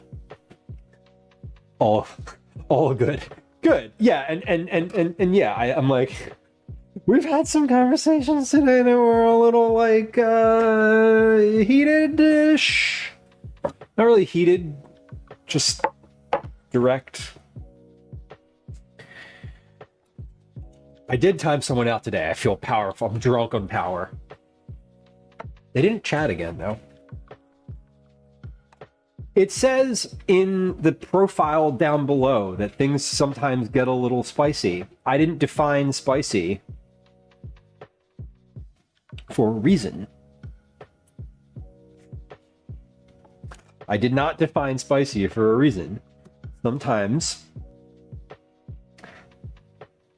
I blow my stack talking about the value of unions. Sometimes I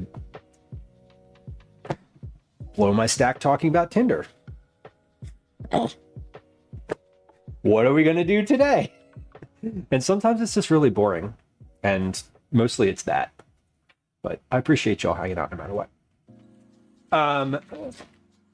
Liz says, I mean, as mods with you, we've had a lot of these conversations off stream, so we know our limits. This is true. And usually when something is changed or like there's an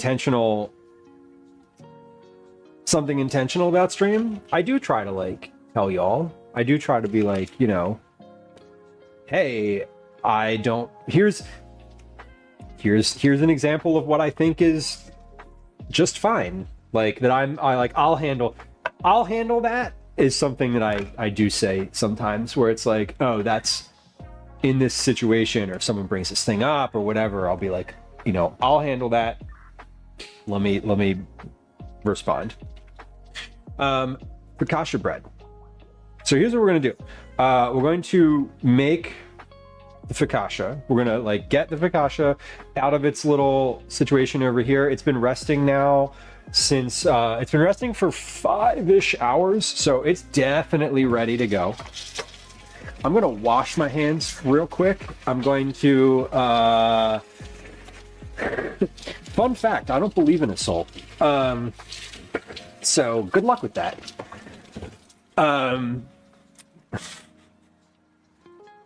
I don't. All I can hear is Elsie like yelling from the other side of the house.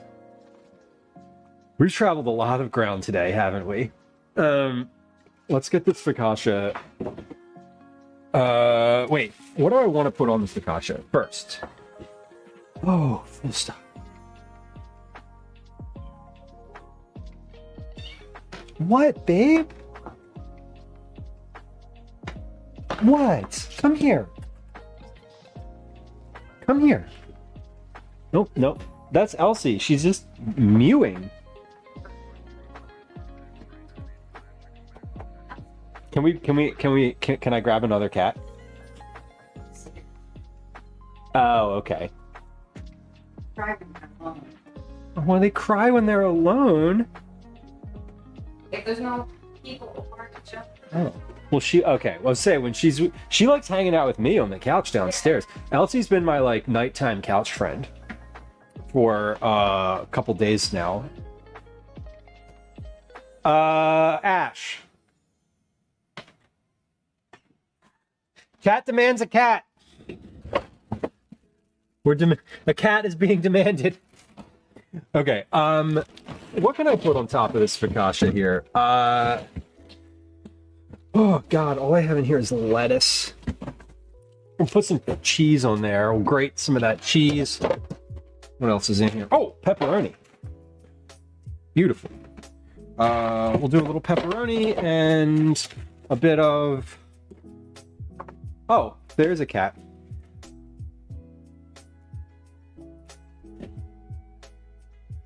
May I? This is Ash. Ash is... It's you know what's weird, Gwen, and maybe you have had this happen too. But we had other cats for a long time, and I struggle not using the same nicknames sometimes because they have like I wanted to call him like I wanted to call him like Owlface, right? But like every once in a while I called Walter Owlman, and like now I feel like I can't do that because he's not the same cat. No, and they all have their own individuals. Whoa, whoa! He's also. You know what I love? When cats trust you, they let you swing them around. Gwen's always like, "Don't do that." Stop and doing it. see, I'm not handing him back. We're zooming in. Oh, I'm sorry. Yes, this is Ash. He is. Ash is the first. He's like the. He was the first to have his eyes open. He was the first to really walk. He's the first to explore. He's the last to use the litter box. Anywhere in the house. Yeah, he's the last one to learn how to poop in the litter box. That's true. But it's because he was busy. He was busy doing stuff. He's a busy cat.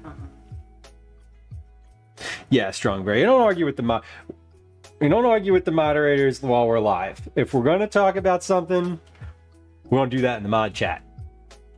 His stripes are getting stripier. That's true. He's definitely getting a bit more defined patterned. Lived in clothing. Welcome in.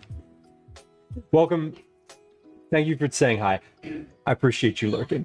Yeah, he's his own man, Bear. He's not. He doesn't need no litter box.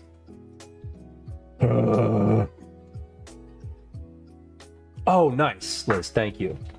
I was thinking. I'm glad that you mentioned that, and I was thinking about them earlier. I was doing my workout this morning in the back bedroom where we've done that room that we've done like a few just chatting streams in. I have a corkboard in there, and I have one of Shayna's business cards from TwitchCon pinned up there, and I saw it today, and I was like, I wonder how they're going. 425. Need to turn this up just a little bit. All right. Olive oil, salt, and Italian seasoning with extra rosemary. Chunks of diced garlic so they don't burn. Phoenix, I did put green onion and roasted garlic in the dough. So I have like a good base there. I might see if I have some dried herbs in the cabinet over there. I don't want to put fresh herbs on here. I just find like they burn. And I've had like bad experiences with them. Baker, enjoy your book. Enjoy. All right, what do we have? We have dried dill, which might be nice. I have thyme. I don't want to do thyme. I don't always love the dried herbs either. I guess maybe we'll just, I think I'll just put like a little bit of this dill. And yeah, we'll do some of the dried thyme. I don't have any rosemary in here. Dried celery, but I don't really want that. Oh, parsley. That's what I was looking for. There it is. Dried parsley. Very cool. Yeah, thin slices of tomato would be amazing. Oh, there.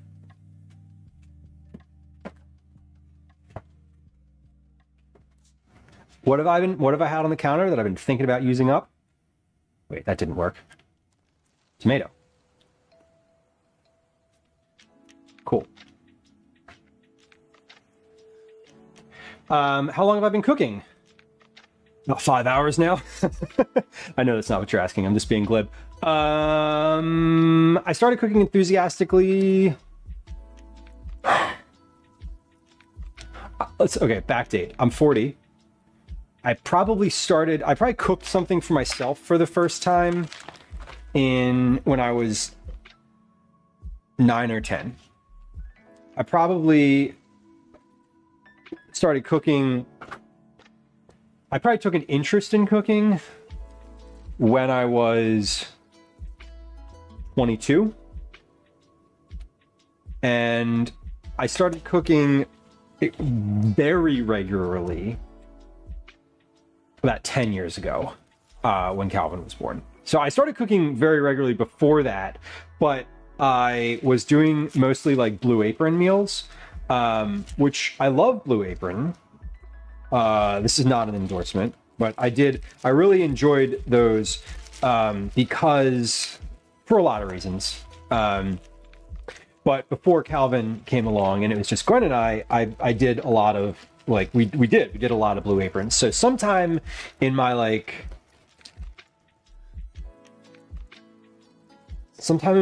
mid 20s, we started doing Blue Aprons.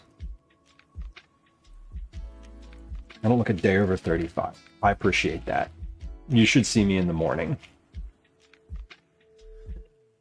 It takes a lot to look like this.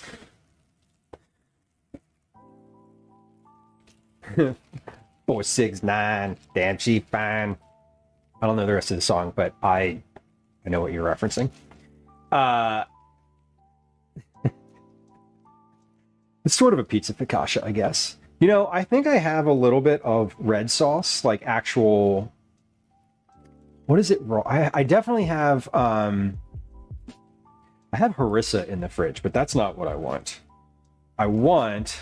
Hoping chicken zaga to me one more time. Get low. Get low. I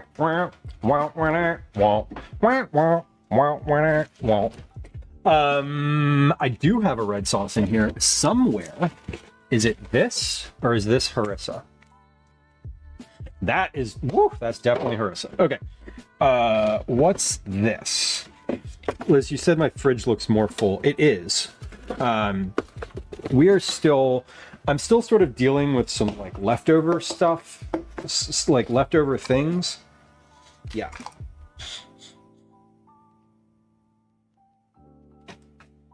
This is red sauce, but I'm trying to remember what it's from. I'm going to use it. It doesn't matter. We'll use this to put on top of the focaccia, just like a little light layer of red sauce. And then I think I'm going to take a can of tomatoes. So we're going to make a dip for this. We're going to use a can of crushed tomatoes. We're going to use leftover tomato paste and garlic. Get low. Garlic, onion, and excuse me. Garlic, onion, salt, pepper. I think that'll be fine. We'll use some of the parsley thyme mixture in the sauce too. Okay, so we have our cheese grated, we have our pepperoni. Let's cut up this tomato. I'm not gonna get out the mandolin. I am just gonna like slice it thin with a knife. Hopefully I can do that. Let's see. This is my thin slicing knife. Yeah, I really did go with that one, didn't I? I'm sorry.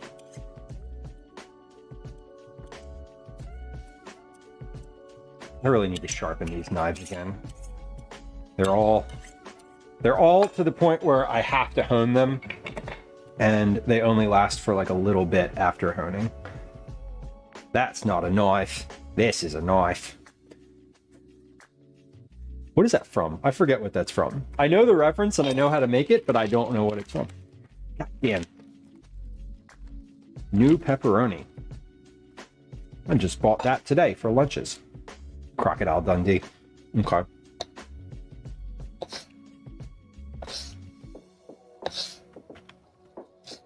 Oh, pause. Pause. I don't actually need to pause, but I have sea salt. I want to put like flaky sea salt on there. And if I don't have it in front of me, then object impermanence means that it will not exist. And it'll never happen. Get low when the whistle blow.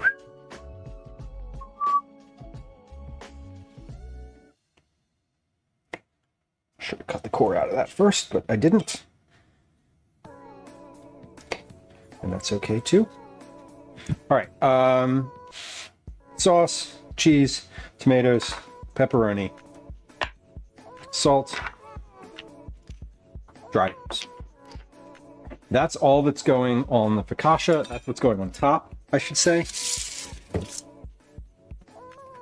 Yeah, out of sight, out of mind. Exactly. If it doesn't exist in front of me, I'm probably not gonna put it on the thing. That's why I like to get all my stuff out ahead of time. So we're gonna pop this. I'm gonna pop this focaccia in the oven. While that cooks, we're gonna make the sauce. And we still need to do. Excuse me. We still need to do a cookie club drawing. So during the next ad break, I'm gonna set that up. Please remind me. Speaking of object impermanence, I'm gonna put that visually in front of me. Okay. Pour a tablespoon of oil over the dough. Rub your hands lightly in the oil to coat them. Using all of your fingers, press straight down to create deep dimples. If necessary, gently stretch the dough as you dimple to allow the dough to fill the pan. Sprinkle with flaky salt all over. Okay, so yeah, if you were here at the beginning of the stream, you know that this did not look like this. It does now.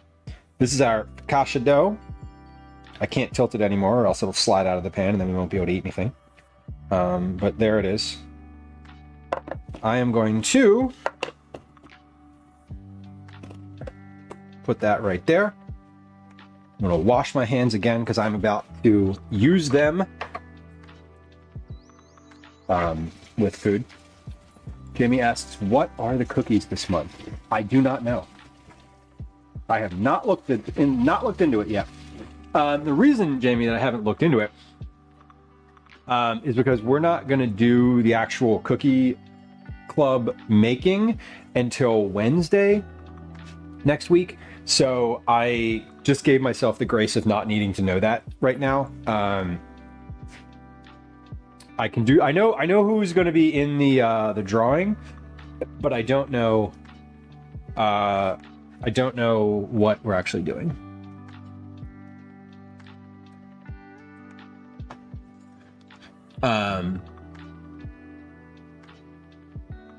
I just remembered I needed to add someone. I needed to add one entry to this from earlier today. Okay, so we have focaccia dough, looking great. Hands are perfectly clean.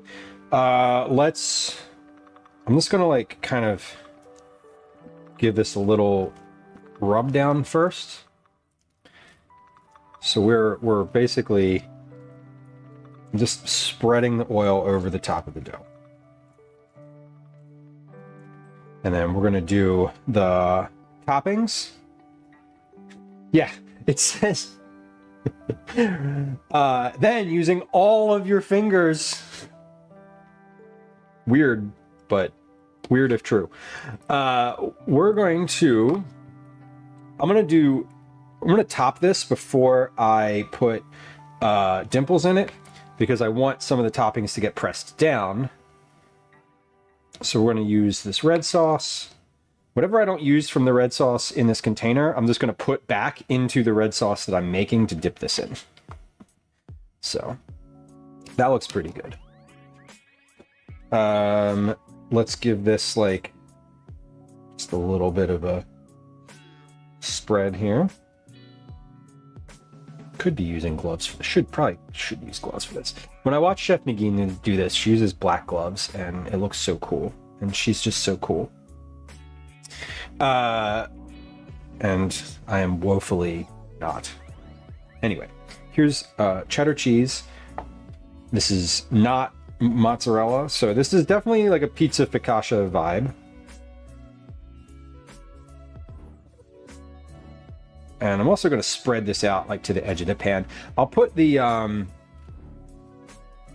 rinse my hands here real quick because I need to be able to open the containers with the herbs in them.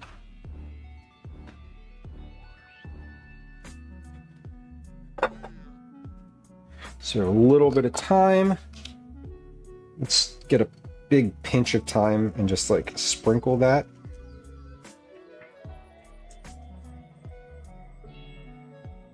Liz, I do not know what the cookies are this month. I haven't decided yet. I actually haven't looked at all. I've been like sort of following along in Discord, but I haven't made any like functional decisions yet. They will not have chocolate in them. I know that because chocolate will melt. And I don't. Yeah, I know that it won't have chocolate. That's it. Yeah, it's supposed to be dry in places though. It's definitely like supposed to have some dry spots. I'm not making it a pizza. If I wanted to make it a pizza, I would cover the whole thing, but we're not trying to do that today. We're trying to just add some toppings and incorporate gently. And there will be a red sauce for dipping as well. That is correct.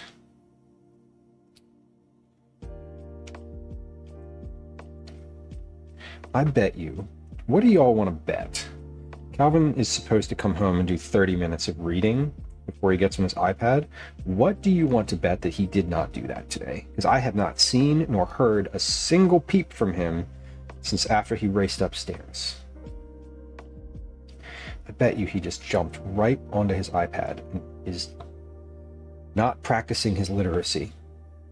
Okay, this is good. This is a lot. I think we're good for toppings. The rest of these tomatoes,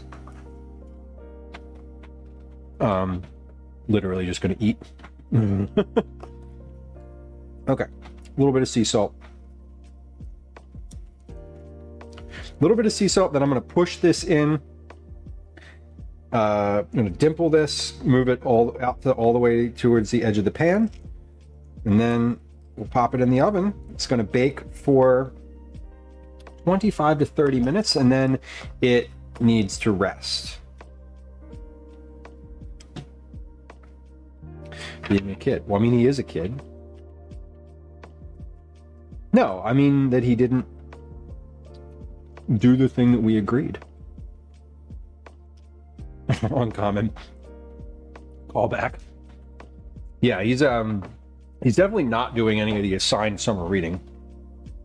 Mainly because he doesn't know about it.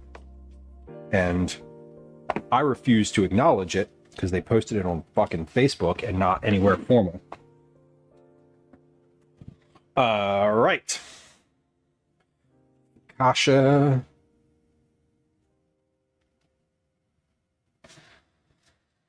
You got your 4-cup measuring cup. I know that feeling. When you have to rearrange the thing. It's a good feeling though. It's nice. It's when you get to like make changes. Okay. Here's a focaccia. We're ready to go. We're going to use all of our fingers.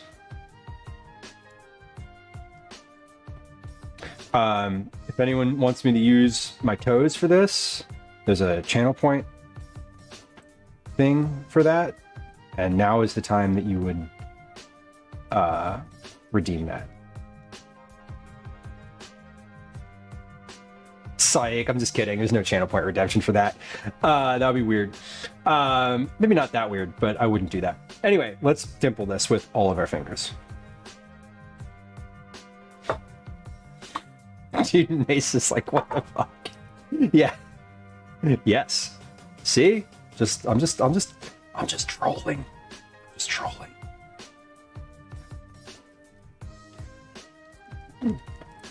Fourth or fifth book since May. That's pretty good. I'm on my 57th book since January. Holy shit. I think I've read 4 books this year so far. Maybe 5. But I'm pretty happy with that. I'm currently in the middle of a very good one. Non-fiction. I have another one queued up to read after that.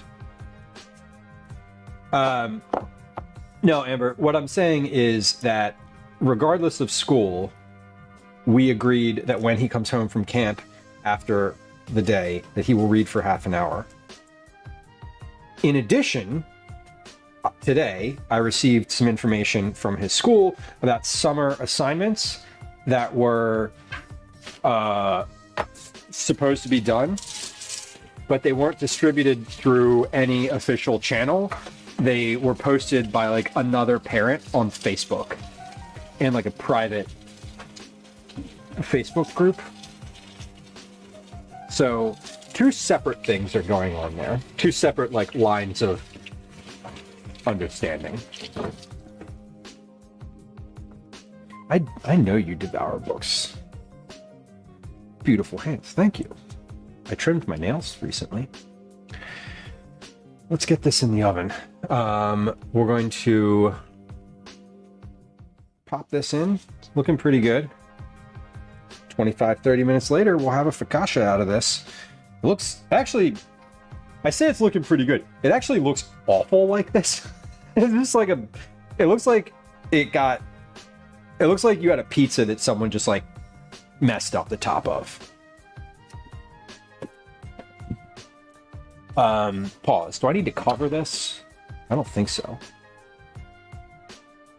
25 to 30 minutes. All right, I set a time.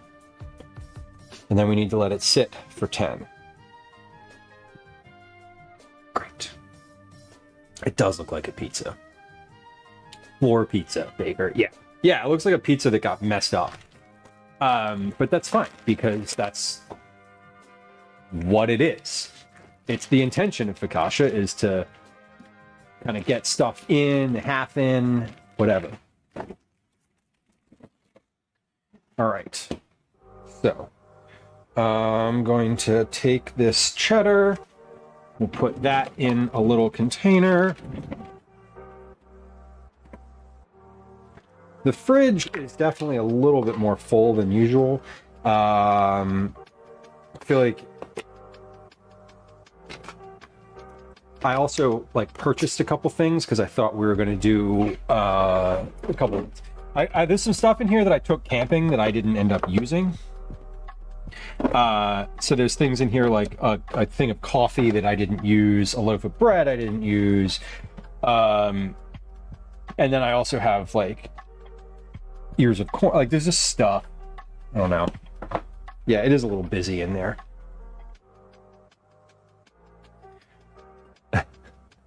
Velos, what I was saying most recently to you is, yeah, it does look like a pizza, but it looks like you just took a pizza and made it weird. I was not asking a question or anything that required a specific response, so you can have peace of mind in that. Okay, let's get this sauce on real quick. We're going to make the sauce. We're gonna cut up really fine dice an onion. Don't want to upset the Karen today. Oh, today was a day. This morning was definitely. Man, when I started stream today, I was heated. I'm feeling a little calmer about it now. I'm not calmer. There's other things. I also haven't looked at the news since we started stream. I'm aware that there is news. We did cover that there is news. But I've been in the kitchen doing kitchen things, which is always a little bit calming. Okay, let's get this onion sliced up. I'm really happy that both of those recipes that I was testing today turned out so well. I mean, when I say they turned out so well, I mean they were exactly what I was expecting without any surprises, which is really nice. Switch hands. Yes, we will do that. Liz has redeemed the Switch dominant hand. Channel point reward. I am making an effort to be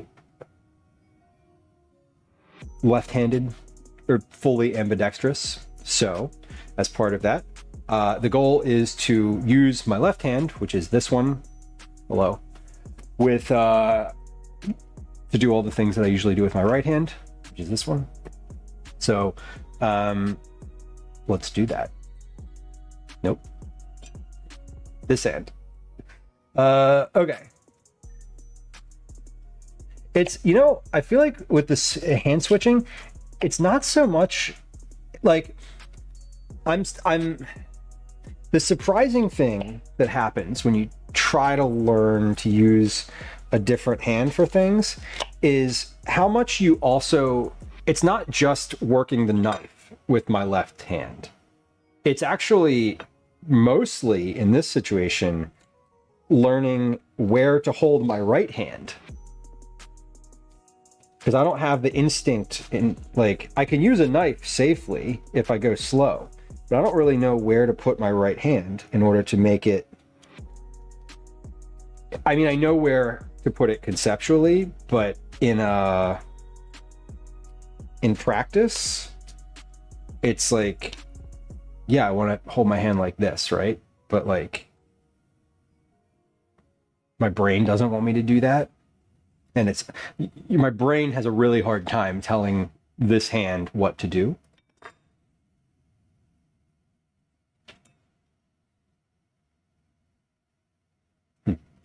Yeah, the muscle memory, Phoenix. But now there's certain things that I do left-handed, just full stop. I started the ambidexterity process by brushing my teeth left-handed, and it was a couple days ago, for some reason I was I started brushing my teeth with my right hand, and it felt so weird because I just haven't done it in years. And so it is kind of funny, but like figuring out what to do with your other hand and like how that one's supposed to operate is challenging. The fun thing though, I would say, is that when you're relearning something, you sort of have a chance to do it correctly, if that makes sense. Thinking of I'm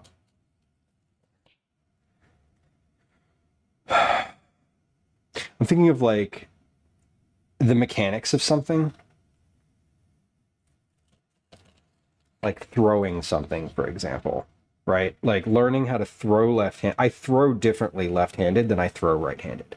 And that's because I wasn't like consciously aware of what I was doing when I was learning how to throw right-handed, and I continue to be conscious of what I'm doing when I'm like relearning something.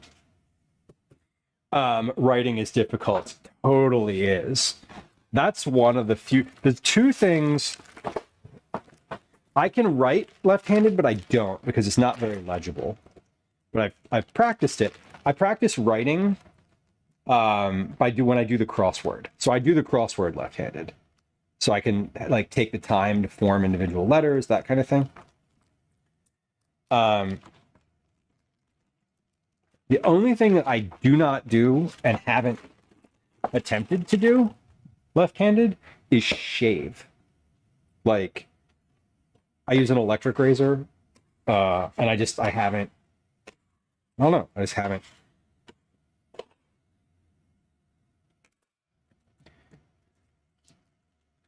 Okay, so we're gonna cut these. I'm gonna cut these onions, or garlic rather. Cut the onions already. Once I cut the garlic, we're gonna take a quick break, play our game of words on stream. I am going to cut the names out for our cookie club drawing. Now, I just want to be honest that I'm going to cut the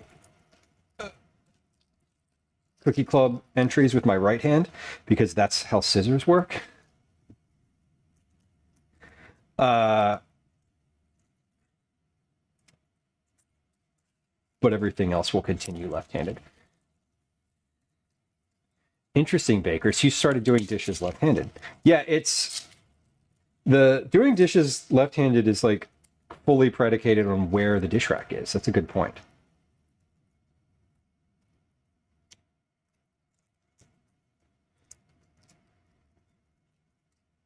Amber says, try closing your eyes and walking backwards in the room while also remembering where everything is. You know, being the full-blown weirdo that I am sometimes, I occasionally walk around my house with my eyes closed at nighttime. If I have to come downstairs at night, I don't turn any of the lights on, and I sometimes just leave my eyes closed so that my eyes don't get like blown out by a light. I don't know if I could walk backwards into a room and sort of walk around.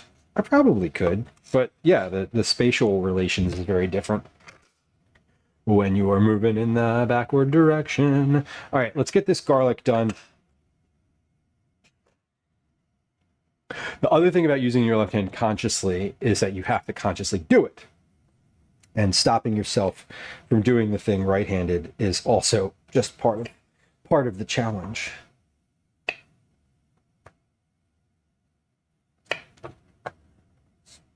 But I do like doing the dishes left-handed is weird. Very weird. Depending on if you use a sponge, it's less weird. If you use a brush, it's a little more difficult, I think.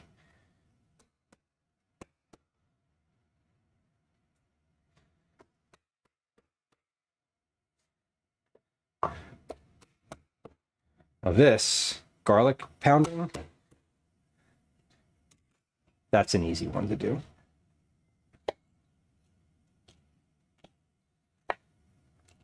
Mincing, however, not the same. You know what we're going to do is we're going to use the scrape and slide method here because that's gonna get this a little bit better. I'm gonna get a little better results here doing that.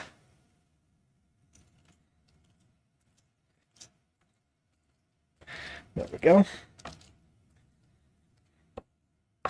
Yes, born right-handed, or raised right-handed. I started wanting to be ambidextrous when I probably 15 years ago or so. I read something on the internet about how it's good for your brain. So I was like, cool, let's do that. I like doing things that are good for my brain.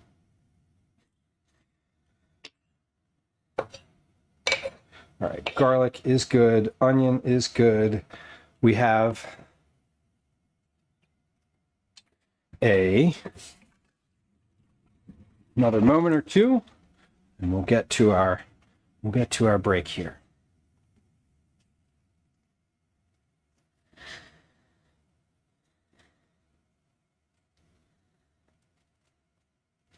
Roham Master. Did you ever cook Persian food? No, not specifically. What is that? Gourmet sabzi. I'm not familiar with the dish. What does that entail? Uncommon says, I do it more for the fact that I had a stroke and lost one side. I'd want to be able to continue with the non-dominant side. I did have that thought too. I definitely had the thought about like, what if I lose mobility in this, with my right hand, like what would I do? And that definitely translated into me like trying things right-handed or left-handed.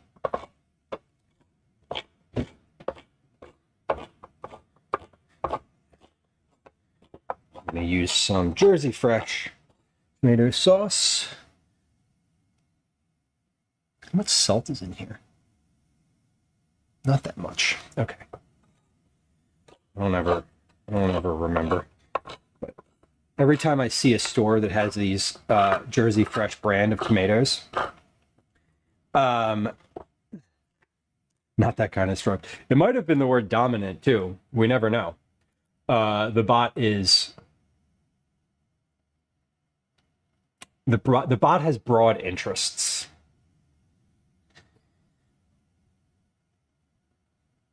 Cook with herbs and meat. I love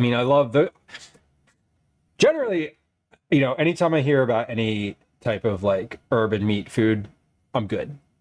And what I mean, but to say is I want it and would definitely eat it. I have not though. Is that familiar food for you? What is your interest in that type of cuisine?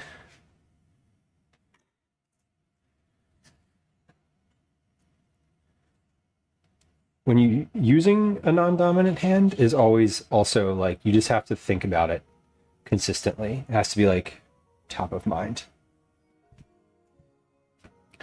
Grab that with your left hand. Open that with your left hand. Do that with your left hand. Etc. Mediterranean does use a lot of herbs. We were talking about Greek pizza the other day. Not that that's the same, but it is in the Mediterranean. And that was my contribution to that conversation, was basically like put a bunch of herbs on it and use oil. use olive oil and a bunch of herbs. So I stand by that. Oh yeah, Cinderella, that's amazing. 20 biscuits is a lot. That's pretty good. You really you went in on that one, huh?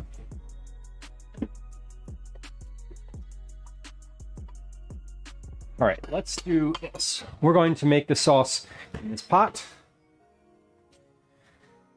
I'm going to do that.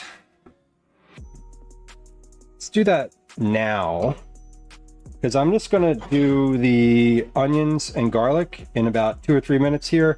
Then we'll take a quick break. And then when we come back, this will be pretty well on its way. I don't want to wait to do this until after break, because then it will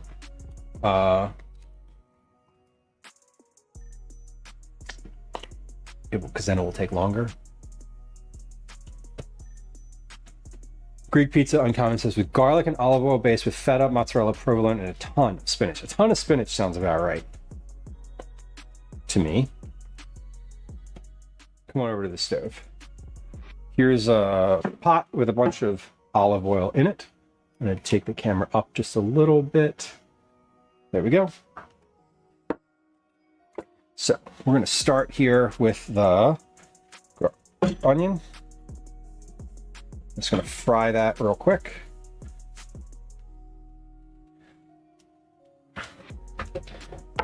Then we'll get to the garlic, onion, garlic, tomato paste, tomato sauce, ad break.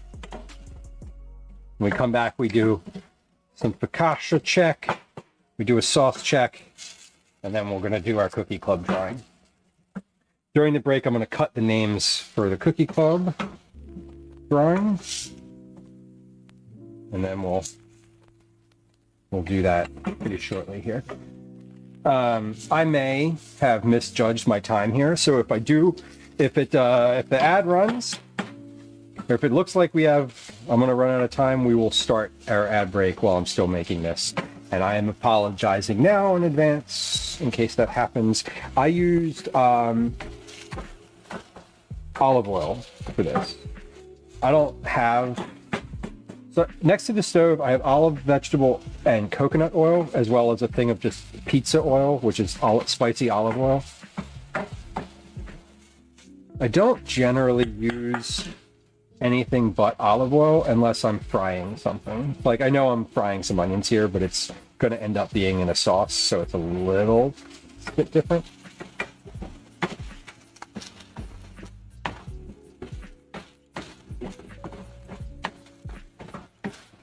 We're doing about two minutes worth of onion cookery till we start to get a little translucent.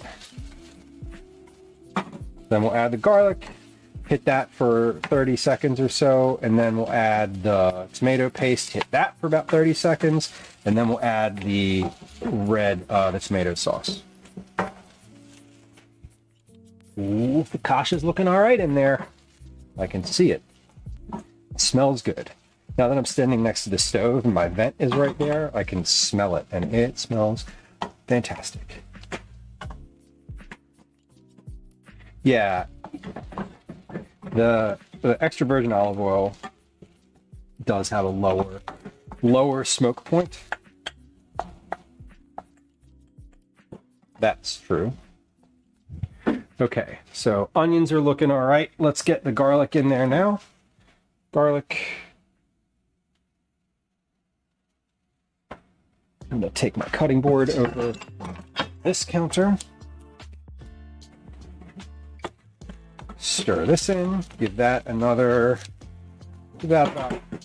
30 seconds or so. I'm gonna add a little bit more oil because I'm gonna add more oil to my to this anyway before we're done. Okay, so let's give that a little shimmy. Let's take the tomato paste, we'll put that in there. So we had a few seconds here worth of garlic. I don't really want the garlic to burn, and this is up real high. Like I have, whoa, hello. I have this burner, come on, y'all, what are we doing? Camera's just like, camera is not interested in staying up here. There we go. Okay. So, good. Tomato paste going in. We're gonna scrape that around. Get that a little bit redder than it is currently.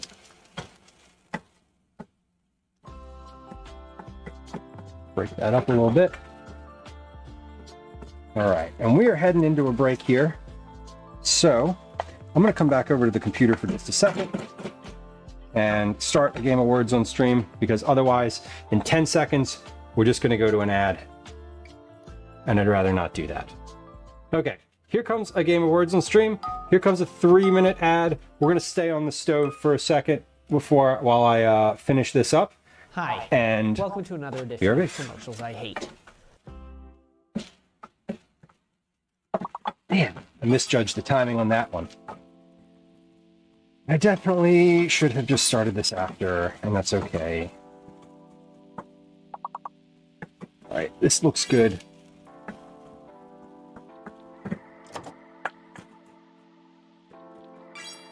Tomatoes are starting to look dark, deep dark red. That's what we want with tomato paste. Just a really dark, like burnt red.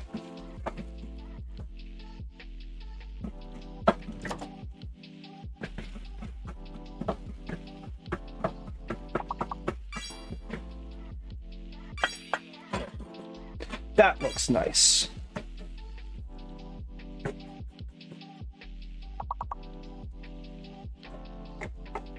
All right, now we're gonna put the leftover sauce from a time before in there, just to clear it out of the fridge. A little leftover sauce, and now we're gonna add the can of tomato sauce here as well.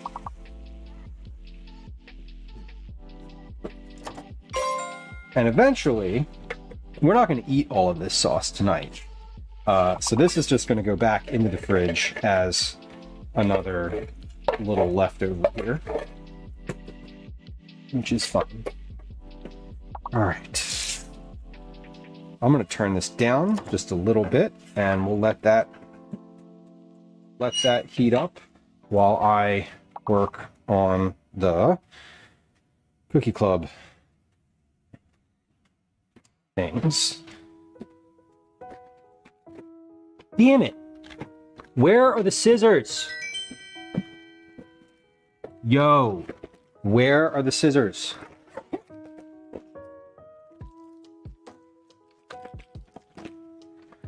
Where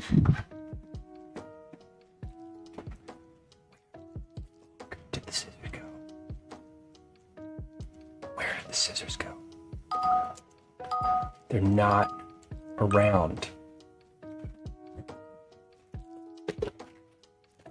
Bro, seriously? Who took the scissors out of the drawer? Where'd the scissors go?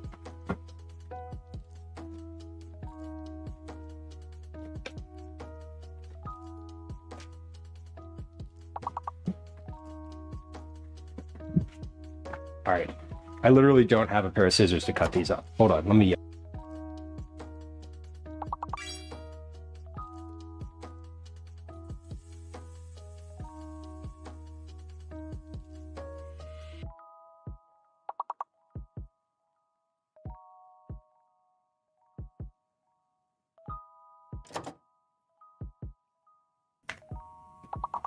Okay, Calvin has been deputized to locate the scissors in the house and has been instructed to ask his mother where they are. Oh, they're there. Where were these? Downstairs. Okay. You say down. You want to fight about it? No, I just want them to be where they're expected. That's all.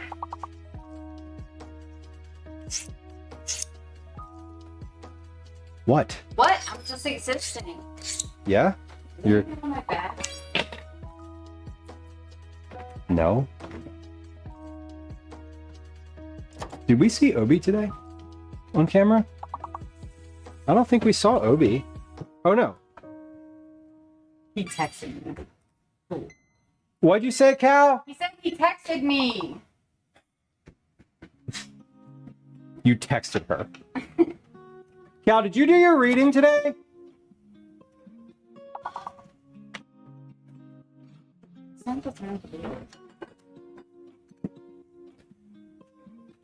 Okay, last guesses.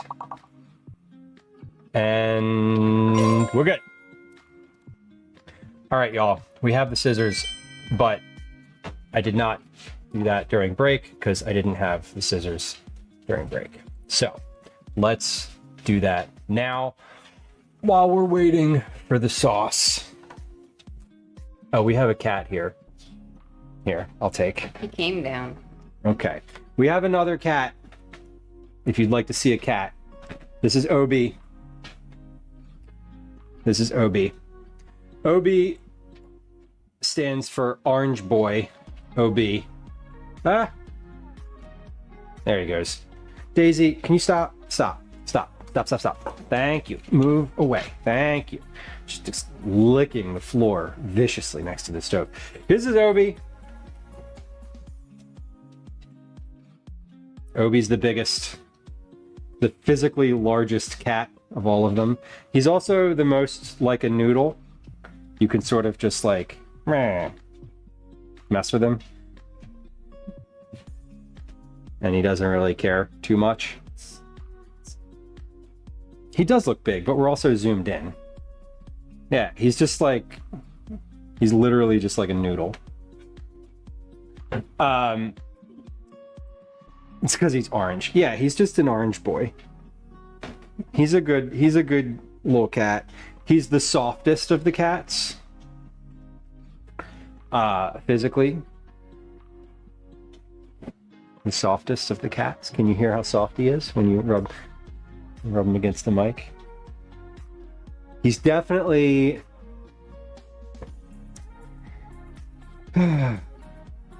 he's the heart of the group. Social. He's definitely, yeah, he's the most social.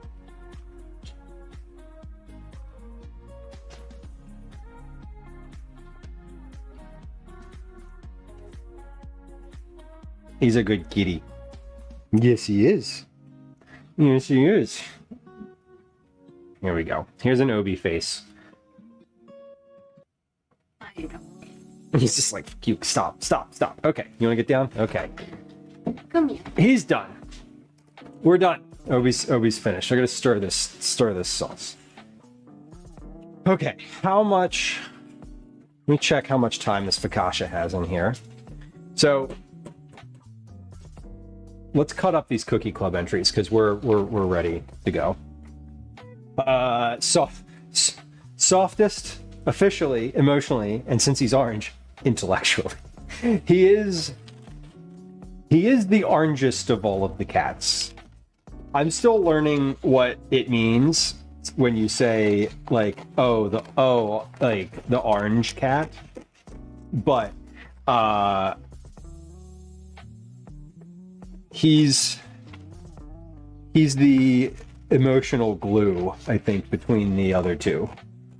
Elsie's very independent, and Ash is sort of like daring, and Obi is sort of chill, is just like the chill one. Orange cat means he has one brain cell part-time. You know, Gwen said the same thing. She said that was like the read on orange cats, and that he definitely seemed to embody that. Okay. My timer on my focaccia went off though, so I need to check it. It's been a few minutes past that, so it could be finished here, and it is. So we're gonna get this out, and it needs to rest for a little bit. One brain cell that they share. That is, he is just the simplest of little boys. This is very true. Remove the pan from the oven and transfer the focaccia to a cooling rack, it says. So, first thing we got to do here is put this... I'm going to put this over top of a towel on a cooling rack, because otherwise it'll just drip oil all over the counter, and I'd rather it be on a towel. But this is most definitely ready to go. So we're going to pull this. We're going to pull this now before it gets soft. Before the bottom of it gets re-soaked in olive oil, I think is the lesson here. Here we go. Okay. Looking good. Good mesa. I think so too. It smells good.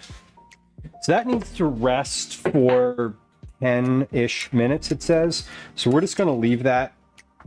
We're going to leave that sit there while we finish up our Cookie Club stuff and let this sauce just boil for another minute or two. or not boil, whatever it is. It's just simmering. I'm going to add a little bit of olive oil to this sauce as well. Just about a little less than a quarter cup. Just to loosen it up a little bit. But the sauce looks nice. We're getting, we're just about there. We're almost there, y'all.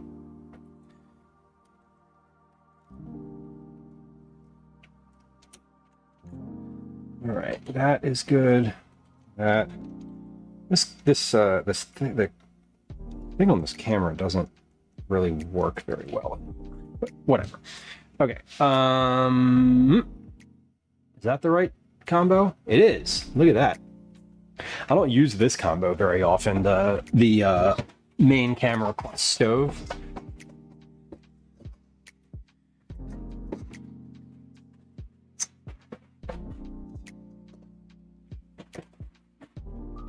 Sheet pans have fallen all over the place. Okay, there we go. Let's cut these entries and then we'll draw these entries. So usually this is what I do before stream. I suppose I could take a moment here, just a very moment, to talk about Cookie Club, because I don't really talk too much about it outside of the day that we're making the cookies, do I? I don't think I talk about it as much as I could. I also don't say things like, you can subscribe, or tip, or don't give bits. I just don't talk about a lot of stuff. I just like to talk, but like I don't always promote. I rarely promote, I actually think it could be a problem. But anyway, what was I saying? Cookie Club, right. Cookie Club is a monthly rewards program for folks that hang out on stream, in chat, in Discord, or in general. Each of these little pieces of paper that I'm cutting off is an entry. The entries gather throughout the month for all sorts of things. There are ways that you can enter for free, and we'll get to those in a second. There are ways that you can enter with with money. Let's talk about those first, because those are super easy. You can subscribe. If you subscribe to the channel, be it Prime sub or regular sub, you get an entry. If you have a recurring subscription, you get an entry every month. If you gift subs, every sub that you gift is an entry. For every $5 tip, that is 2 entries. For every 500 bits, that is also 2 entries, I believe. There's a matrix of all of this if you do command cookies, if you're more interested. You can purchase things off of the wish list. If you buy something off of the Throne wish list, gift list, whatever, that is linked in the profile below, every $5 worth of value of the thing that you purchased is also a Cookie Club entry. So lots of ways to enter financially. Lots of ways to enter for free as well. John, welcome in. Who's closing? Usually me. That way I know the opening is... That way I know whoever opens is gonna have a good time. Which is also usually me.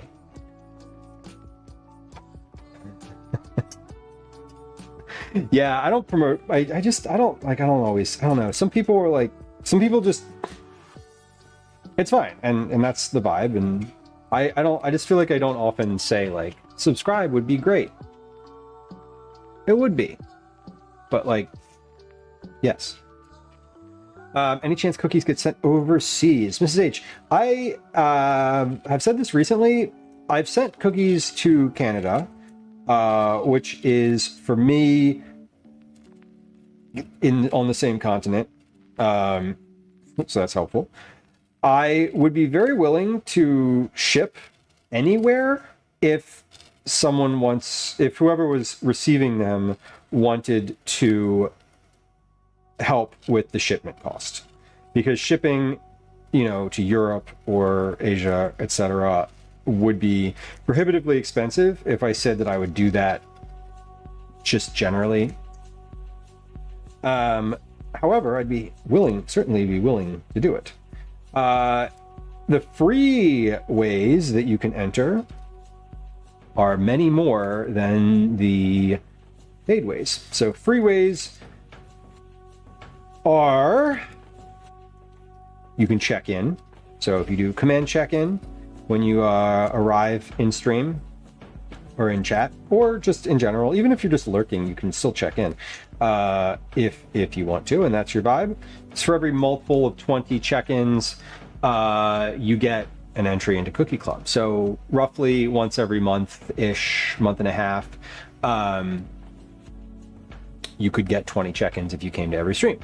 There are channel points. So right down here somewhere, there is a way to get Cookie Club entry from channel points. You can use 3 of those a month. If you do more than 3 in any given month, say you forget and you like click it like 5 times, I'll refund 2 of them. So you can create a clip. If you create clips from stream, every clip that you make is an entry into Cookie Club. So it has to be a good clip. I mean, not even good, not like good as in like valuable, but it can't just be like a random clip of me doing something not interesting. I think you know what I mean. It has to be something someone else would want to see or watch. You can raid the stream. If you're a streamer yourself and you bring friends our way, that is a Cookie Club entry.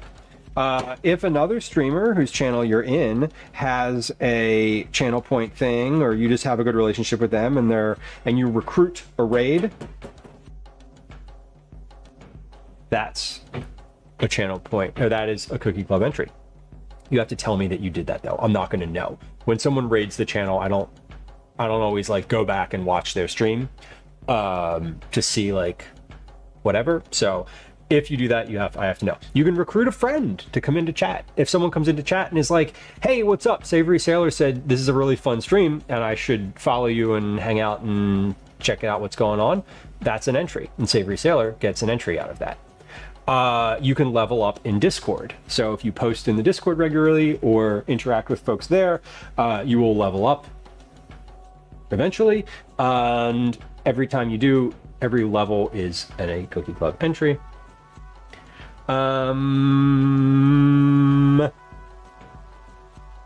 Additional information about Cookie Club. If you are a tier 2 subscriber, you get double entries. So on any given month, if you have 5 entries and you're a tier 2 subscriber, you get 10. If you're a tier 3 subscriber, I just send you cookies every month and you don't need to do anything with it. If you're a tier 3 subscriber, your name is not in this bowl because I'm already going to send you cookies. For every 6 months that you are a subscriber, you also get cookies. So on your 6-month, 12-month, 18, etc. subscription anniversary, you get cookies. You can sponsor Cookie Club. If you sponsor Cookie Club with a donation, I will include you in the list of recipients that month. Say you don't want cookies. You don't want to give me your address. Totally fine. Say you live somewhere where I can't ship. Totally fine. You can also, instead of cookies, choose to get a $5 credit from the merch store. You can stack those credits. So if you win like 5 times, that's $25 worth of credit. Or you can get a gift sub to this channel or any channel at all. I will gift you a sub instead of sending cookies. So that's Cookie Club. Pretty straightforward, right? We do it every month. We've sent out cookies. 742 Evergreen Terrace. Isn't that where the Simpsons live? I know you're not actually doxing yourself, but I'm what is that? That's the Simpsons address, right? Seriously, I was like, no, that's actually where I live. I know it's not. I don't actually, you know, I've sent you cookies before, Savory Sailor, but I could not tell you. I don't keep those. I don't keep that information. I don't like review it. And also for anyone who gets cookies and does give me an address, I want to just say like definitively, and you can choose to believe me or not, but I have literally never, not once ever Googled anybody's address. I don't want to know. I don't care. All I want to do is send you cookies. Yeah, choose to believe that or not, but I know in my heart that that is true, so I'm saying it out loud. We have a couple guaranteed cookie recipients this month before we get to our drawing. Guaranteed cookies this month. These are anniversary months.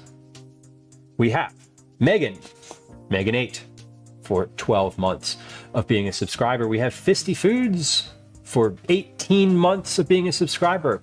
We have Just Jamie.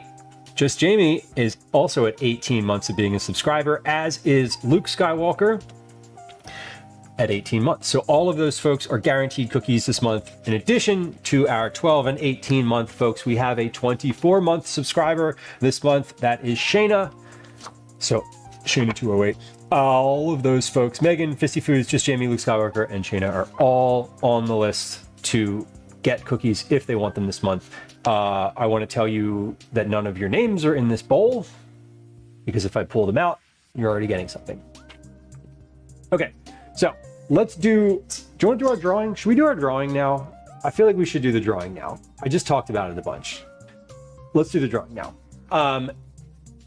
One note, I'm going to draw 10 names out of here. Those people do not have to be in chat. Like, if you're not here, if your name is in this bowl and you're not in chat, one, you're not hearing me right now anyway, so it's irrelevant. But two, don't worry, because your name doesn't have to be, you don't have to be here, because that would be unfair. We do have an 11th pick that is, we will draw out of this bowl until someone who's in chat currently has their name drawn. So if you're in chat right now and you know you have an entry in here this month, this is your time to listen up. And also, if you want to know what the entries are, generally speaking, at the end of the month, I post them in Discord. There's a channel called Entry Tracking. If your name is in the entry tracking channel, your name is in this bowl, unless you are guaranteed cookies or you're a tier 2. No, unless you're guaranteed cookies or you're a tier 3 subscriber, but that's a small subset of people. Are we ready? Let's do it. In this bowl, I have all of the names of the people who are entered this month. It's actually a pretty slow month for entries. I streamed a little less in July, and just generally speaking, July is a slow month on Twitch, so we have less entries. So if you have an entry in here, you got a better shot than other months. Let's get started. Entry number 1 for being a subscriber, Tatsu80. I do mean June, Jamie. I do mean June. Tatsu.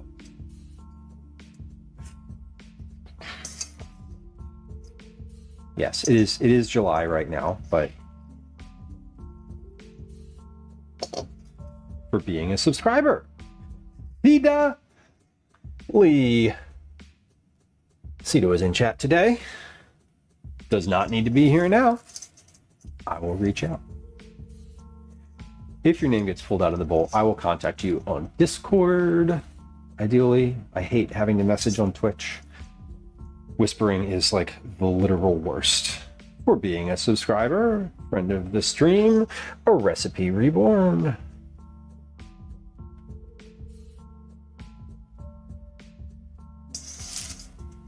Three.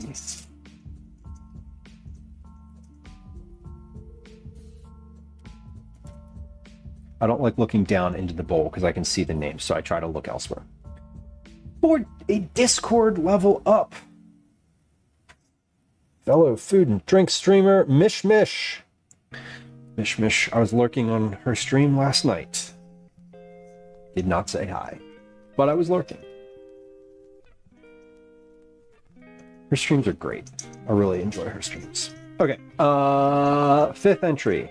Oh, that's the one. It fell out on its own. Who do we got? For checking in. For 100 check-ins. The Angry Rook. Halfway done.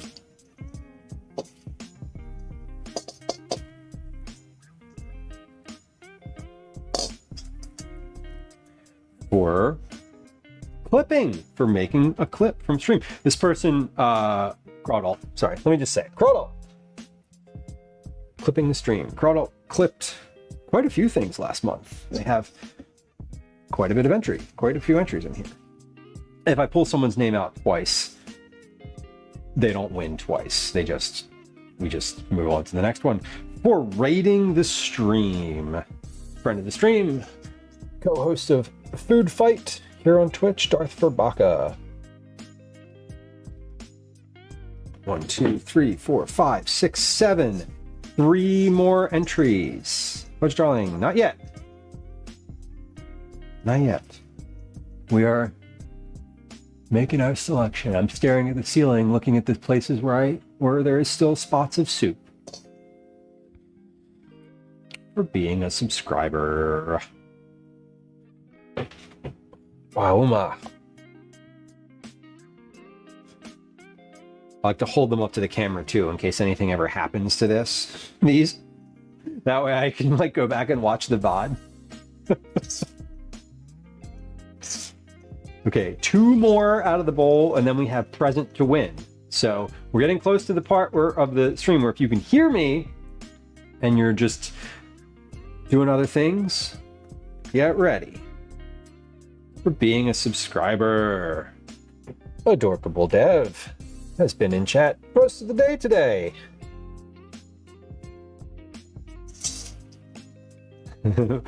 Fellas, hello. We're getting there. We're almost there. We're getting to the point. I have 1 more to pull out. For being a subscriber, we have very recently in chat Mrs. Handy's Kitchen. This is H. So we have our 10 not needing to be present winners. Tatsu, 80. Sita Lee, A Recipe Reborn. Mish Mish, The Angry Rook. Crawdalt, Darth Verbaka. Wauma, Adorkable Dev, and Mrs. Handy's Kitchen. Now, this is the part where I'm going to pull out a name. If you're in chat and I say your name, say here, or literally anything. And if you don't, I'm going to move on. We're going to pull someone else, and if you end up coming back like 15 or 20 minutes later, which has happened before, we just won't say anything. and apologize. Okay, here we go. I have a name. For being a sub, Handlebar II. Handlebar II, are you in chat? I do not think so. I do not think you're in chat, but you might be. I don't look at who's in chat. I only know who's talking in chat, so maybe. We'll give that a few more seconds. I haven't seen Handlebar in a while. Handlebar's still a subscriber, though, and we appreciate that. And they come through chat, like, very rarely, every once in a while, so that's cool. Okay, moving on.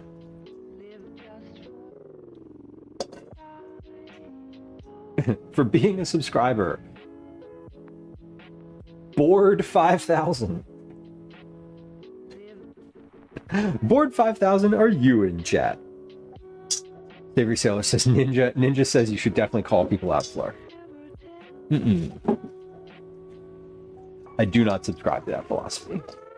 That if I was in someone's channel, I hadn't chatted at all, and they said my name aloud, and it wasn't just talking about me, and they were like, "Oh, Edith Az is in chat," I would literally leave, and I would never come back. I promise. I promise. Not the vibe. For creating clips. MX Phoenix Dog. Mix, are you still around? Are you hanging out? MX Phoenix Dog. Possibly. Possibly? Give it a moment. We'll give it a moment. Mix is a regular.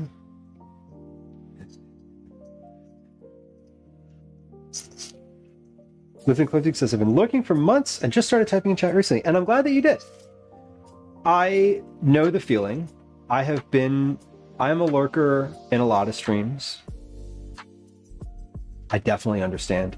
Most streams that I sit in and watch, I do not chat. I just don't. And it's because I'm doing like a couple other things, you know? And sometimes I do, sometimes I don't. I appreciate folks who just want to lurk. Like if you're listening to me right now and you're like, hey, that's me, cool, me too. I'm happy that you're hanging out. Thank you. You literally never need to chat.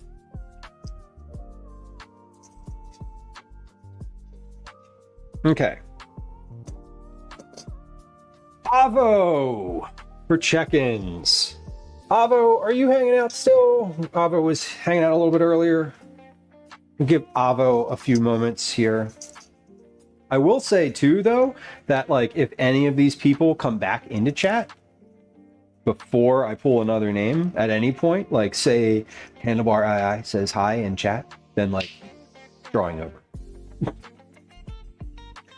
Just saying it out loud. Okay, Avo. I don't think Avo is hanging around anymore. We're pulling another name. For rating the channel, I'm assuming Mike is not here, but Mike's Only Pans. Love the name. Mike's Only Pans. Mike's Only Pans. It is a clever name, Jamie. I giggled when Mike rated. I did. I'm pretty sure I did. I think I did. Mike's Only Pins, I'm going to give you another second or two, and then we're going to go with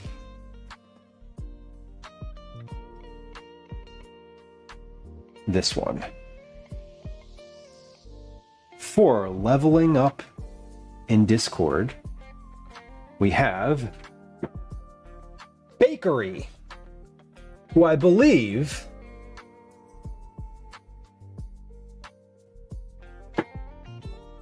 is our very own Baker Vuke in chat, possibly. And if not, Baker's like, it's me. It's me.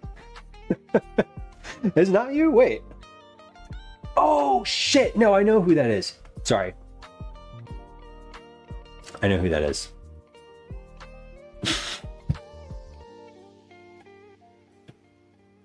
It's Bakery Work. Fluffy, aka Fluffy Bakery Worker. Baker, I was teasing it. I'm so sorry.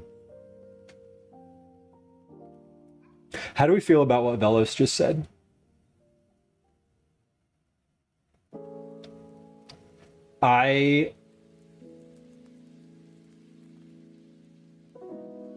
Honestly, I feel good. I would feel good about that.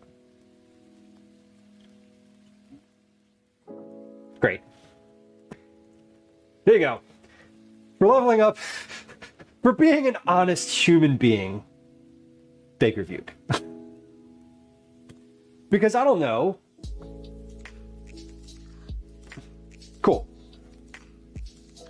Okay. No, there's certain things where I'm like, I kind of want to read the room. Like, I kind of want to read the room because I don't want to make anyone feel. Because there's people here who are chatting right now whose names are in this poll who did not get called. And so, like, if we're cool, we're cool, and I'm perfectly okay with that. We're making up the rules as we go. We're not making them up, but we're interpreting them as we go. Okay. Cool. I appreciate that, and I do appreciate y'all being open and caring and kind about the whole thing. I should also note that on the months where folks are having a an anniversary, right? Like say you're having an anniversary and you create like a couple clips that month. Those entries just get rolled over to the next month. You don't lose them. So just like point of fact. Anyway, all the folks whose names came out of the bowl, I'll be reaching out to on Discord or through Whispers on Twitch. I prefer Discord. If you're not in Discord or I can't find you on the Discord, then I use the Whispers on Twitch. What the fuck did I just do with my earlobes? That was weird. I'm going to reach out, probably not today. I'll probably reach out over the weekend. Just because we're not, I want to have time to decide on the cookies, and that will not happen tonight.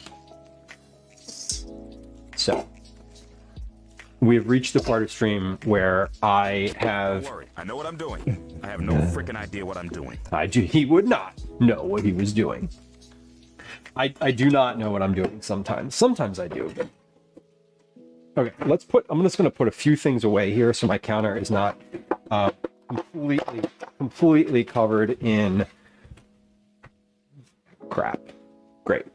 Okay, we are going to serve... I'm going to serve some focaccia. I can turn the oven off now. Yes, I can. So, here's what we do. Plate. We're going to grab some small bowls. I'm going to grab some small bowls for our red sauce. I'm going to take the red sauce off the stove now. We're finished with that. I didn't realize that you know what I didn't do? I'm glad I realized this now before putting this in a bowl. I didn't put any salt in this. I literally did not season this. Oh, hold on. I have all this pepper that I just ground.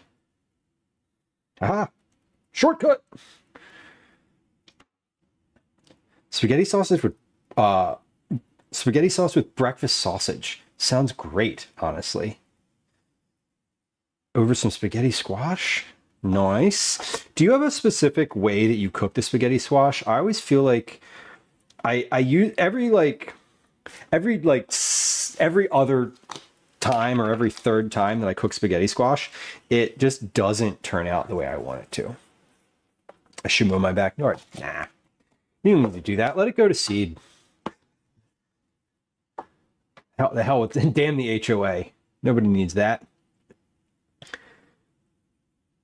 Alrighty. Bake it cut side down. So there's no, you don't like fry it afterward or anything, do you? Like I get the baking part. It's the after the fact, like getting it to be more noodly and less like a mush, less like a pile of mush is sort of, I think, where I struggle.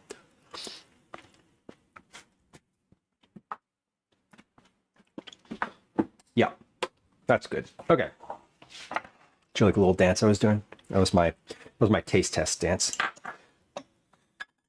Let's get this in a bowl.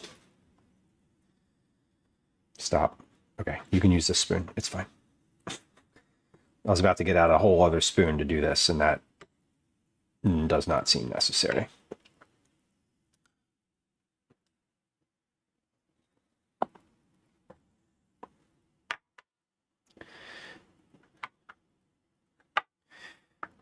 So, Velas, you're basically suggesting is to like that my issue, which I'm not saying that you said was like your issue,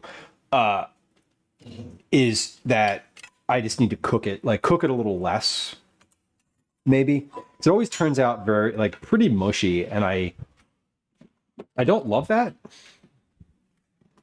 So that definitely would make sense.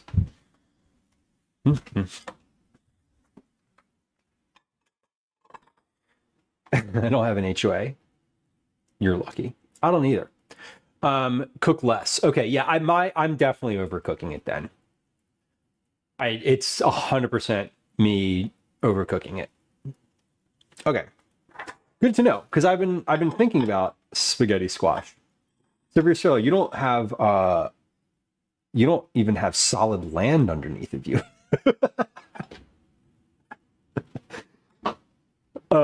What would you call the marina management?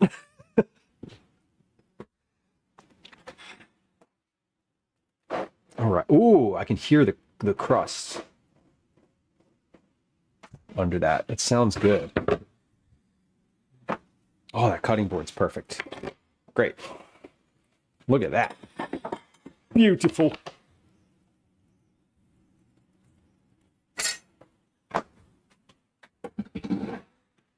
All right, let's cut this. How am I going to cut this? I'm going to do it. We're going to do this left-handed. Well, this is if I had an HOA, I'm sure I would have committed a felony by now. You know what's really funny?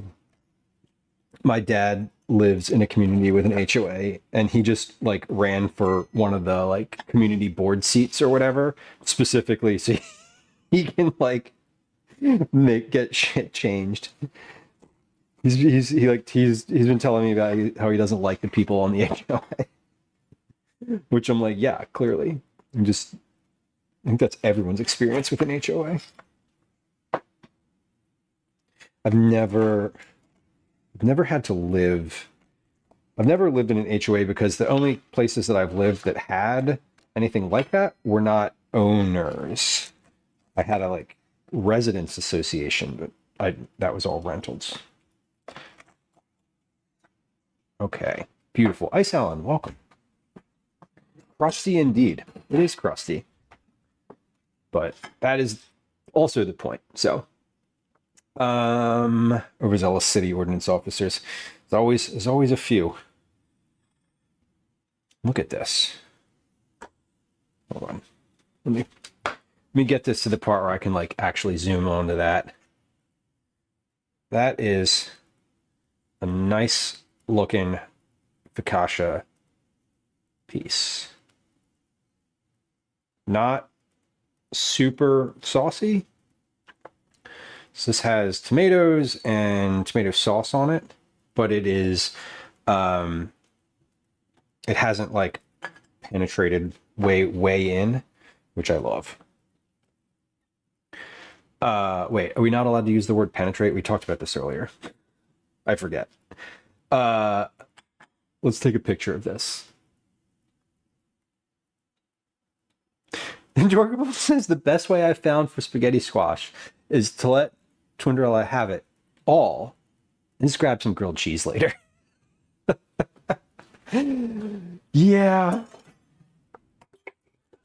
I would never.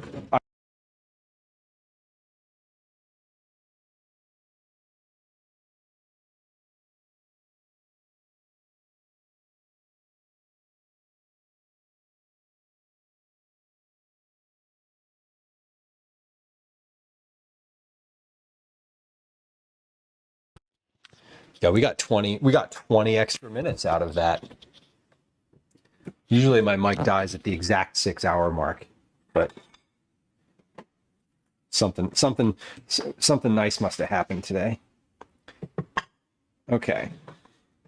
Let's take a picture of this focaccia.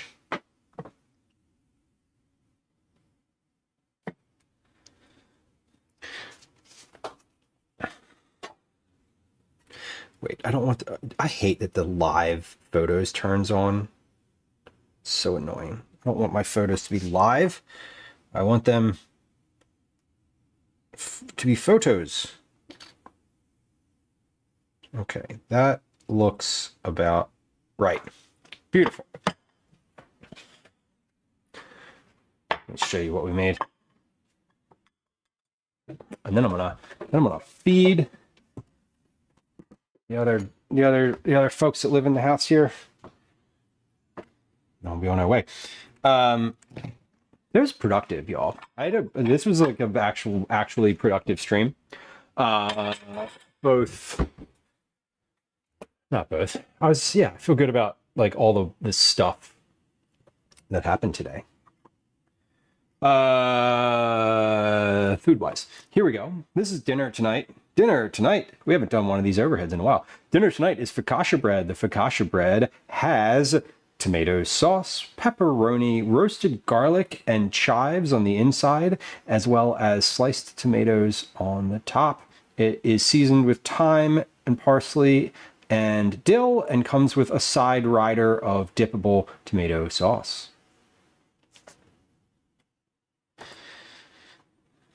And for those of you who appreciate looking at it in this view, there it is. I can tilt it just enough to get at that view, but no more.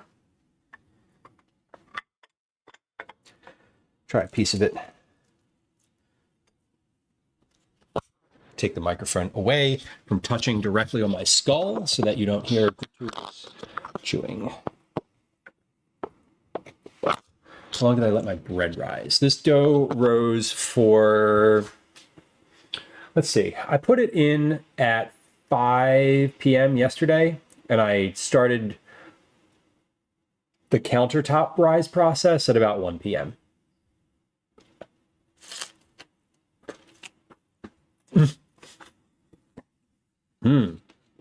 That is good. That's salty.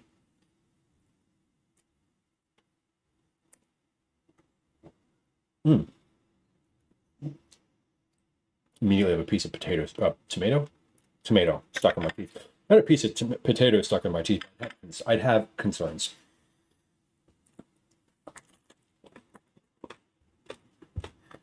That is very good. Exactly what I wanted.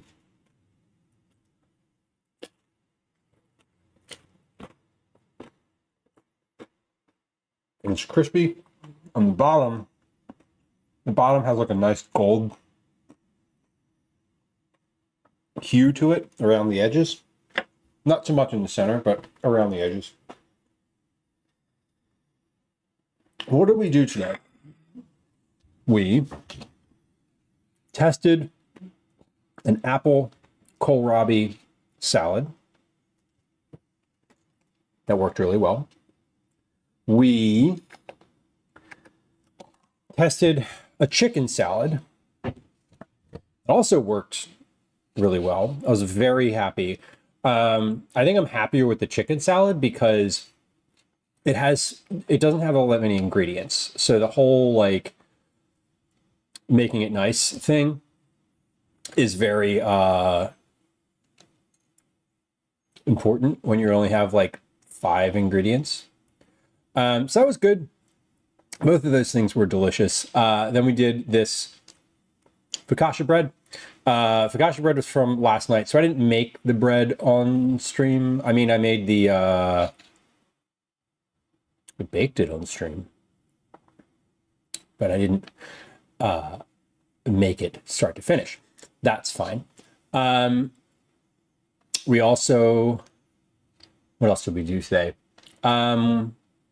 We argued about politics a lot. We didn't really argue so much as had a heated and informed conversation.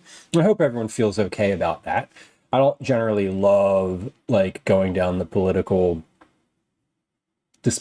path of political discussion because I feel like I could just stay there all the time. I think about that. Like, so my reactions today were a little bit muted from basically how I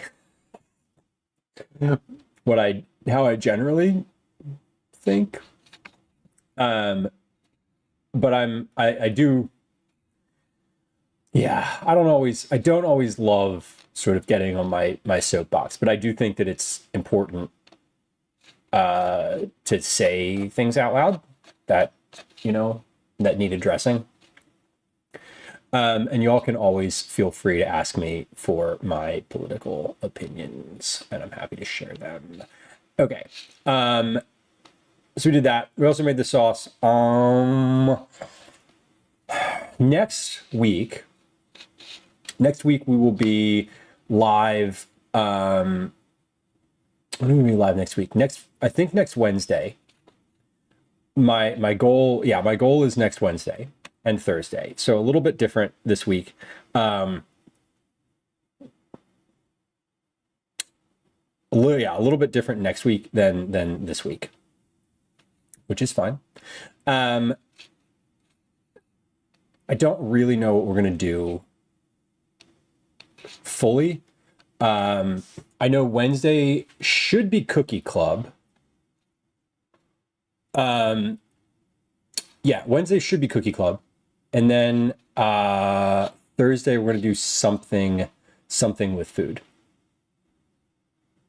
I think. I'm not exactly positive.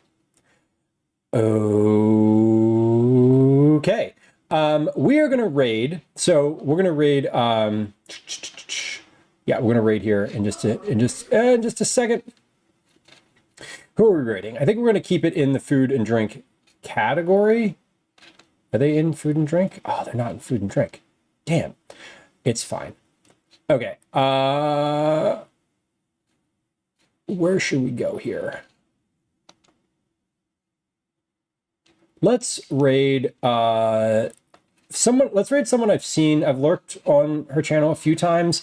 I don't think I've actually. I'm not gonna lie. I don't think I've chatted in her channel, but I've lurked there, and she's great.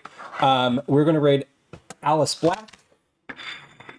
Alice Black is doing Cupcake Genesis time, which I'm not positive what that means, but it looks like she's baking cupcakes. It also looks like she has all of the cupcake pans on the stove ready to go. It's been live for 23 minutes. So this is a really good time to get in on that stream. Okay, perfect. I know where we're going.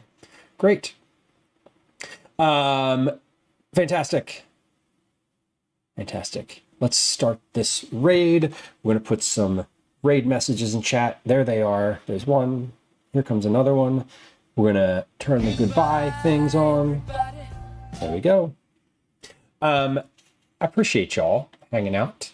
Congrats indeed, Velas, to the Cookie Club winners. Tundrella, I'm glad your sausage gravy came out well. Don't ever try to give it to Gwen. I don't think she likes sausage gravy. I will see you all at some point next week, Wednesday, if not before then, in chat. I hope for anybody who is doing anything tomorrow for the celebration of America, then, you know, enjoy.